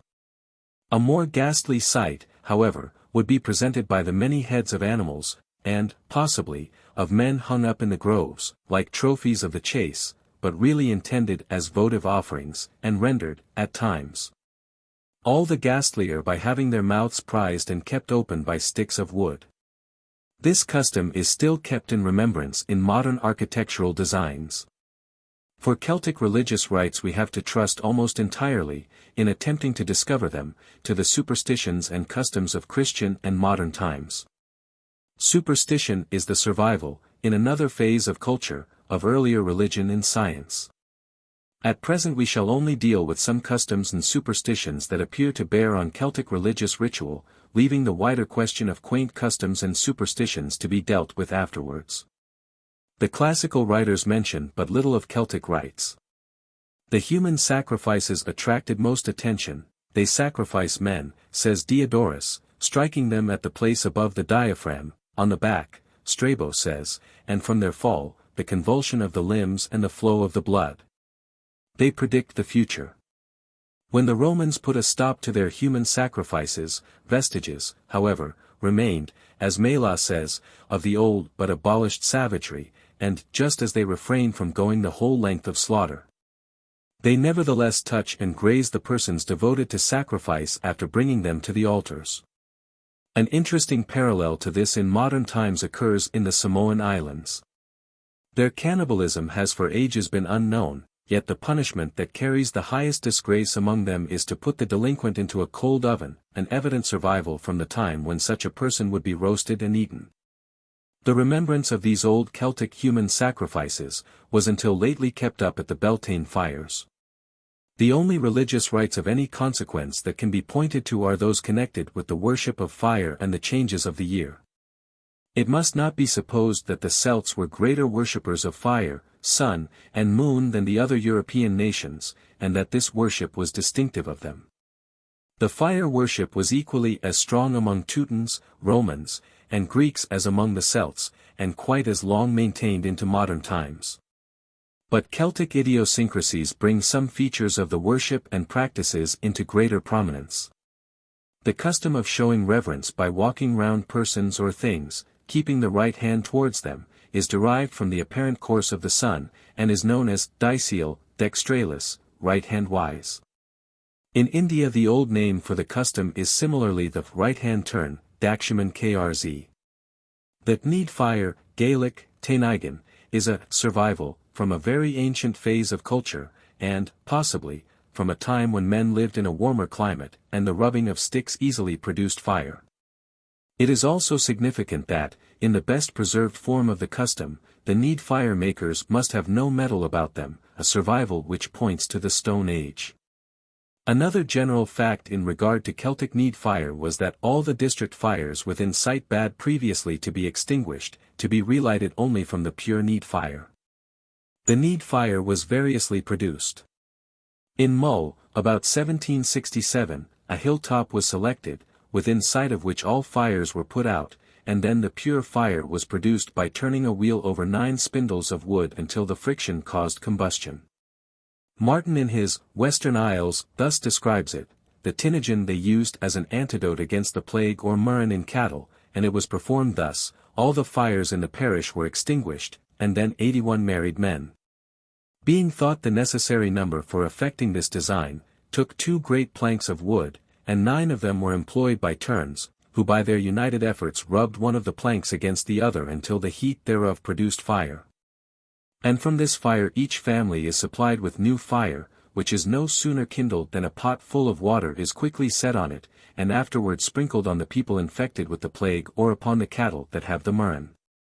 In Caithness the friction was produced by working a horizontal wooden bar, supplied with levers, in 2 upright pieces of wood, into which it was inserted at each end. In all cases, within Christian historic times, the need fire was lighted as a charm against the plague, whether it attacked men or cattle. Fire has always been considered the purifier par excellence, and clearly no fire could be so pure as the need fire, which was there and then produced for the first time. But though latterly restricted to being a charm against the plague, the need fire shows clear traces of a higher religious purpose. These fires were lighted at the great festivals of the solar and lunar year, and from them all the fires of the neighborhood, previously extinguished, were relighted. Priests, we know, presided at these sacred fires, and men and cattle were passed through them, as Cormac and others tell us. One of St. Patrick's first struggles with King Lugh was over the sacred Beltane fire. Fire is kindled by him at that place on Easter Eve, says a Middle Irish life of the saint. Lugh is enraged when he sees the fire. For that was a prohibition of Tara which the Gael had, and no one durst kindle a fire in Ireland on that day until it had been kindled first at Tara at the solemnity. And the Druid said, unless that fire be quenched before this night, he whose fire it is shall have the kingdom of Ireland for ever. But that fire was not quenched, and the boldness of the missionary, along with the inevitable miracles, brought Lugh and his people to the side of the saint and Christianity. The need fire and the sunwise turn, deiceal, are but the outward embodiments of the great worship of fire and light. The discovery HEW to make fire at will was a tremendous step in human progress, and has impressed itself on the oldest mythologies. The many myths in regard to the descent of fire. In India the god is taken down from his hiding place in heaven and given to man, and his sign is the wooden fire drill. Promachtka, Prometheus and history represent the Greek equivalent myth. The sun was reverenced by imitation of its course, the deiceal, tough, also as still on the continent any day. The Gaels at Eltaine Morn worship the rising sun by taking off the caps and saluting him with fealty or hail. For distinctive instances of rites we must have recourse to the observances and customs of certain festal days throughout the year. The year is a solar period, the unit of which is the day, but ancient peoples felt the want of an intermediate reckoner of time, and this was found in the moon and its monthly period. In fact, the moon was the measurer of time par excellence, as the words for month in English, Latin, Greek, and Gaelic prove, for they are from the root of moon. Its 4 phases give rise to weeks of 7 or 8 days, 8 among the Romans. And the Celts, as well as the Teutons and Greeks, reckoned their time by nights, and not by days. Pliny informs us that the Celtic year and the Celtic months began on the 6th day of the moon. Customs and superstitions in regard to the moon and its waxing and waning still survive in connection with the cutting of wood or turf. The starting of new enterprises or of a journey, and such lunar time does not square with the solar time of revolution, and the ancients were in endless confusion in regard to their calendars.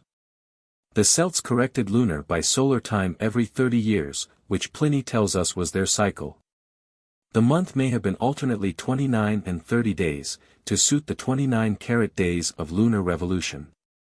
And possibly by having 13 lunar months for 11 years of the 30, they managed to make the solar fit with the lunar time to within a few days. The year was originally divided into 2 seasons, summer and winter, Tini and Sam, and then spring was added, the name of which differs in root in the 2 great branches of the Celtic race. The week is most probably non-Celtic in idea, and also in names to a very great extent.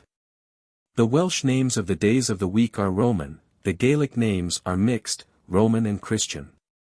Sunday is di Dominic, dies Dominica.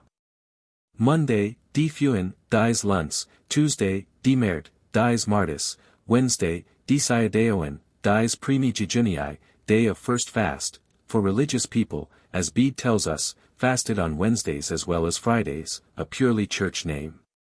Thursday, Diardaoin, or Irish, Diadardoin, day between 2 fasts, Friday, Dchaoin, day of fast, and Saturday, di Sathurin, dies Saturni. Fire and sun worship, and along with these, the worship of the earth powers, fell on the 4 great solar periods, the 2 solstices and the 2 equinoxes.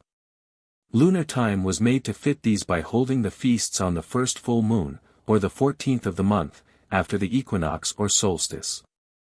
The great winter feast on December 25th, when the sun just turned on its northward course again, was solemnist in honor of the new birth of the unconquered sun, dies Natalis Invicti Solis, and was held in Rome in honor of the sun god Mitra. Of Persian origin, whose festival was finally established by Aurelian as national and Roman, about A.D. 273. 100 years later the Christian Church accepted it, doubtfully and reluctantly, as the natal day of Christ, thus entering on a course which it consistently pursued of Christianizing all pagan rites, festivals, and even temples. The midsummer solstice was therefore dedicated to Saint John the Baptist, and so on. The Celtic, or rather Gaelic festivals, of a distinctive kind, are 3 in number: Bealtuin, May 1st, Lunas August 1st, and Samhain, November 1st. Why these festivals should be a month later than the solar periods in each case, is doubtful, but it is dear that these periods suit the climatic changes of the seasons in the north better than the earlier, though truer, solar periods. The great festival of Beltane occurred on May Day. Cormac's reference to this pagan festival is the first and most important: Belton, i.e. Biltone, a goodly fire, i.e.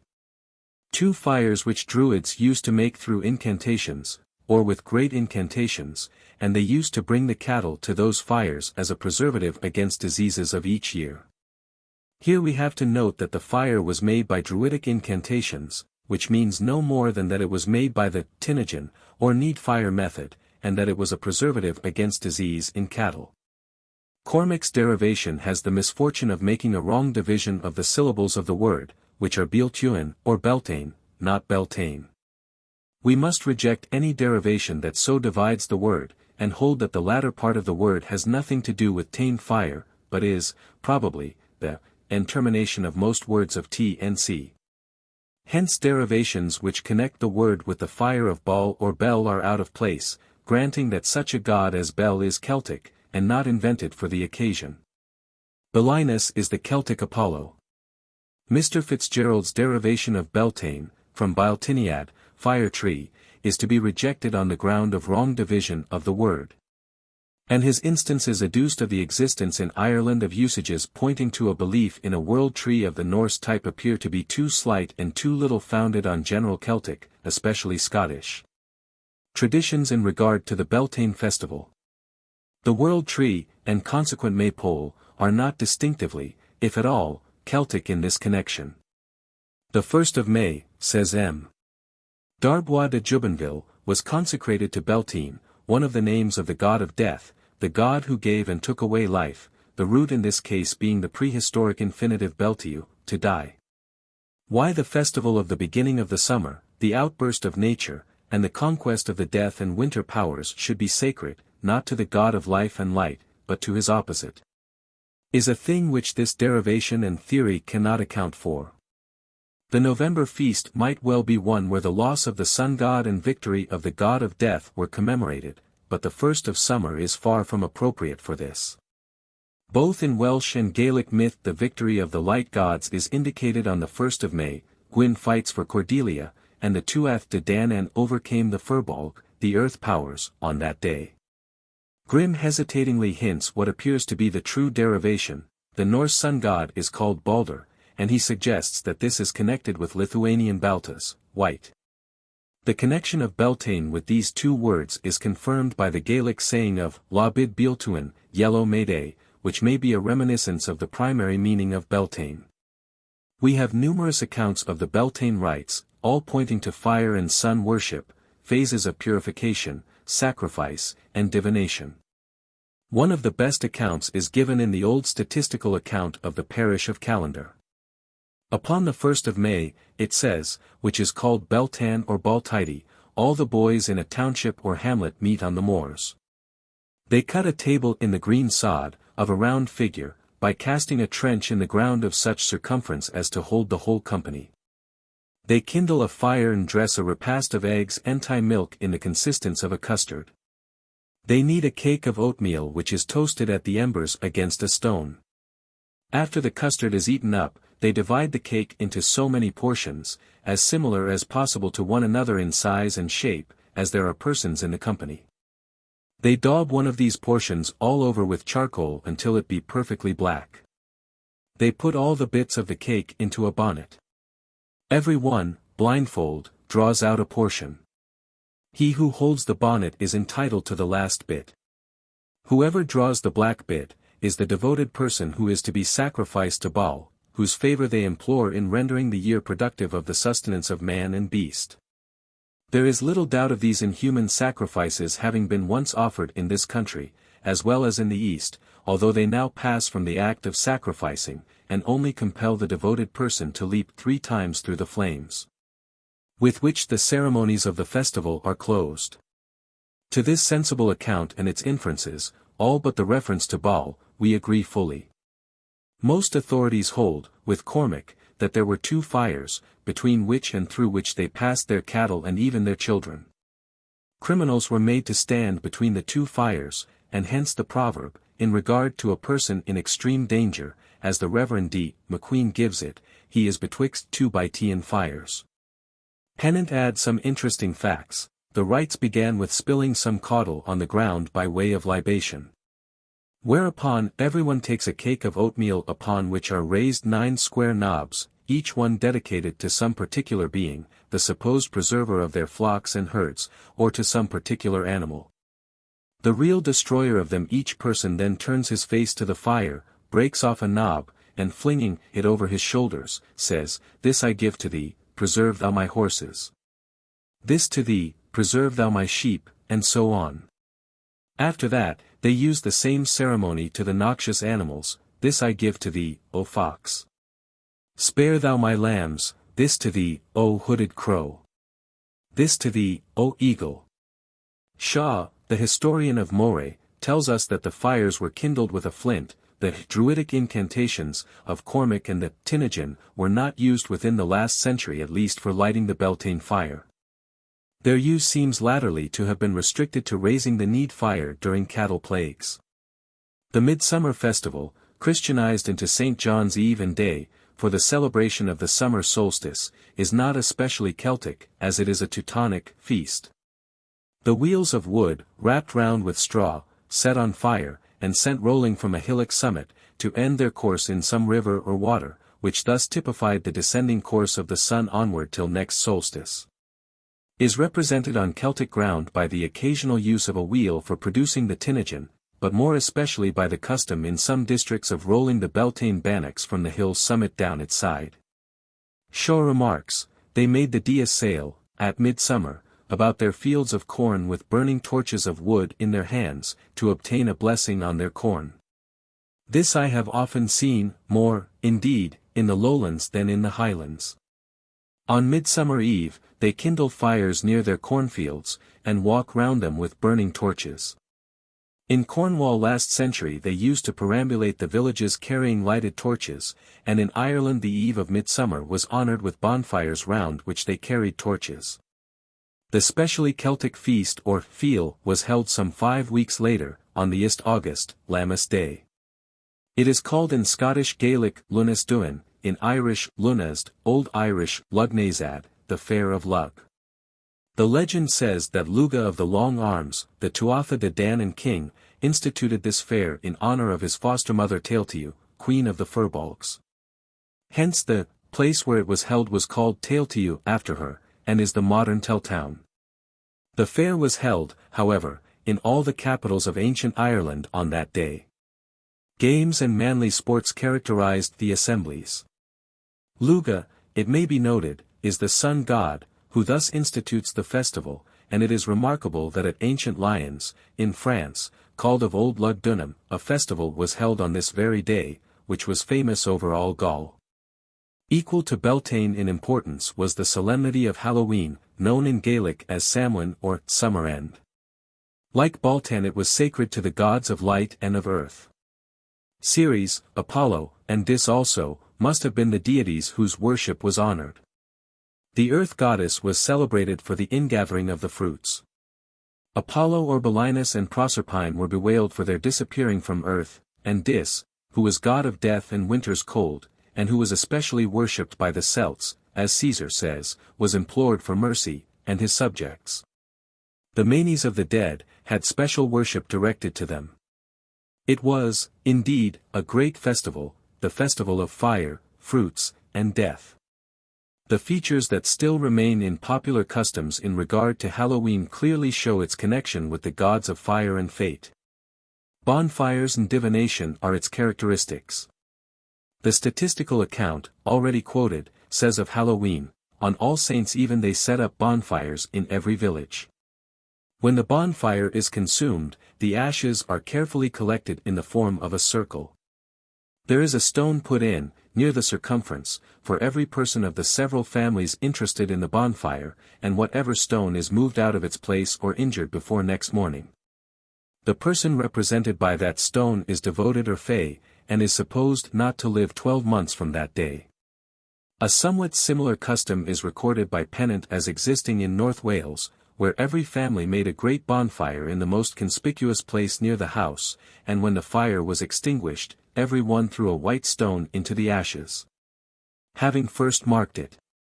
If next morning any of these stones is found wanting, they have a notion that the person who threw it in will die before next Halloween. We can only refer to the various laughable and serious methods of divination resorted to on Halloween night to read into the future. Our national poet Burns has left us a graphic picture of the night and its ceremonies in Halloween. It may be remarked that the mystic apple plays an important part in these ceremonies, as it also does in so many Celtic fairy tales. The custom in various parts of keeping a heap of cakes, called soul cakes, to give away to all comers, and more especially to the poor, clearly commemorates the ancient offering to the dead of food on this night. What was dedicated in pagan times to the manes of the dead, is in modern times converted into doles of bread to the poor, as Mr. Tyler points out. Martin records a religious rite of the Lugh people that must not be passed over here. The inhabitants of this island had an ancient custom to sacrifice to a sea god called Shoni, at Allhallow tide, in the following manner: the inhabitants round the island came to the church of St. Malvi, having each man his provision along with him.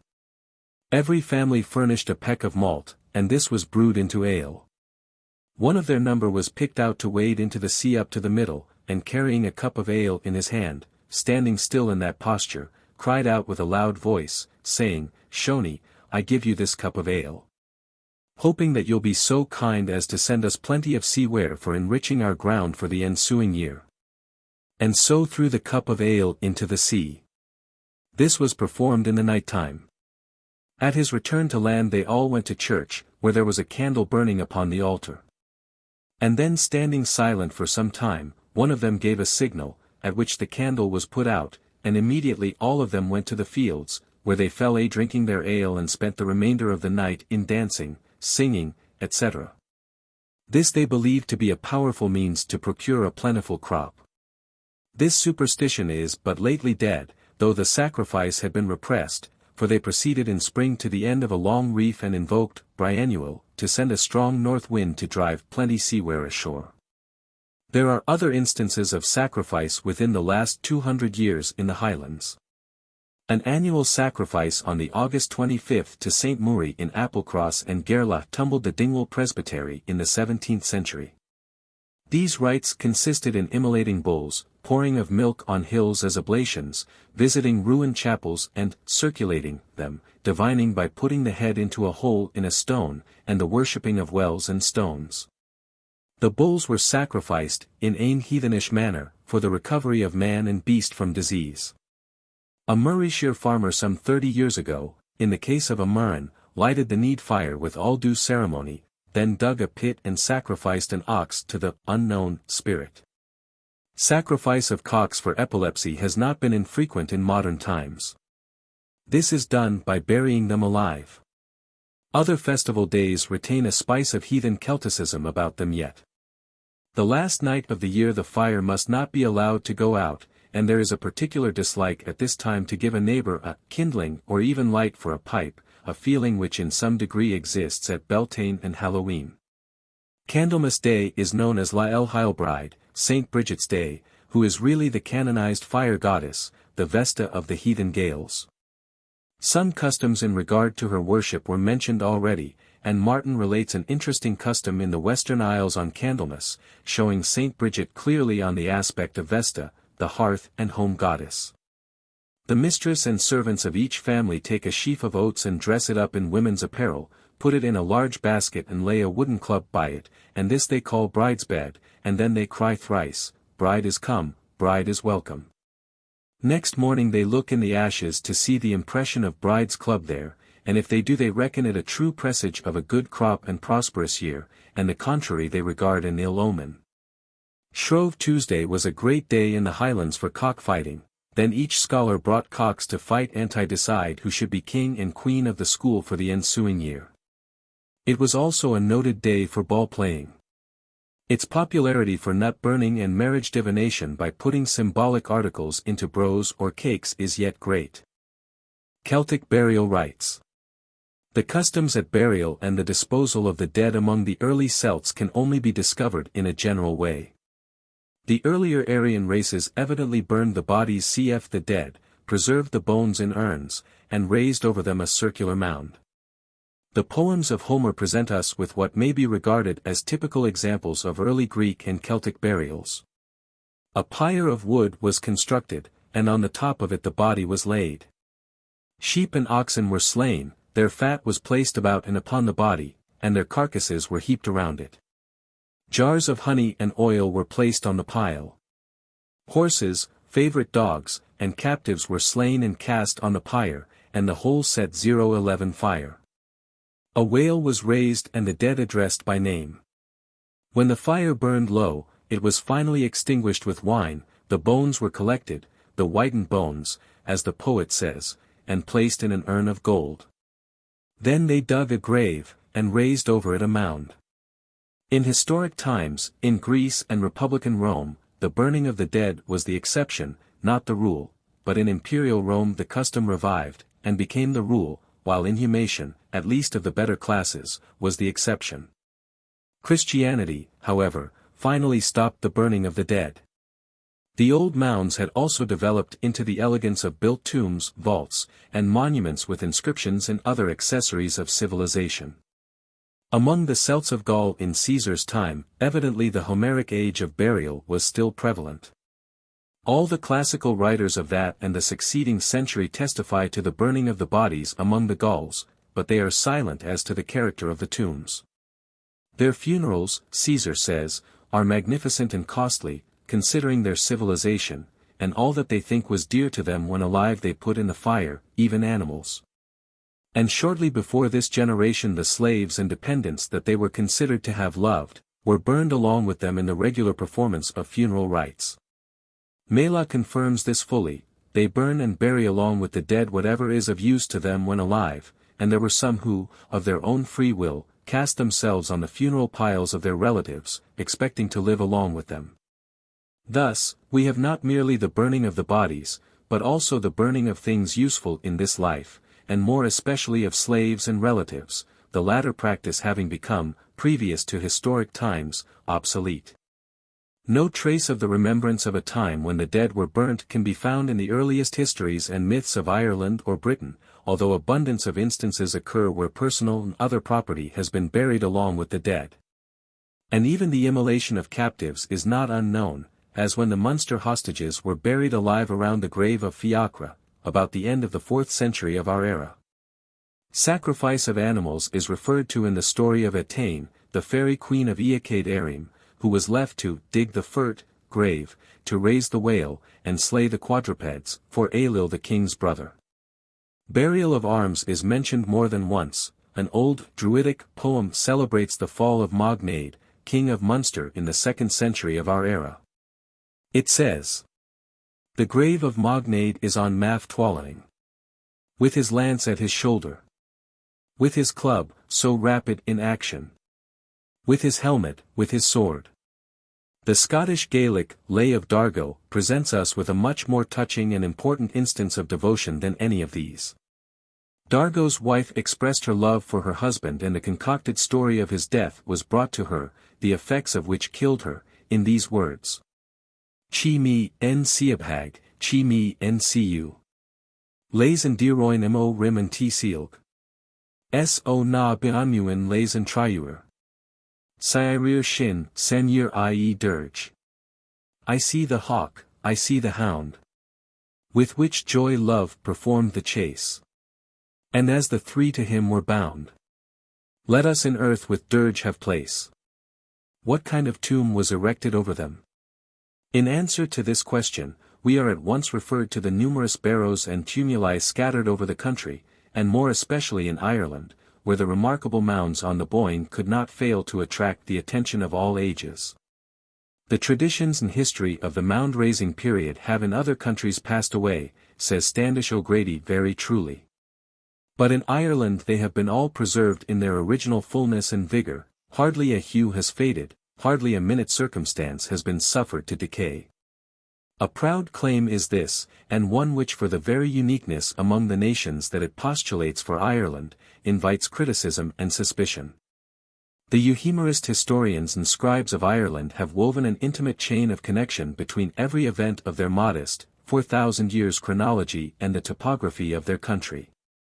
Be it the fortunes of Caesar before the flood, or of Partalin immediately after, or of Brian Borum a generation or two before the writer's time, yet every event is chronicled with a minuteness of genealogy, detail, and localization that is quite oblivious of the perspective of time, the long roll of ages with their change of customs, and the uncertainty as to the far distant past. We saw that the Irish gods were changed to kings, nay, more, their tombs can still be seen on the banks of the Boyne. There are the barrows of the Dagda and his heroes, and there, too, Cuchulainn rests beneath his mound. But just about his time Eachad Erim had introduced the practice of simple burial beneath the earth, and had abolished the old custom of burying the dead by raising great heaps of stones over their bodies. These barrows are, mythologically considered, pre-Celtic. They are beyond the ken of Irish history and myth, just as much as the cromlechs are, which popular archaeology accounts for as the beds of Diarmat and Grain, or Grana's beds, the beds occupied by this pair in their flight before Finn. Considered, again archaeologically, they belong also to the races that preceded the Celts, as the character of the interments and of the accompanying articles proves. We have, however, continued reference in the myths and tales to the burial of early Christian times, the grave, the stone over it, and the inscription. How little the Irish writers understood the change of customs wrought by time is seen in the description by an Irish writer of the 12th century of the burial of Patroclus at Troy. Achilles built his tomb, and he set up his stone and wrote Il's name. Homer's account has already been given. The Irishman described the custom of his own time as existing in the time of the Trojan War. The heroic tales of the Celts. The materials of Irish mythology have well been divided by M. Darbois de Jubanville into three leading parts. There is, first, the mythological cycle which deals with the gods and the ethnology of the country, and which we have treated in the foregoing pages. There are, secondly, the Cuchulainn cycle, and, thirdly, the Ossianic cycle, both dealing with the heroes of the race.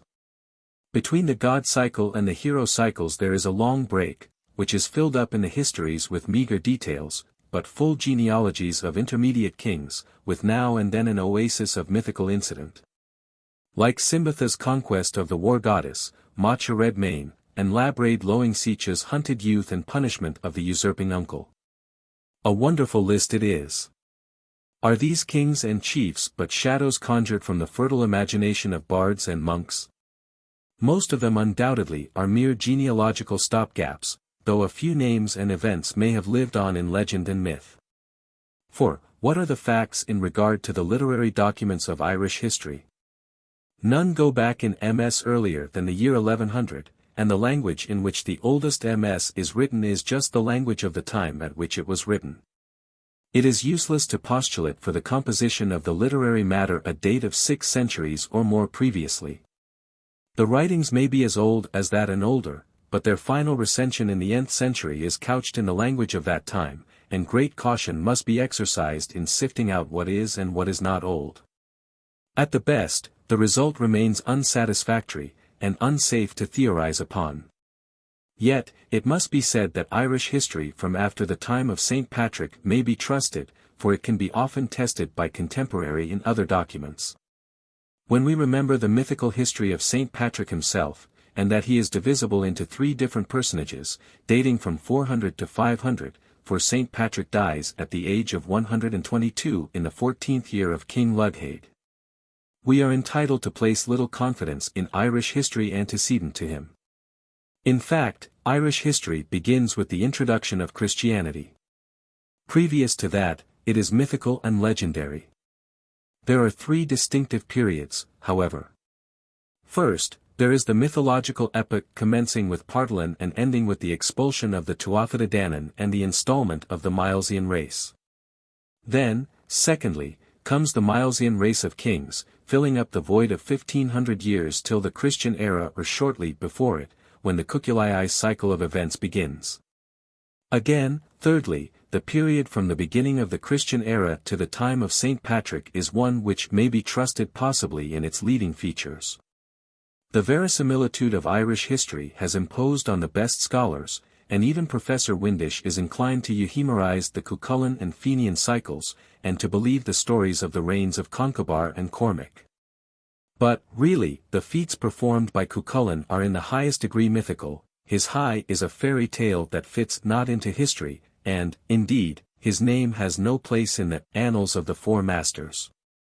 Nor is Finn and his Fenian militia band much better treated. He is, indeed, mentioned in an obscure way as having fallen in A.I.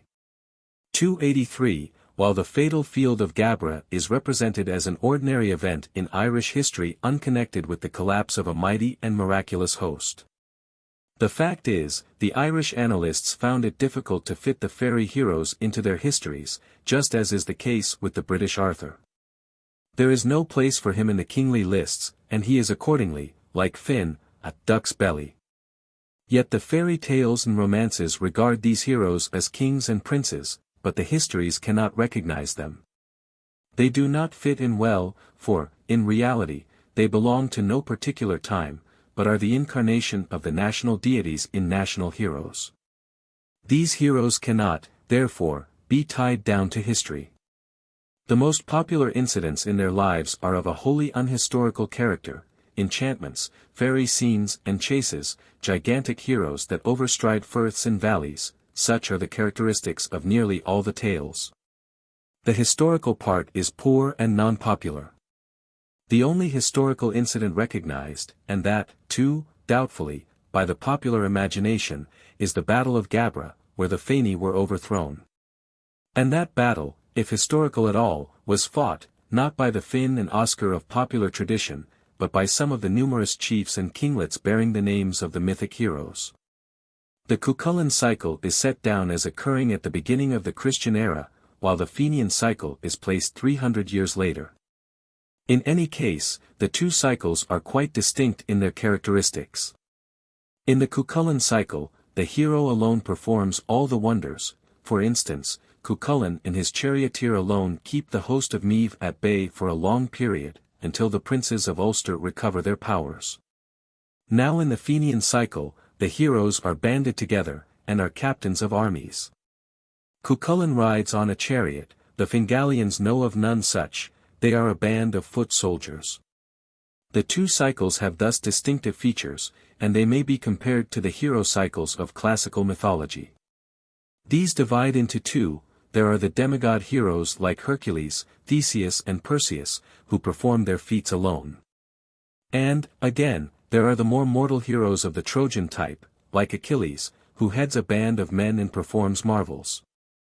But, on the whole, the Feni rather belong to the Argonautic conception, which is somewhat earlier and is a thorough fairy tale, falling between the Hercules type and the purely Trojan type. The Arthurian cycle is Trojan in its characteristics. Of Cuchulainn's birth, strange tales are told. Nominally the son of Sualtam, he in reality was the son of the god Lugh, the sun god, whose far-darting and flashing qualities he displays continually, for his power lies greatly in the use of the sling, and in fighting from the car. As a young man, he, like all fairy and mythic heroes, is lowly brought up, and serves Cuchulainn, the south, if we can trust so evidently eponymic a myth, and hence he was called Cuchulainn, Cuchulainn's hound.